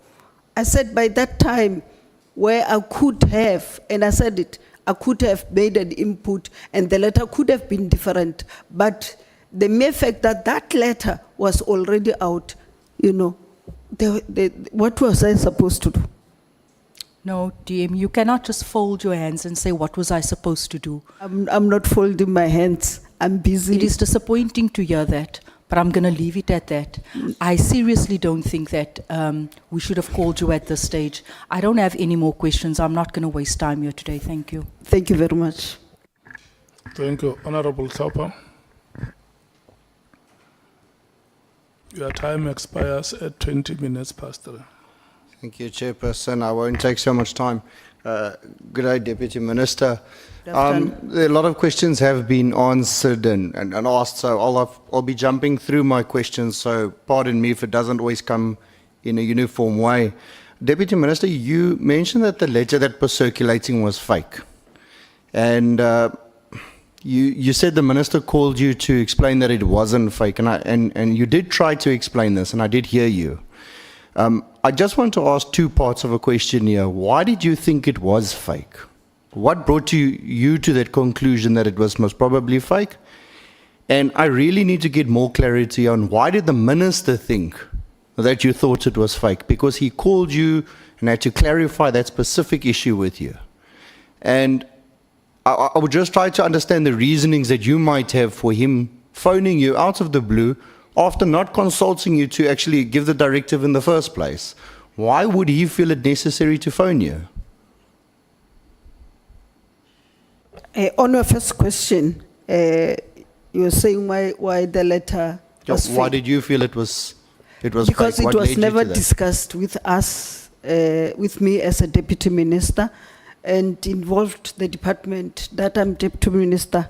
And, then I thought it was just like all these fake things going on, misinformation things going on and everything. So that's why I thought it cannot. The second one, the reason why, I think the minister was here, he explained to this committee why he had to take that decision, and then I was listening very carefully as you were explaining to him, or probing why did he take such a decision on the 31st and then all others. So why he phoned me out of the blue, I think because of how we work, we will normally consult each other. And I think for sure he thought, why are we not asking about the letter? And then maybe that's why he phoned to say, no, it's not a fake, it's me, I've written that letter. So just to clarify, Deputy Minister, you're saying it was important enough for him to consult you that it was fake or not fake, but it was not important enough to consult you to actually execute the decision to send out the letter. Is that what you are saying? I can't say on his behalf, but I'm just saying from me how I felt about it. No problem. Thank you, Deputy Minister. I do take note of the inputs that you've already given on this matter, and you did express that you were very disappointed. And I have to say this because it catches me. You say in your statement that the gap created a lack of reasonable and adequate consultation, and it gave an opportunity for the controversy to erupt. And then you say, what I would ask, that are you saying Minister Mkhwanazi is directly responsible for the mess we find ourselves in? And I ask this specifically because you must understand, Deputy Minister, this controversy has created a situation where it has brought our portfolios, various portfolios, almost to a snail's pace. And as taxpayers' money is being spent to fund this whole thing. And so that's why I ask you your opinion on this matter. Do you link Minister Mkhwanazi directly to this mess, as what it alludes to in your statement? Thank you very much, Honorable Member. I don't think the letter is a mess, but I think your formation as the ad hoc committee and going through your TOR is because of that letter. Deputy Minister, you spoke about the police, the minister acting alone, and he departed from all protocols for dealing with structures created by the IMC. You were not sure if the IMC was receiving reports. I think it's in paragraph 33 of your statement, if I'm correct. Who were the IMCs at the point of disbandment? Who was part of the IMC? And if there were none, who was he meant to consult then, in your view? As I said, before this committee, the former minister, Minister Bekitele, said there was IMC. And then Minister Mkhwanazi came here and said there was no IMC. I said to you, when you serve in the IMC, the president will write you a letter to say you are serving in the IMC because it involves different departments, and then it will give the lead department. So I have not received any letter to serve in the IMC. So that's why I didn't know whether it's there or not. So you're saying you do not know if there's an IMC in place currently? No. So who was he meant to consult if you at this point in time still don't know if there's an IMC in place? remember this, the IMC that we're talking about consists of the ministers. Yes. And then they say the PKTT then report to the minister, is chaired by the Minister of Police, and then they report to the IMC. And I think there's a reason why they don't report to anybody but the IMC, because maybe of the sensitivity of issues they are dealing with. So there was an IMC in place, Deputy Minister? On the 31st of December, up until that point, was there an IMC in place that the minister could go to? I'm not hearing you. I said, I don't know, because if I was a member, I would have been given a letter, so I don't know. So, Deputy Minister, from December up until now, and we're in November, considering that all of these allegations have been brought to light, it's been televised, it's in the Nhlanhla Commission, have you not found an opportunity to go find out if an IMC then in fact exists? I did, and I did not get any satisfactory answer. I will leave it there, Deputy. You hold two very critical views. The first, you write in your witness statements, I think it's paragraph 40 and 41, on the view both the Minister and the National Commissioner should engage regular consultations and engagements on matters concerning the department. You then go on to a second critical function area should be also take each other into confidence on matters that have dire impact on the efficiency and effective functioning of the police service. Those are your two parts, and they are very, very strong views, but they read very much like criticism of what didn't happen. Deputy Minister, do you believe, and I ask you in your possible limited knowledge of the matter, that Minister Mkhwanazi actually engaged with the National Commissioner in regular consultations in 2024 from becoming Minister? As I said, we had a meeting where we suggested it, and then it was going on. Even now, and I even gave an example, when we go to a portfolio committee or a standing committee, the National Commissioner, as the head of the administration, then will get the right head to prepare the report, and we prepare together and go through them. So when we come to the portfolio or the standing committee, all of us are on the same page. So yes, they work together very well. So they were consulting. Deputy Minister, then do you know if the Minister and the National Commissioner consulted specifically on the disbandment of the task team? If they were in such consultations, as you say, were you present at any meeting? Did you hear anything? Do you know of anything?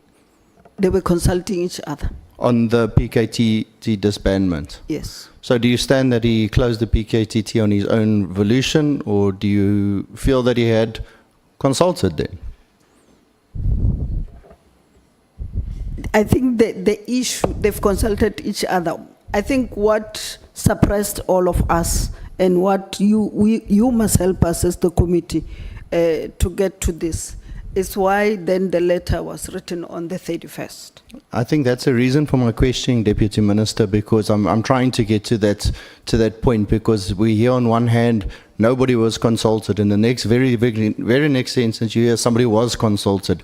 So we keep getting contradictory answers to very specific questions, and these very specific questions are easy. Was there or was there not consultation? Is there or is there not an IMC in place? So on one hand you say there is, on one hand you say there isn't. On one hand we're saying the Minister must consult the IMC, and on the one hand we don't even know if there's one in place. And that makes the whole process difficult if we're trying to find out, and nobody, including the Deputy Ministers, the previous Ministers, can actually come with an answer. Deputy Minister, I think if you're unsure about this consultation process on this PKTT specifically, or that you're not sure about any of those type of consultations, I would say that it's quite a stark contrast to your strong views that you hold. The first critical views that I read to you about the engagements and the efficient and effective functioning of the police service, of those two, I would say, bodies working together, the Minister and the National Commissioner. And I think I will pause there, Chairperson. I wouldn't want to waste time, and I thank you for your answers, Deputy Minister. Can I clarify that because we can't just leave it like that, as if... You're more than welcome. I said this because in terms of the letters, I think this should have happened. my strong views, to consult each other and work together. Okay, thank you so much. We are going to break for 15 minutes. We come back at past. When we come back, it's Honorable Sangoni, Honorable Skosana, Honorable Cameron, and the last is Honorable Mngango, in that order. Thank you so much. 20 minutes each. Thank you.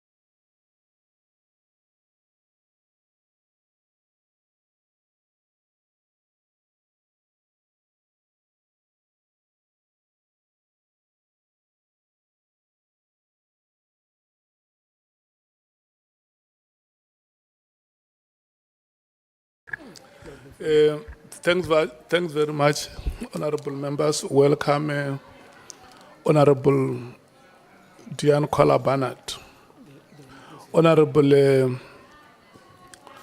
Tulani Kamede from the MKP. Good afternoon. Good afternoon, Honorable Kamede. Good afternoon, Chairperson. Thank you so much. We welcome you here to our proceedings. It is an established practice here that as and when honorable members come to join us, we introduce them for the South African public to know that you support us, you know the work that we are doing. We are doing it in the name and on behalf of Parliament and for the people of the Republic. We want to thank you so much for your time to be here with us. Welcome, Dr. Boshielo, SP, Honorable Deputy Minister of Police. The first speaker after the break, I said, is Honorable Sangoni. 31 minutes after 15 hours, 51 minutes after 15 hours, your time expires. Thank The you. clock starts now. Thank you very much, Chairperson. Let me greet you again, Deputy Minister. Deputy Minister, this committee has spent a lot of time on this issue of deputy ministers. I'm not sure its relevance to our terms of reference, but I want to come back to it. DM, I'm going to speak about things that are in my knowledge, that I know them for a fact, and then just ask you some questions afterwards. So in the portfolio committees that we oversee, for example, part of the presidency, I know that DM Nhlanhla, she is delegated Operation Nhlanhla, the Presidential Youth Employment Initiative and Stats SA. Deputy Minister Morolong is delegated the GCIS, Brand South African MDDA. In international relations, Deputy Minister Moraga, she is allocated Africa and the Middle East. And Deputy Minister Bottas is allocated South America and Australasia. Now, in your opinion, DM, do you think that these functions that are delegated to these deputy ministers are important? Thank you very much, Honorable Sangoni. Yes, it is very important, like I said before, when I explain what our rules are. And I want to also say to you, the characters might not be the same. I'm just saying this for the record. So it does not mean that if DM Matali were not able to articulate some of the things, he's not doing anything. And that we're not working as a team with the minister. This, the three of us, actually they were calling us the triplets because most of the two were doing together. So we must not have an impression that DM Matali, because he did not answer the question what he do every day when he wake up, and the minister were not working together, or DM Matali is not. And then with the cartoons that are going there, and that is a ghost worker and not earning his salary. Thank you very much. As I said, honorable member, it's in terms of the constitution. And as I said also, other deputy ministers, they have, it's not this ones, they have the delegations. I think you reached a place where you sit down and discuss this issue and be comfortable with each other, and then the strength. Like I'm giving my own example that the minister saw my doctorate on technology and then just gave me the technology for me to go and address the international platform on technology, because I knew what I was all about. So they have the delegation, and it is important for them to do that. As I explained to you, subs is not subs only. Wait, I'm coming to that, Okay. DM. All right. So while you have this problem of not being delegated, and maybe some other deputy ministers, it's not across the board that not everybody has delegations, okay? Oh. And I know that's correct, because also in our portfolio committee, DM Gungubele is delegated artificial intelligence, cybersecurity, digital skills, commitments on the African continent, the Post Office, the Post Bank, NEMISA, the Film Publication Board, and .ZEDNA. Now his minister, Minister Mkhwanazi, looks after the department, the SABC, Centec, Broadband Infraco, ICASA, CETA, USASA, Telcom, and then the rest of the sector. Now, do you think that Minister Mkhwanazi could do all of this alone, still do cabinet committees, still do international engagements if he didn't have a deputy minister? Never. Let's be honest, honorable member. You will never have.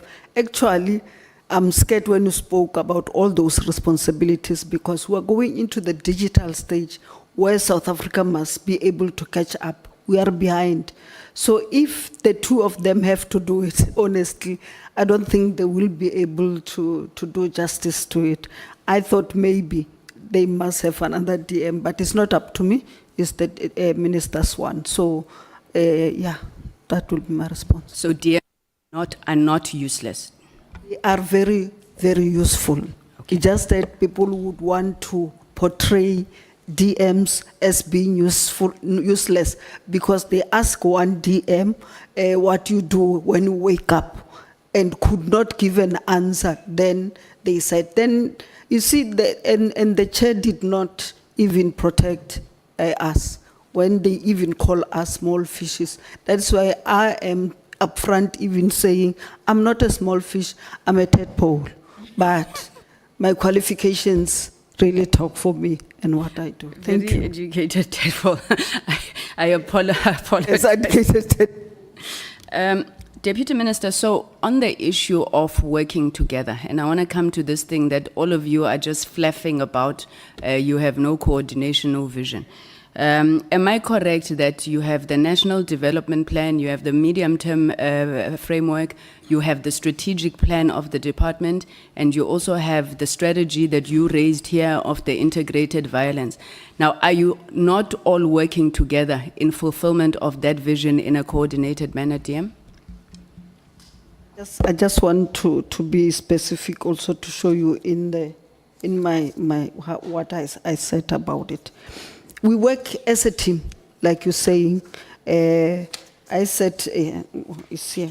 That SAPS consists of SAPS, DPCI, which is the Hawks, and the 3 entities. And as a result, sometimes I will deal with the Civilian Secretariat or CIRA or IPIT. The minister deal with the SAPS, and then DM Matali will deal with DCIP and what. So that is why I even said when we go to portfolios or anywhere, we together with the National Commissioner and his team would come together and prepare together on that one. And then what we present to the committees, the standing committee, is a joint effort of all of us and the same understanding. So this issue that because we have this particular problem that we're dealing with, we're not working together and people are not working, the minister was what, and then we might not be articulate like all of us, and that's what we supplement each other in terms of the leadership. I might be able to articulate, dear Matali might not be able to articulate, but it doesn't mean he's just a ghost and not doing anything. I don't think it's really, really fair. Thank you very much, Honorable Member. Thanks, Honorable. I want to come to this issue of ghosts. Ne? So there's an impression that's created here that you sit in meetings all the time, and that means that you are not working. You heard that, right? Okay. Yes, I so heard do it. you think that it is correct, for example, to say Honorable Shongwe, who's sitting in meetings in the morning until late in this ad hoc committee for 3 months, is it fair to say that Honorable Shongwe is not working? That's what the Honorable Member wanted to say, because I was fair enough to say I serve in the JCPS cluster. I serve in the Economic Sector Investment and Employment and Infrastructure Development Committee and all joints. I'm also the champion of the DDM in Kangala and all other things. And if you don't call this work, it's something else. But also, as part of this, we come to the portfolio committee as I said, is 5 divisions. So you present 5 annual reports, 5 strategic plans, 5 APPs, 5 quarterly reports, and all those kind of things. And you can just understand how many meetings we had. So our chairperson, fortunately, is in this committee. He'll be able to explain that there was never a time where we did not come and present, as requested by the Constitution, that we must be accountable to Parliament. So you can't say sitting in portfolio committees we are not working. We are ghost workers. That is why I wanted to clarify it, and I think it is unfair, and I thought the chair would have protected dear Matali on that one. Thank you, Chair. Honorable Sangweni, just a second. Please replace Honorable Shongo with Honorable Nhlanhla and say, the chair who sits here the whole day, is it fair to say he's not working? Thank you. Thank you, Chair. I'll actually replace Honorable Shongwe with members of Parliament. Thank you, Chair. Chairperson, Honorable Dear, my last question on this matter, and you heard that you were told that you can choose to say that you won't respond, they must ask the relevant person. But I'm asking your opinion. Do you think, in your opinion, Honorable Deputy Minister, that when Mr. Zuma, who's the president of the MK, appoints deputy presidents in his party, do you think he consults his members and says, no, maybe take this one, leave this one? On a point of order, Chair. Yes. Chair, you have established a norm here through a point of order which has been raised by Honorable Sangweni. You sustained it. She said it's unfair to ask from witnesses questions to which they do not have answers, because such questions must be asked from the relevant people who made such decisions. And you correctly sustained the order by saying it was unfair for Honorable Shongwe to ask the witness the question he was asking. So the same member, Chair, who made that order, who raised that order, again is falling on the same trap. So we're just appealing for consistency, nothing else. Thank you, Honorable Nomvalo. You heard me correctly, and I'm happy that you say the order was correctly sustained, and this order is equally correctly sustained. Thank you. No, I thought you had a counter, but thank you. If it's sustained, Chair, I will withdraw the question about whether Mr. Zuma consults his party members when appointing deputy presidents. But then, so would you think that the question that was asked to you about whether President Ramaphosa should have asked you that no, take from one of us, was that a fair question?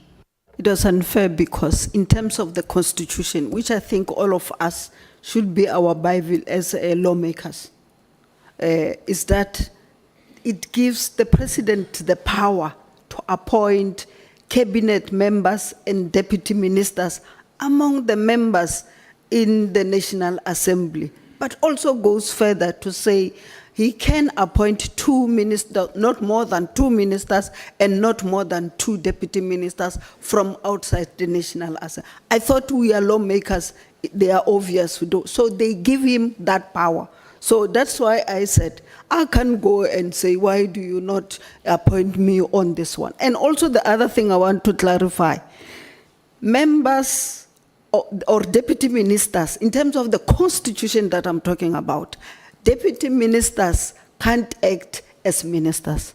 Only a cabinet minister can act as ministers. That's in the Constitution. So if we want to make deputy ministers to act as ministers, you are lawmakers, you can change the Constitution. But in terms of the Constitution, deputy ministers can act as ministers. That is why they have to bring another minister who's Minister Mantashe to assist in this regard. Thank you, Chairperson. I have no further questions. Thank you, Honorable Deputy Minister. Thank you very much, Honorable Member.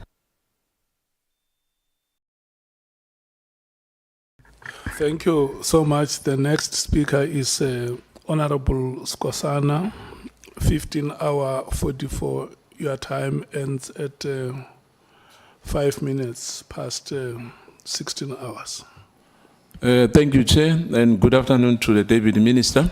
Afternoon. The good thing, Chair, is that I sit in the committee of the Police Portfolio Committee. As I said once again, that I was not parachuted. At least I know the things which are happening in that department. Now, I'm going to start by saying there's internal systems which were not followed by the minister. It's a fact. That the issue of the delegations which were not given to our 2 deputy ministers is a fact. I'm not sure whether the deputy minister agree with me with that. That the fact of the matter is that the minister failed to delegate powers to you and Deputy Minister Matale. It's a fact, am I right? Now we know, South Africans knows now that you had no delegation. Yes, we don't have any delegation. Yes. It's a fact. Now, the new minister has done so within two months, am I right? So you are right. Now, I don't think that someone has said that you were not working. The issue of course, the issue and that. The fact of the matter is that, as we agree now, that you were not given any task. Besides that, I said to the Deputy Matale that you were moonlighting. You'll find there's nurses here, by profession they are nurses, but they have been called at Velges, the other time, Jacaranda, because they are nurses by profession. Now, I understand, we are in politics as well, that sometimes Honorable Sangoni, sometimes, now invoked other departments that this one works, you went that. It is unnecessary. There we are talking about the police here. Nothing else. We've got 2 deputy ministers, Honorable Sangweni, which are witnesses. We don't have communications. We don't have any other department before us. Those will account at the portfolio committee where they belong. Now, let's start now at deputy minister, because we work well in the department. Address the chair. Oh, chair. Sorry, yeah. Thank you, chair. Forget about honorable members. Yeah, no, thank you, chair. I think the message is clear. Address the chairperson. Yeah.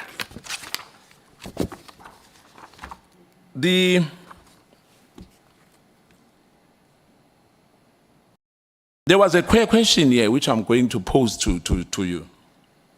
Have you ever spoken to General Mkhwanazi before the 6th or after the 6th? Yes, I've spoken to General Mkhwanazi like all other 9 provincial commissioners, the DNCs, the divisional commissioners, including the national commissioner himself. Yeah, I'm talking about regarding the matter of the PKTT. Have you ever spoken to him about that? No. After the 6th, you never spoken to him? No. Because he mentioned that there was a minister, a deputy minister, but he didn't mention who, whether it's you or it's you never said Dr. Boshielo or Deputy Minister Matale. So you say it was not you? You were not here. We discussed the issue. It was me, and we finished the issue. Yeah, maybe I was not in here. Yes, but you were not in, but, yeah, the SC asked me at length what happened and then how, and then responded and everything. Unless if you want me to start from scratch. No, maybe to summarize, what was the discuss between you and General Mkhwanazi?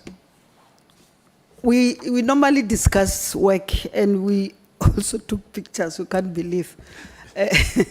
One, I went to Ulundi for the pass out of students there, and then with Dr. Libya when he was still in the DPCI, and then he was the host. And then you know how we do the pass out parade. You go together, with them and everything. I could say that everything was organized perfectly and well and worked very well. also we went there when we were launching our national safety plan that we are implementing now in all the provinces. And then we were warmly welcomed by him. But also as we meet in the MINMEC and also board of committees meeting. So we'll have a chat. And I must say, you know, that guy is very brilliant, the way we exchange issues and ideas. You know, I think it's very good. Let me touch the issue of the Constitution because you have touched it now. When you say it's a prerogative right of the president to appoint whoever he wants to appoint, or if she was a she had all the right to appoint whatever she wants to appoint as president, because the Constitution allows him or her to do that. Am I right? To appoint the president? No, I'm saying the president. He has a right to appoint whoever he wants. Am I right? As a deputy minister, as a minister as well. Yes, sir. But you know that in this country we have a case where some of people make a joke to say there was a 3-day minister. That right was not implemented. We are aware of that. That the president has appointed someone and there was an outcry within or whatever, but that right was suspended, temporarily suspended. Then there was another minister within 3 or 4 days. Am I right? Yes, I'm aware. Remember, honorable member, I've been a member. This is my 3rd term as a member of parliament. Yes, I was there. The president had the right to appoint whoever he wanted to, which he did appoint that minister. And I don't know what changed his mind, but he still have the right to dismiss. If you look at the Constitution, it even give him the right to appoint, but also give him the right to dismiss. So I don't see anything wrong with what the president did. No, there was something wrong. It was not the wish of the president. It was not the wish of the president, remember. But let's pass that. But I just wanted to narrate on that it's not a cast in a stone because it's in a constitution, therefore. And the issue that you did not approach the president, that you should be the one who's appointed to the minister of police. I understand that. But why we said that, as Mkhwanazi, we said that when Nhlanhla was promoted, we thought it would have been proper, though we can't dictate to the president. But no, wait. Maybe, Chair? Wait. Can I ask something? Yes. Before you continue? Chair, maybe for your protection, is it the ad hoc committee or is it MKP that you are answering to? Honorable Deputy Minister, what is the question?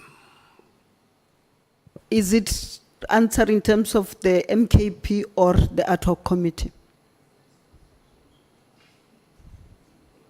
Because the honorable member who's asking me, say, in terms of Mkhwanazi party?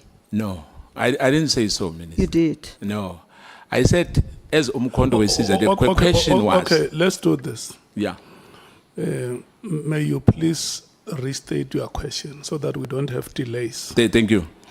Yeah. Let me say this. The question that you asked is cancelled. We give you. I want to be consistent as well, Chair, because Sangweni said the ANC. Honorable Sangoni. Honorable Sangweni, yes. But that is main. Sangoni. Sangoni. And the Deputy Minister did not reject that. But be that as it may, let's pass that. I'm not going to be petty, Chair. You know, let's pass that. But I'm just saying that. I can clarify, Chair, if I'm allowed. No. I said the question is cancelled. So yeah, okay. We start on a clean slate. Let's allow him to ask. Now, forget that question because it may distract your chain of thought. Yeah. Thank you. Now, we know now, as we sit here, that we have a problem in the South African Police Service, especially in the top management. As we sit here, things are happening. We have acting DNCs, if I'm right. In your view, is that the way how we should run the department? If you can just elaborate a little bit about the 18 DNC. What I'm saying, we have deputy national commissioners. 2 of them are acting. Is that a proper for the department of that magnitude to have this crisis which we have? Unless the deputy minister say there's no crisis. In my view, I think we have a crisis in the department. I respect your view, but I'm saying, no, it is not desirable. Actually, I said it, that our systems should be able to say, Boshielo, in 6 months' time, you'll be 60 because their retirement is 60, and then you'll be out of the system. Then automatically a process must kick in where you want a person who's going to replace Boshielo when he leaves on the 31st. Boshielo will start on the 1st. So there should not be any vacancy if the posts are budgeted for and they have the budget. Now, the most, let me rephrase it like this. We are sitting here because of what General Mkhwanazi has alerted the country about what is happening in the police service. Am I right? Yes, sir. You know, it's in fact, I must say this, that perhaps in the future of what exactly is happening here, we must try to avoid and you know, the issue of the participation in this ad hoc committee, because some of us, as we worked, you know, in the portfolio committee, we know exactly what happened because we started in the beginning with you. So we know exactly what is happening, what are your challenges as well. And remember, we want to help. We don't just come in here and want to criticize. We want to help because this affects, you know, the crime in this country. You know, we've got drug problems in this country. We've got killings as we sit here. You know, Honorable James already said that in Rekhere Park, I think yesterday, 6 people were gunned down. In Cape Town, it's like a song. And we know that we won't be able to have policemen and women in each and every street in this country. We know that we still have vacancies as well, which have to be filled, both in the detective service and in other criminal intelligence, VISP, and others. In your view, what do you think should happen going forward, just to make sure that the integrity of the police service is maintained, and we have the confidence of even internationally as well, because as we sit here, our image is battered. Thank you very much, Honorable Member. If I can take you to number 48, where I said the work of this ad hoc committee must lead to the subs that is not only effective, but is trusted. Based on the evidence that have been presented before you by the Minister, the National Commissioner, the DNC, and the Provincial Commissioner, I believe that trust will be built on 3 pillars. The first one, the pillar of lawful process. Second one, the pillar of internal accountability. And the third one, the pillar of external oversight. You know, my only worry, DM, is that the minister, it looks like he was working on silos. The issue of the IMC, that if I heard you well, he never discussed anything with you that this PKT team, it was not only for our department, you know, the police department. There was other ministerial, I'll put it like that, to say there were other ministers as well. But as well, they were not consulted. Am I right? We know now, yes. The minister was here. You asked the question, yes, and he responded. So, no, what I want to find out from you, that he never discussed anything with you when it comes to PKTT. PKTT or the IMC? No, the PKTT. I'm talking about the PKTT before I go to the IMC. Yes. As I said, we did not discuss it. We discussed it when we were doing the organogram. Yes. The organizational structure.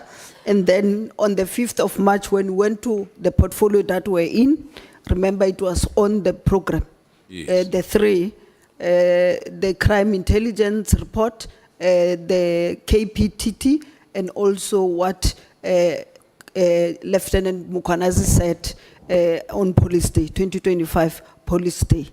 So that's when I then realized what is it all about, the background, its successes, and everything. Thank you. Yeah, why I'm asking that, DM, is that if I heard you well earlier, you said, you know, you were in the border, you were deployed in Northern Cape, Northwest, and Limpopo. Then you were doing some in the border. When you came back, you know, you bought some fireworks, you know, and ibrainyana of some kind. And you were shocked. You thought it's a fake, am I right, if I remember well? You thought that letter was a fake because social media, there's a lot of fake news anyway nowadays. But you were shocked that it was real, that the letter was issued by the minister. I'm not sure whether, perhaps it's not like, I think consultation as well, as I work with my colleagues. Obviously, if I have to issue a serious matter like that, I mean, the respect which was supposed to be confined to you between yourself and the other deputy by the minister was essential in this matter. Do you agree on that? I just want to go straight to that question, as you said. And then we said, I said, is it? I think you want number 46, where you said this meeting allowed me, I'm not sure, when maybe? you phoned me, 46. Page 17. No, it's conclusion, page 17. Was it- There's somewhere where I was asked, remember we asked these questions, it will be a topic so that I'm accurate and not wish, oh, it's number 11, page 11. I said, like you said, that I became aware of the letter and then thought it was fake until it was done. If you can go to 27, I said, in my view, respective view, not anybody's view, whether Yes. right or what, I believe that the letter could have been handled differently because of its sensitivity. Consultation with relevant stakeholders could have been preceded the writing of the letter.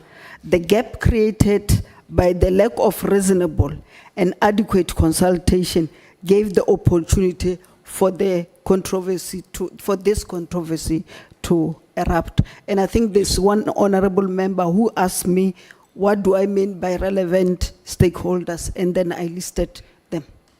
Yeah, and quite frankly, it was really distasteful, to say the least, that Brown Mkhwanazi knew so many things which are happening in the department, which you were not privy to. Am I right? Actually, I don't even know Brown Mkhwanazi. I remember you said that, but what I'm saying, we are concerned that the matters which were supposed to be known by the two DMs was the person who was privy to the information. Why the minister was your colleague? You didn't know about that, but Brown Mkhwanazi knew about these issues. Some other issues of the department. I think that's what maybe at the end of this process, you would have the evidence. For sure, you'll call him to come and answer for himself too. You can't take one side of the story. And then after you have that, maybe when you come to that conclusion, you'll be able to give us the report. Thank you. Yeah, in fact, Chair, why I'm saying all this is because the DM says this on number for page 17, number 46, this meeting allowed me to have an understanding of the operations of the PKTT because I had not been privy to its operations and reports. So, in other words, there were a lot of issues which were happening which we were not privy to. Am I right? Yes, remember we just came in. Yeah, but what I'm trying to say, remember you almost have 12 months, am I right? 13 to 12 months working with the minister. Yeah, but it's like between maybe you July. can't count July and December. Oh, okay. But in your view, when I conclude, or perhaps the question would be that the decision is not yours, that I know.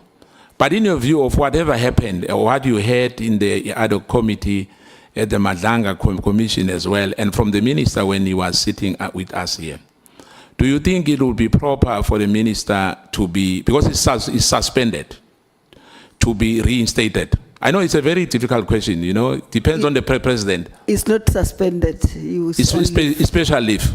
Yes. Remember, there was that. We are in court. You must remember that. We are still in court on that matter. That the issue of special leave then changed to, there's another word which they use, SIM. There was the issue of special leave. Then there was the issue of, remember, the leave. When you go on special leave, you ask for, am I right? That is a legal question. I agree. I have 31 qualifications. One of them is not law. Yeah. I did not do law. So it will be more on people who can interpret the law. Honorable DM, the time of the honorable member has expired. I thank you, Chair. Thank you so much. Can we take Honorable Cameron? Is your hand up, Honorable Matthys?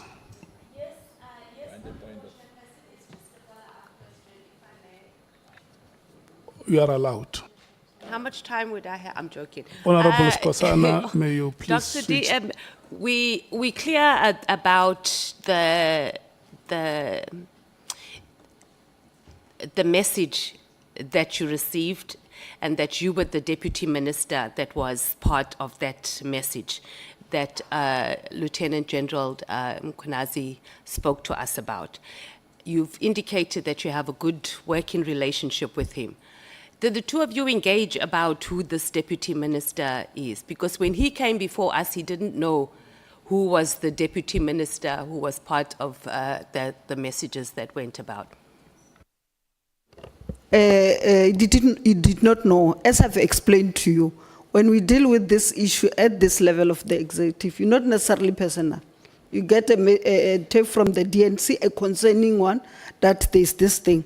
What you do then, you go to the National Commissioner as the head of the administration and say, Commissioner, there's this thing. And then that's how it came in. So we never discussed this thing. So I wasn't asking in the sense of you reporting to him, but I'm sure you listened to his testimony here, and he said he spoke about a deputy minister that received a message. So I'm talking about after that, did you have an engagement with him? No, I did not, Okay, because he was that's fine. not addressing me, he was addressing you. And I don't know why he didn't say DM Boshielo. Okay. So you think he knew? I don't You know. don't I know. can't, I Okay. can't talk. Thank you. Thank you, Chair. Thank you so much, Honorable Sangun. DM, why do you think General Sibiya sent this message to you, specifically you? Why not the other ANC DM Matale? Why you? I don't know whether he sent to me only, because as I said, the message were not all only from him, it was forwarded. It's that one that forwarded many times. It's just that for me, it concerned me when he said, I must be careful, they might be backing my phones and emails and what. And then that's when I then said to, we spoke first with the National Commissioner after, and then I said, National Commissioner, I'm surprised, what is this? Then that's what happened. Thank you. Thank you so much, Honorable Sangun. Thank you so much, Honorable Matthys. Thank you so much, Honorable Deputy Minister. Honorable Cameron, let me set your time. 9 minutes past 4, 29 minutes after 4, your time expires. Thank you, Chair. Thank you, Chair. Let me just sit forward a bit. DM, DM, I'm going to jump straight into it. With regards to a lot of information that has come forward regarding relationships between senior South African Police Service members and the likes of persons like Kat Nhlanhla, etc. Someone like Mr. Nhlanhla, who also seems to have received tenders and so on, like the Medicare 24 contract, I'm going to touch on that again now. From your position in the ministry, did you at any time notice anything strange regarding relationships with a Kat Nhlanhla or a Brown Mkhwanazi? I know you've already said today that you don't know them, so I'm not insinuating that. But did you pick up anything strange? If so, what was it? And do you think that their involvement, or what we've heard so far, let's say alleged involvement, in any way influenced disciplinary action against senior members? Thank you very much, Honorable Chairperson. The first one, as I said, I don't know Kat Nhlanhla, I don't know Brown. I heard them when they were spoken in this ad hoc committee. Obviously, I went and Googled them and watched what, is natural to say what you are dealing with. But in terms of the tender, the minister raised a concern about this tender in December. And I must say, I did not understand because we don't get involved in tenders as deputy ministers or as ministers. It's the accounting office. So I don't know what tender is there or what. So I was surprised when the minister raised a concern about this tender. Then he called a meeting convened by the National Commissioner and people who were dealing with supply chain management and also the CFO. And he then asked them what process did they go through, and he doesn't think it was fairly awarded. And then they must go back and check, and then we'll have another meeting. He gave them, I think, 4 or so days. They went back. When they came back, they then confirmed that they went through the process and these people qualify. Then he insisted that they don't qualify, the tender must be cancelled. And then I remember the administration then raised a question to say, but they are finishing to assess the students that are supposed to go to college in January, so it will disturb them. Can they currently finish the one that were there, and then they will then get into the issue, which he agreed. And then they went and investigated, and the National Commissioner then cancelled the tender. I think when he was in this committee, he even thanked the minister for that. Thank you. Thank you, Dearman. In terms of your oversight role as a deputy minister, let's say the ministry broadly, do you think that SAPS has adequate mechanisms to detect or prevent outside individuals like Mr. Nhlanhla, even Mr. Mkhwanazi, from exerting influence over procurement, appointments, and investigations? The reason I asked this, so yesterday in the portfolio committee, we had a whole discussion about supply chain. Now, we've mentioned it before in the ad hoc committee as well, but if you look at the material irregularities that were found by the Auditor General, I think it's a 140% increase from the previous financial year. And I think there's 2.5 billion rands worth of irregular expenditure from previous years that hasn't been recovered yet. What I want to know is are the relevant mechanisms in place? Because the answer that was given by Lieutenant General Fani yesterday, I remember Honorable James started laughing when he answered. He said that unfortunately it sometimes happens that people that are on the bid committees are not competent, but he's the one that chooses them. So my answer to him was, but General, how do you say that? Because it cannot be that for a 360 million rand contract, we don't have someone competent, deciding over that bid. So tell us, what do you think about the mechanisms in place?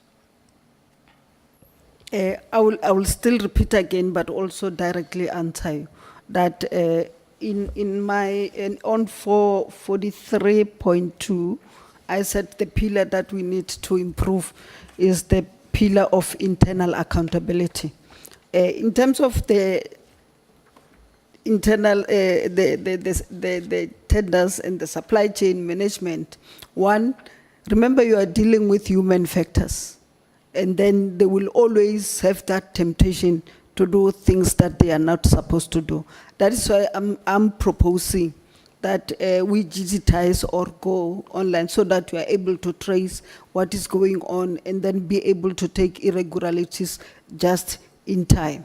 Secondly, they must be vetted. And maybe I stole somewhere in Polokwane and then I'm now in the police, I'll do the same, and all other things. So I must be thoroughly vetted, especially if I'm going to work with the budget, that big budget of the SAPS. You need people who are credible and who will not be influenced by this issue. The third one, I'll still go back to the priorities of this government, the third one, where we want to build a professional, ethical, and democratic public service. So you need people who are ethical and honest in the supply chain management. But also what would help also, I think they must be rotated. You don't put a person there for a long time such that he even know how to circumvent the systems that are there. But I'm also disappointed that the risk management committee did not pick up some of the things that you are saying. I was supposed to be in the meeting, but of course I have to prepare to be here. And the second one, what did the internal audit committee also not pick some of the issues back? So as I'm saying this, these are some of the things that I have noticed them, but because there's this process coming in, we should be able to reset the button with also the recommendation from yourself.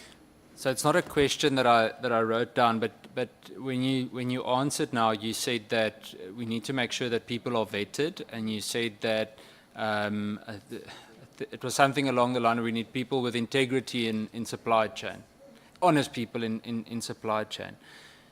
If you look at supply chain at the moment in the police, and the reason why I mention supply chain so much in the procurement process is because of the whole Nhlanhla Medicare 24 thing, and it fits in the terms of reference. How would you, from your side, explain the fact that we currently have a divisional commissioner of supply chain management that himself was implicated in a previous SIU investigation? You're aware of the Red Roses company and the PPE and so on. Are you aware of any steps by Minister Nkunu to address that? Because it's one thing to vet the people that we do business with, but it's a problem when the people doing the business aren't vetted either. Yes, I'm aware about it. He brought it to our attention, and then a meeting was called with the National Commissioner, and the matter is, as you said, is in the report. And the minister raised a concern that why is this person here when there is this thing that have to be there. I'm not sure whether the National Commissioner was able to investigate and give the minister the report, or where is it? But the minister, yes, we picked it up, we discussed it, and rightly so, the minister can investigate it. Is the National Commissioner that was supposed to do that. Thank you, DM. DM, I've got 2 or 3 last questions. With regards to the Medicare 24 contract, there were obviously a whole lot of serious allegations that came from it. And specifically the irregular procurement process and the relevant costs. And again, you can address it from your point of view in the ministry. When you first became aware of it, I know you said that the minister gave the instruction and so on, but Was there anything else that was done to zoom in on this? In other words, to determine who made the choice, who signed on the dotted line for them to come in? Because if I'm not mistaken, and excuse me for asking the other members of the police committee, of whom I only see one here now, two, is that the Auditor General indicated that the Medicare contract was actually part of this last year's financial year's irregular expenditure. So what I want to understand is that there's someone at the moment, a few people sitting in SAP's management that signed off on it, not having gone through the correct process, as the Auditor General has shown us. What else was done to get to the bottom of this, to address those individuals? That's what I'm saying. The minister was very particular about this tender, and his belief, and very strongly so, that it was not awarded correctly, and he also demanded that it be cancelled.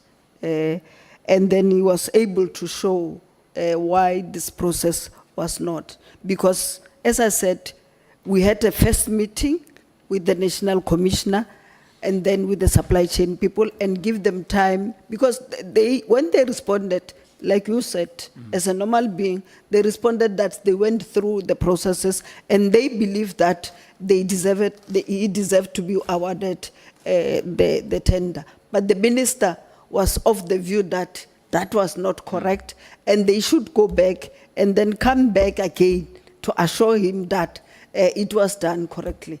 So when they came back, they still said they went through the process, but the minister could not hear any of it, and then he then said it must be cancelled. That's when they pleaded that they finished the remaining one, and it was done. In terms of action taken against these officials that have done this, I've not had a report from the National Commissioner.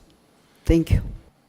So I think that's what I was getting at, is that I want to understand who was fired or who is going to be fired. So that's the thing. And we'll ask the same to Acting Minister Kachalia too. But I think that's what we want to get to. We want to see heads roll for that, because that's not a mistake. The Medicare 24, and I think it's important for the record, Chair, especially when it comes to the people from procurement from SAPS, not the ministry so much, is that the Medicare 24 contract wasn't a minor oversight or a mistake. It was blatant corruption. People saw an opportunity to steal money from the state. They pushed it through in order to enrich themselves. It's that simple. So I think by the end of this, even before the ad hoc committee ends, we should have already seen people being fired for stealing tax money.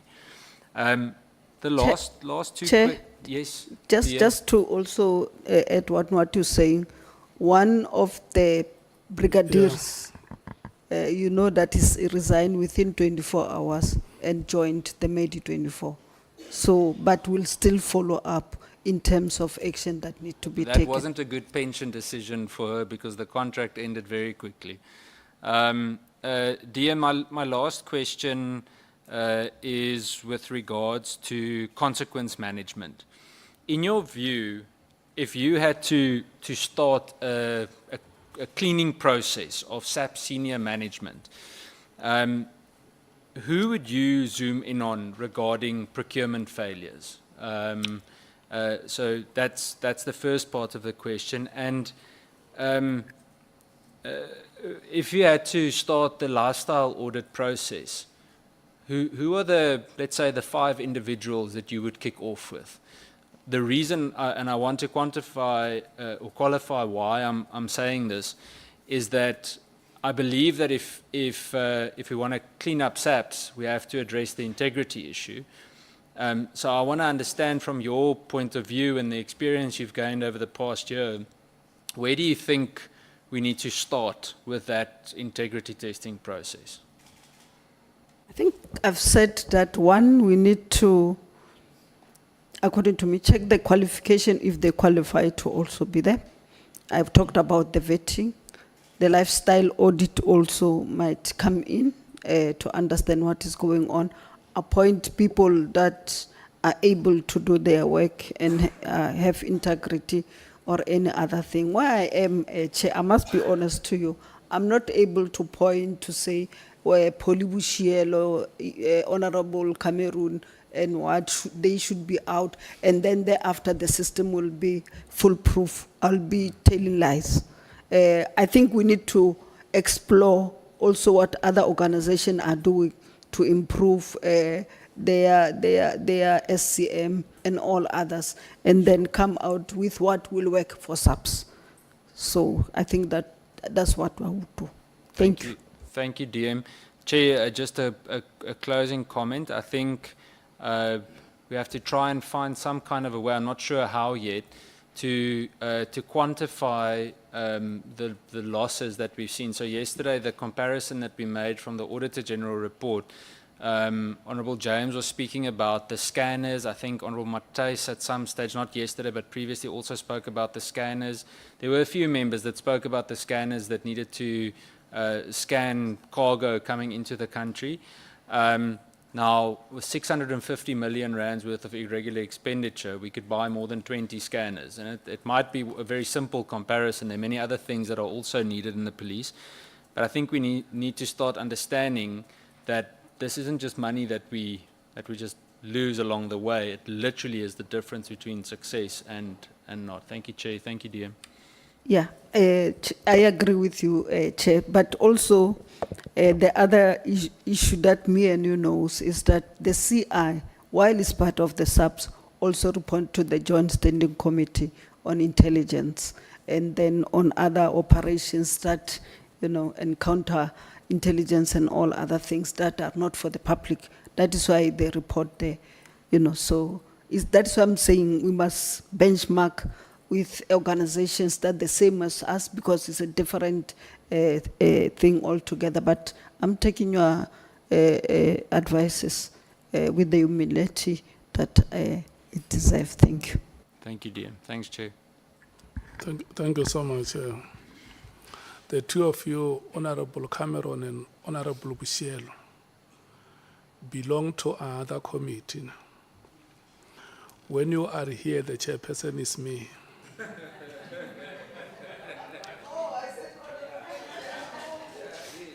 Because Chair, I'm very sorry. I apologize. When you keep on saying chair, I become alive, but I see you are looking at him. You should have started a point of order, Chair.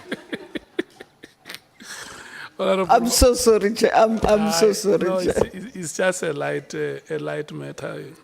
Correct. You're correct. You are the chair. Yeah. To worry about. Let's hear Honorable Matthys.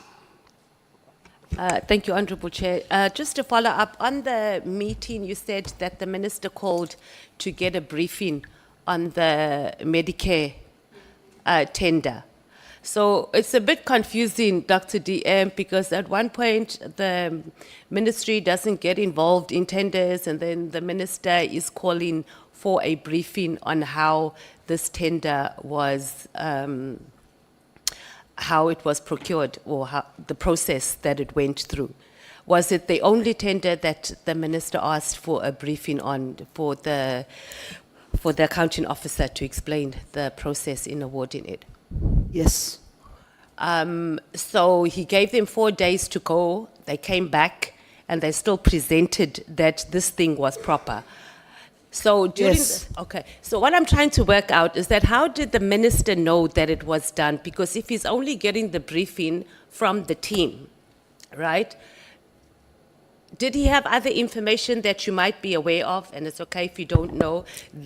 I think so, because he insisted on it being cancelled. And then did he give evidence, or not evidence, but did he say, no, this was not done procedurally, X, Y, and Z?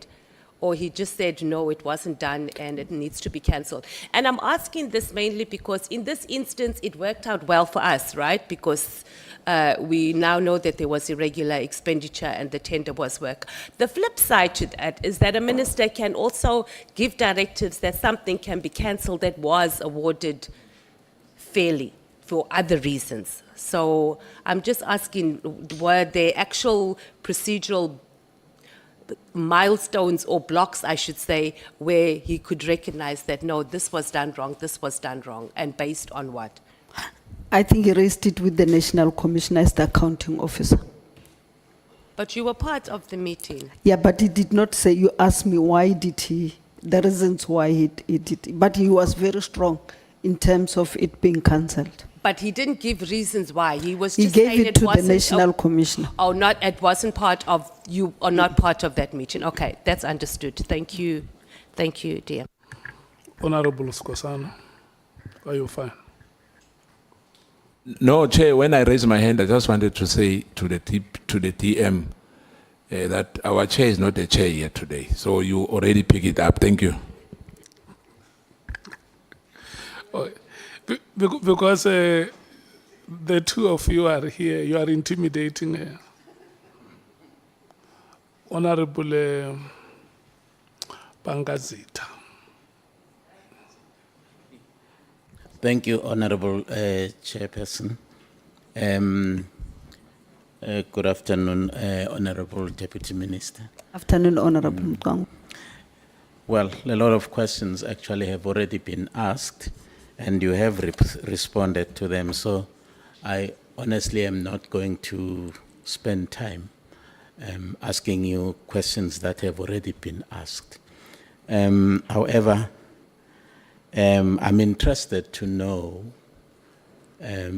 how often did you have meetings with your minister as deputy ministers, something like executive meetings where you would actually get even debriefings from the minister and or the national commissioner? I think we had meeting, but not necessarily a formal meeting where, you know, it's prepared and then there's an agenda and then you can get a thing or whatever. But what was consistent was the meeting between the ministry and the top management of the department. In those impromptu meetings, if I may actually describe them like that, the issue of the minister's intention to disband PKTT never arose. It arose when we were discussing, as I said earlier, maybe because you came a little bit late, when we were discussing the organizational structure, and then it came up and we discussed about it. Thank you, Deputy Minister. You have already said that the minister had not actually assigned any roles and responsibilities to you, but were you able to inform the president who had actually appointed you that, look, Mr. President, you have appointed us, but we still have no roles and responsibilities, and therefore we would not be able to actually report on our performance because we have yet to be assigned any roles? As I answered earlier, we raised the issue with the minister himself. So we have not reached a point where we had to really go to the president and raise the issue. Thank you.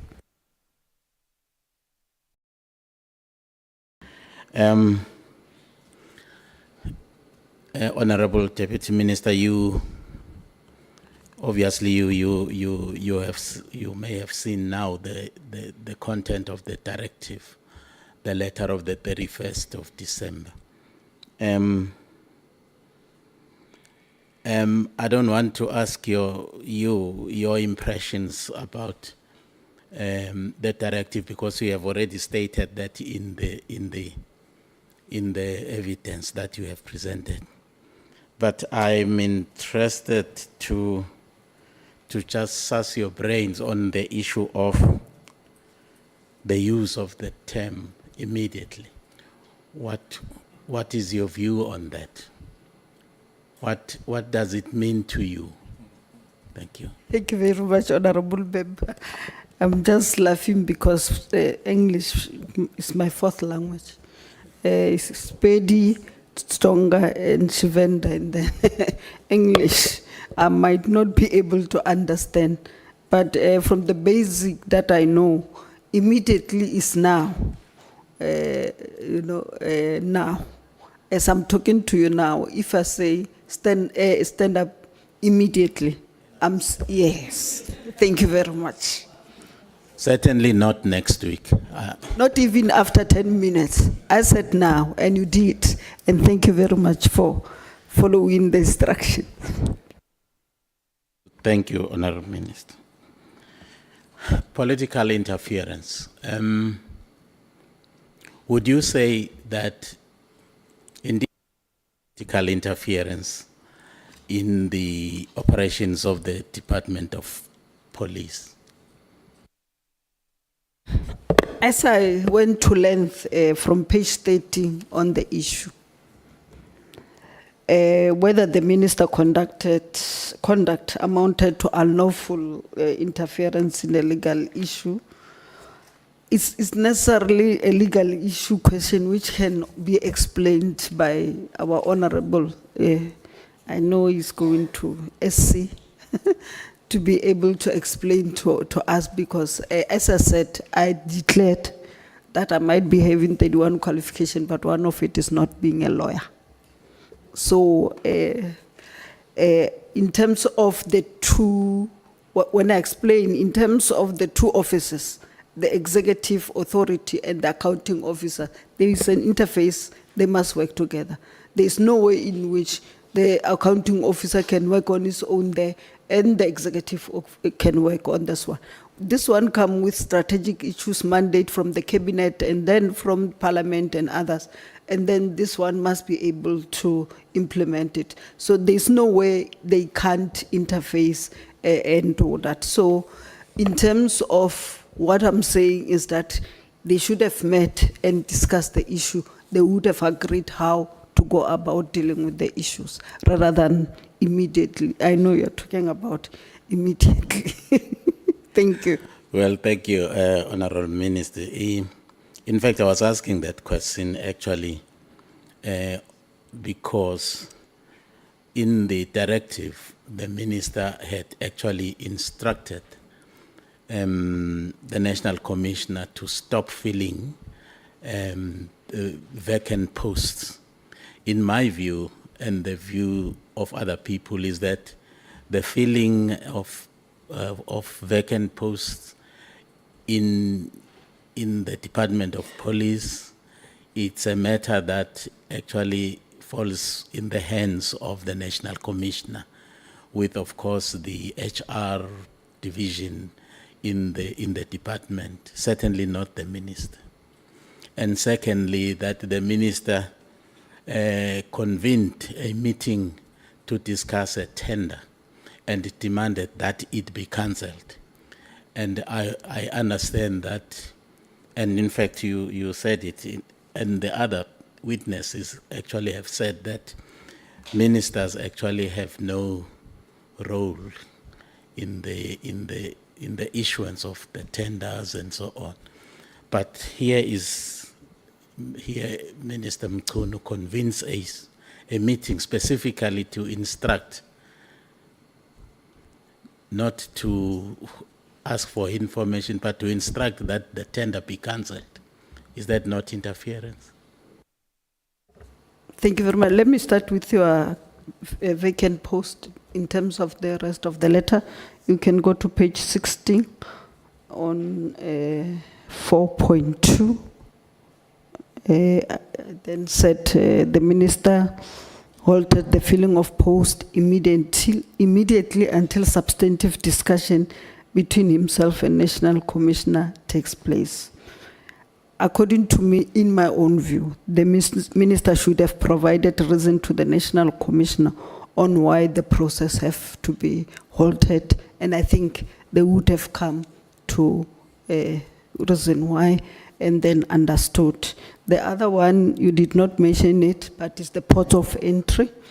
In terms of the port of entry, to be fair, because you don't just criticize, in relation to this matter, the minister's directive were very reasonable because he wanted the report at the end of the month, which is January 2025. So it gave the National Commissioner enough time to prepare for the report, but also the concerns that the minister had was able to do that. So that one I think I've done. In terms of the tender, I said it here, that he was adamant. He called a meeting, and then with the SCM, the National Commissioner, the SCM, the CFO, they explained, he insisted, and then they said, no, according to them, they went through the process. He deserved to be awarded the 2024, then too. And then he sent them back. After 4 days, they came back and still presented that they took the correct information and what. But he still insisted that that tender must be cancelled. So I would not know, as I think Honorable Mateis also asked the same questions. I think he had his own reason, maybe why he wanted it to be done. But the principles still stand. I don't even know what tenders are there in the police service because that's not my responsibility and duty.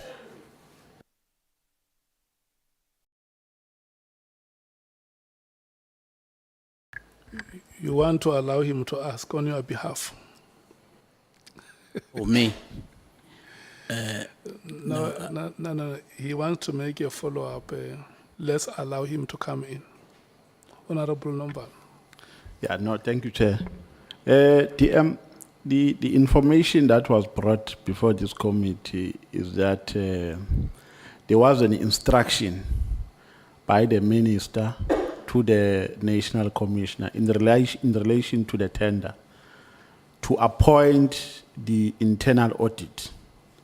And then the tender was cancelled as a result of findings and recommendations that were made by the internal audit. Are you aware of that? I think I answered that. He had that conversation with the National Commissioner, and I think they dealt with the matter.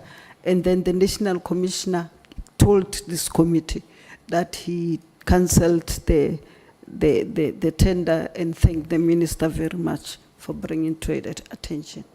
Yeah, no, because what I wanted to establish is, was a cancellation as a result of the influence by the audit report, or it was a unilateral decision taken by the minister after considering all the concerns that were surrounding the contract? That's what I'm saying. When they agreed with the National Commissioner, maybe they agreed on that process, because if the tender was actually cancelled after 4 or 5 months, not immediately. No, cancelled immediately. It was after 5 months. So they agreed on that process that we're talking about. Honorable TM,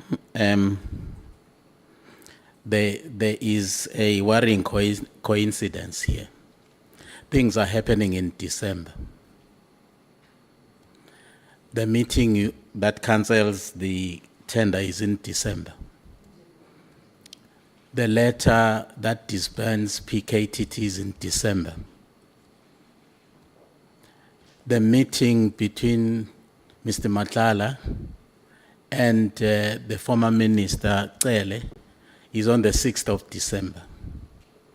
At that meeting, Mr. Nhlanhla informs the former minister, Mr. Shela, that he has actually been awarded a tender of 350 or 360 million rand, and that there are strings attached to that tender, namely that he is expected to finance the campaign activities of a particular candidate to the presidency of a particular party.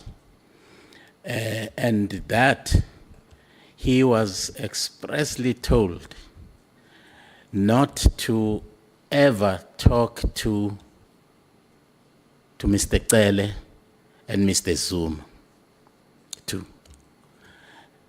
Then it would appear that the information actually leaked,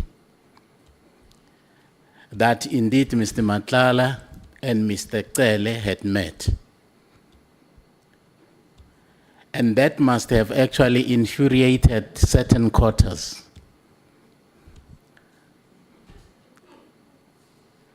And then decided to wield an axe to stop at all costs this tender, because the conditions have actually been violated. Cele had been met. And that might actually precipitated that meeting you attended and the directive on the 31st of December. What would you say to a person who actually joins the dots like that? I don't know these things that we're talking about, who met Mang and Man, I don't know them. But just to correct that, the letter was on the 31st of December, but the tender one was in January, so it's the letter first that came first before the tender one. But what I know as a matter of fact is that the tender was awarded in June before we assumed office on the 2nd of July. And by that time, the minister was still Minister Cele. That's all I know. Other characters where they met, who whipped what, presidency, I don't know. Okay, it's on record here. You will have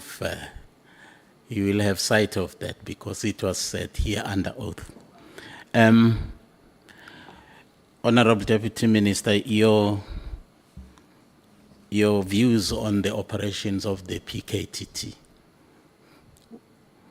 Did they actually do a good job in your view? You must have read the reports and seen reports. In your view, did they do a good job? I'm just talking about the report that I found or was presented on the 5th of March, where they gave a background, why it was formed, when the president went there, and the late Mkhwanazi was killed and everything. And then the cases that they dealt with, the successes that was there, and the budget and all other things. Just looking at that document only, not being informed by anything or any influence, I think there was some sort of success in terms of doing their work. But would you then, on the basis of that report, say that the reasons for its disbandment, which were advanced in the directive, were plausible? I think I've said in my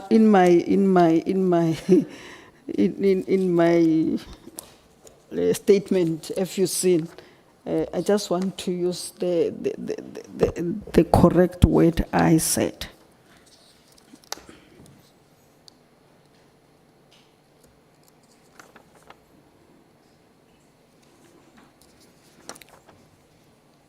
That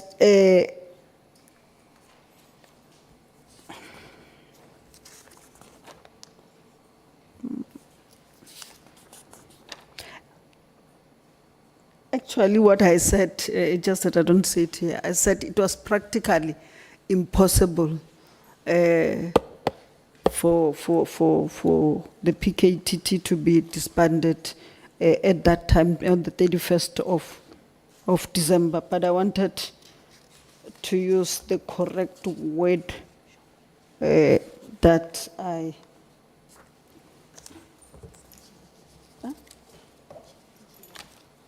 11.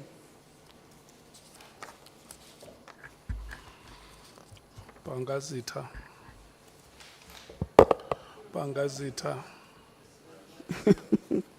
Bangazita, Honorable Chairperson, what is your I'm time? aware that I'm left with 2 minutes.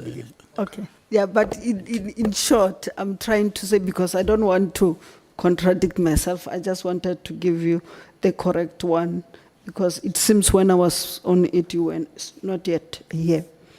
But I was, oh yeah, there it is, number 35. I said, in essence, my view is that a consultative process would have provided comprehensive ground on which the minister could confirm his disbandment decision. The instruction to immediately disband the BKTT posed serious risk of impossibility of implementation. That is the word I was looking for. And then the report on which a disbandment decision could be taken would have possibly contained the status of the investigations and operations, the impact of the disbandment on these operations, and the general assessment of whether the PKTT is still serving the purpose. Thank you. Well, my last question actually has to do with your conclusion, Honorable Deputy Minister. I'm not sure whether it is going to be a question, but I'm very impressed with your paragraph 47 in your conclusion, where you are actually saying that it is essential to reinforce and rebuild trust in the South African Police Service.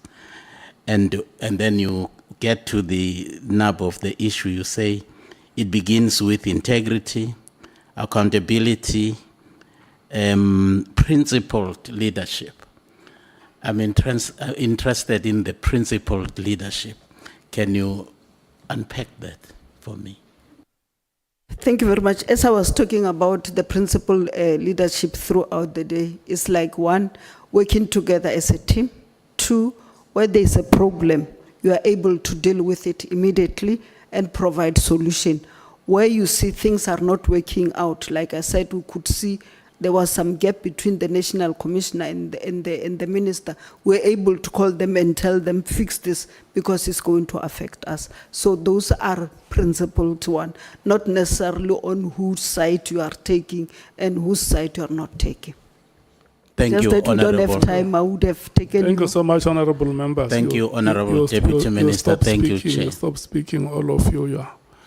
Your time has ended. Follow-up questions, Honorable Skosana, Honorable Matthews. Thank you, Chair. DM, when I was asking, I think maybe I've omitted that. I just wanted to find out whether the Department of Planning and Monitoring have indeed you consulted, or perhaps raised issues, especially when what you told us that there was no delegation of powers. They were aware of that, because I believe that department is responsible as well to make sure that everything works well. All the departments in particular, were they aware of what was happening between you? Yeah, thank you. Is it directly related to the questions that Bangazita was raising? Okay. Honestly, I would not be able to answer that one on behalf of other department.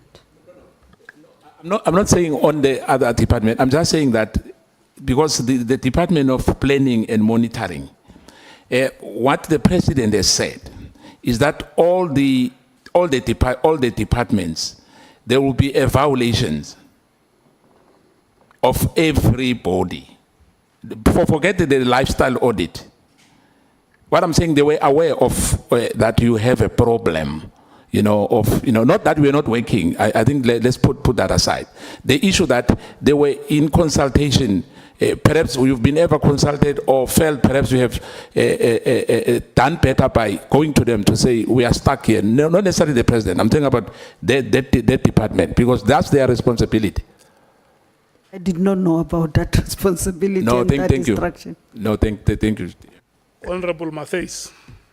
Thank you, Chair. Mine's not really a question, but just for our evidence leader, leaders to please follow up with the National Commissioner.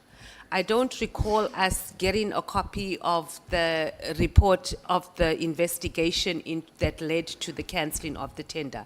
And just for clarity, we are not saying that we support or we don't support the cancelling of the tender. The issue here is that whether it was done, was there political interference, and how the matter went. So we must get the report, and also who were the investigators that investigated the tender that led to it being cancelled. But to be clear, Okay. we are glad that it was cancelled. We just want to know if it was done properly. Thank you, Chair. Thank you. SC, do you have any further question to ask? I'm checking, yeah, all the speakers have, my speakers list is exhausted. I'm checking if you have any question to ask the Honorable Deputy Minister. Thank you, Honorable Chair. Just to continue, Honorable Deputy Minister, the fish and pond and sea analogy. It seems to me that you're a very small fish in a huge pond. And what your I want to thank you as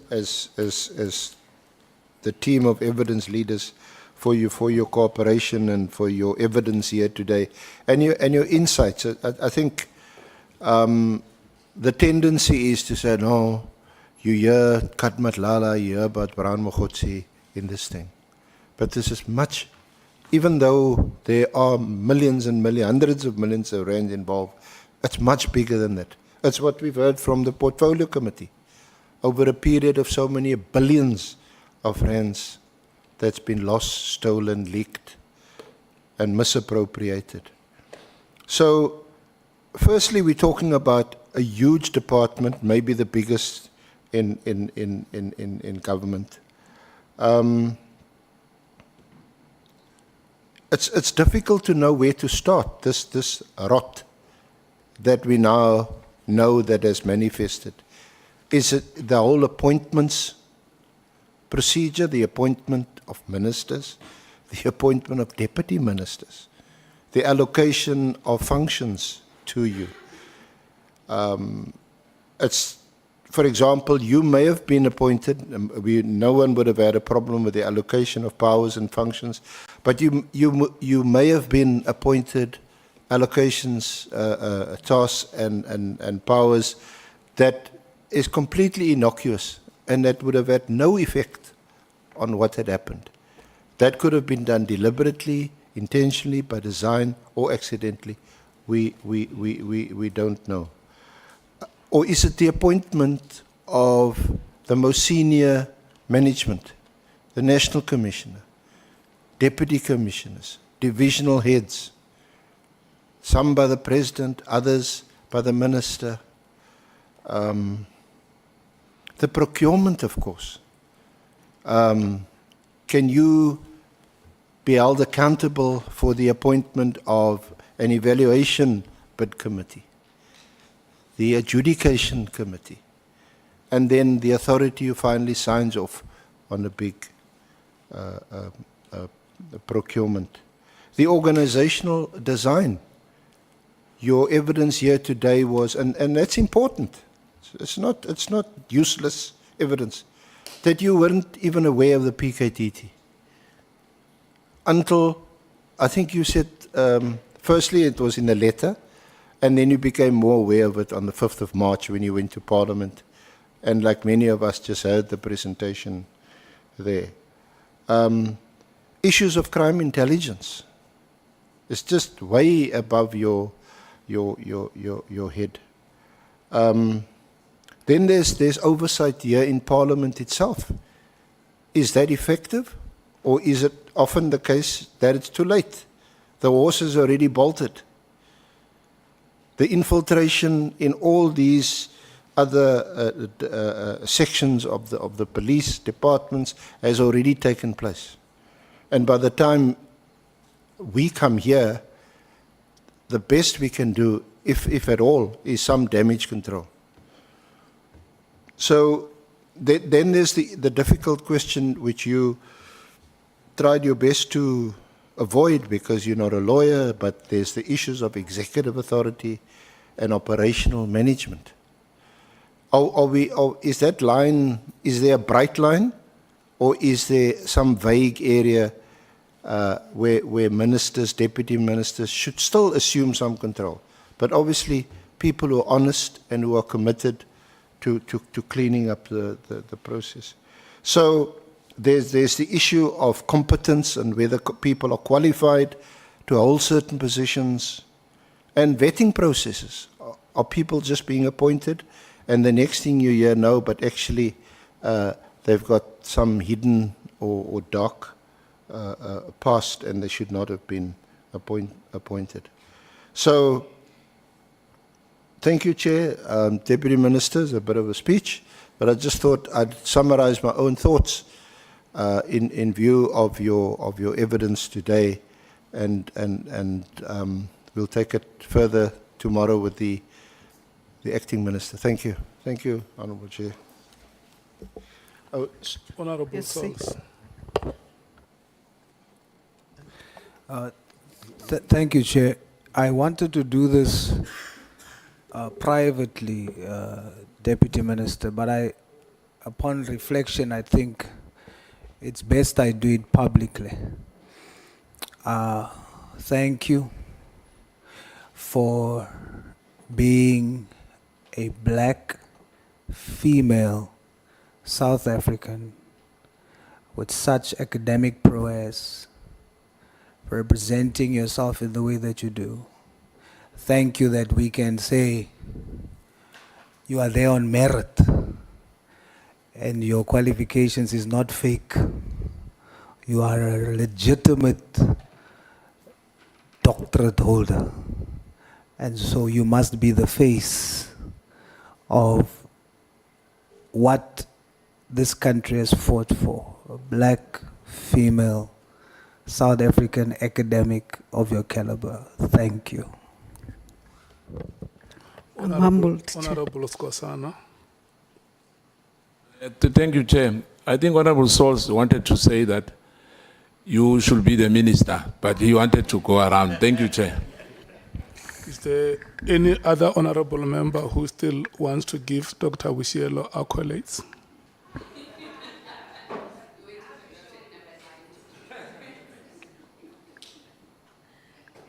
Yes. You endorse what he said. A black. No, Chairperson, for the record, the MK does not speak for the Patriotic Alliance. He says an African female from one of the most rural provinces of the Republic with a doctoral degree accompanied by 30 other qualifications, and not from one institution, from many institutions. This is what we have been saying, Honourable Boshielo, about the two female advocates that work with the senior counsel. That from the progressive perspective, it's very encouraging to see young African females defying the odds, rising against adversity, to raise their hands to be counted amongst the best. I know when you were the MEC of Education in Limpopo, you used to call yourself Deputy Mother because you were acting in loco parentis on behalf of the parents who have left their children under your supervision.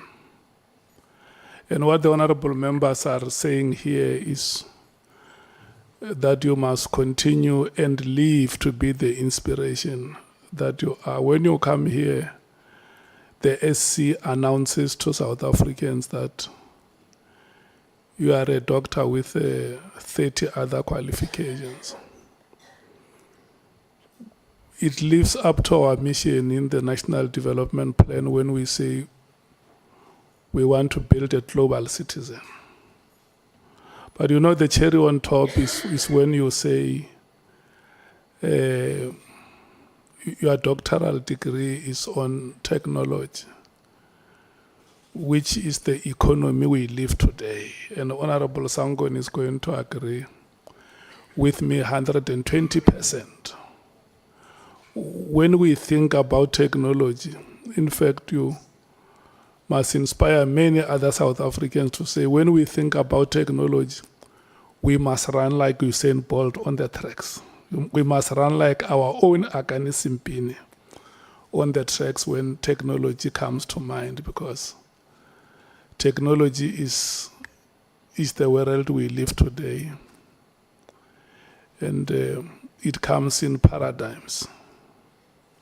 All the time is going to be with us, and that is why now we talk about the fourth industrial revolution. I have heard others talking about the fifth industrial revolution. Academically, I don't know if the fifth industrial revolution is already there, but anything is possible with technology, and for that we want to thank you so much.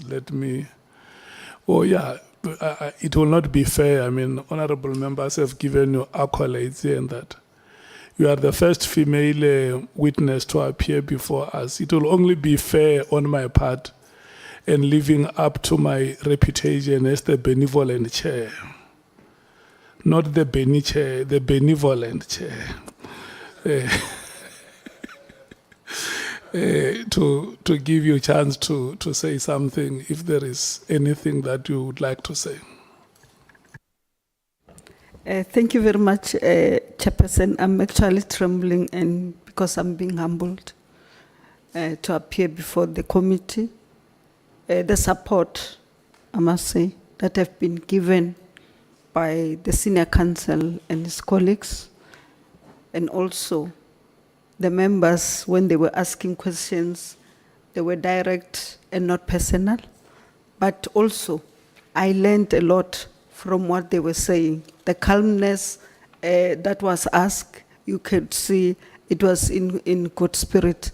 And I'm more than prepared and now energized to even do my best so that we can get this organization to be right. And also with Mr. Cameroon, I know you warned me, and Mr. Honorable Skozana and Honorable Cameroon, I really, really appreciate all of you. Honorable Sol, I don't want to cry. I honestly don't want to cry. But you really humbled me. You really humbled me, because that's what we want to show, that as Black or African women, we are able and capable. Because others will think we got positions because of the favor or because we slept with somebody or whatever.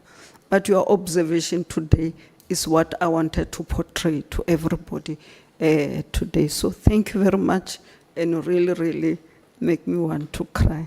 And Chairperson, thanks very much for your fairness, and you know how you conducted this. And Honorable Mateis and Honorable Sangoni, all of you, I'm grateful and I'm humbled. Thank you very much. Thank you so much. Thank you so much, honorable members. Let me make this announcement. First of all, I must congratulate you for the manner in which you did your business today. And I always say that it is the quality of interactions in a team that wins games. And I now see that we have become a goal-scoring machine. Thank you so much for your conduct and the manner in which we do our work. Always very agile and incisive. As thank you so much for today's business. And the Honorable Deputy Minister, we want to thank you. The ever-working staff of Parliament. Thank you so much for the exercise that we have embarked upon is innovating, is energy-sapping. But you always appear indefatigable. So we want to thank you so much for that. And the members of the media who are with us here this week, tomorrow, is Honorable Minister, Acting Minister Kachalia.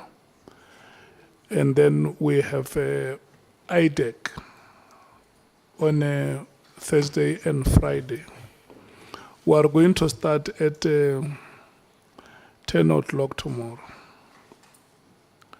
10 o'clock. Are we fine? Yes. 10 o'clock. Okay. Let's be here at 10. The meeting stands adjourned. Thank you so much.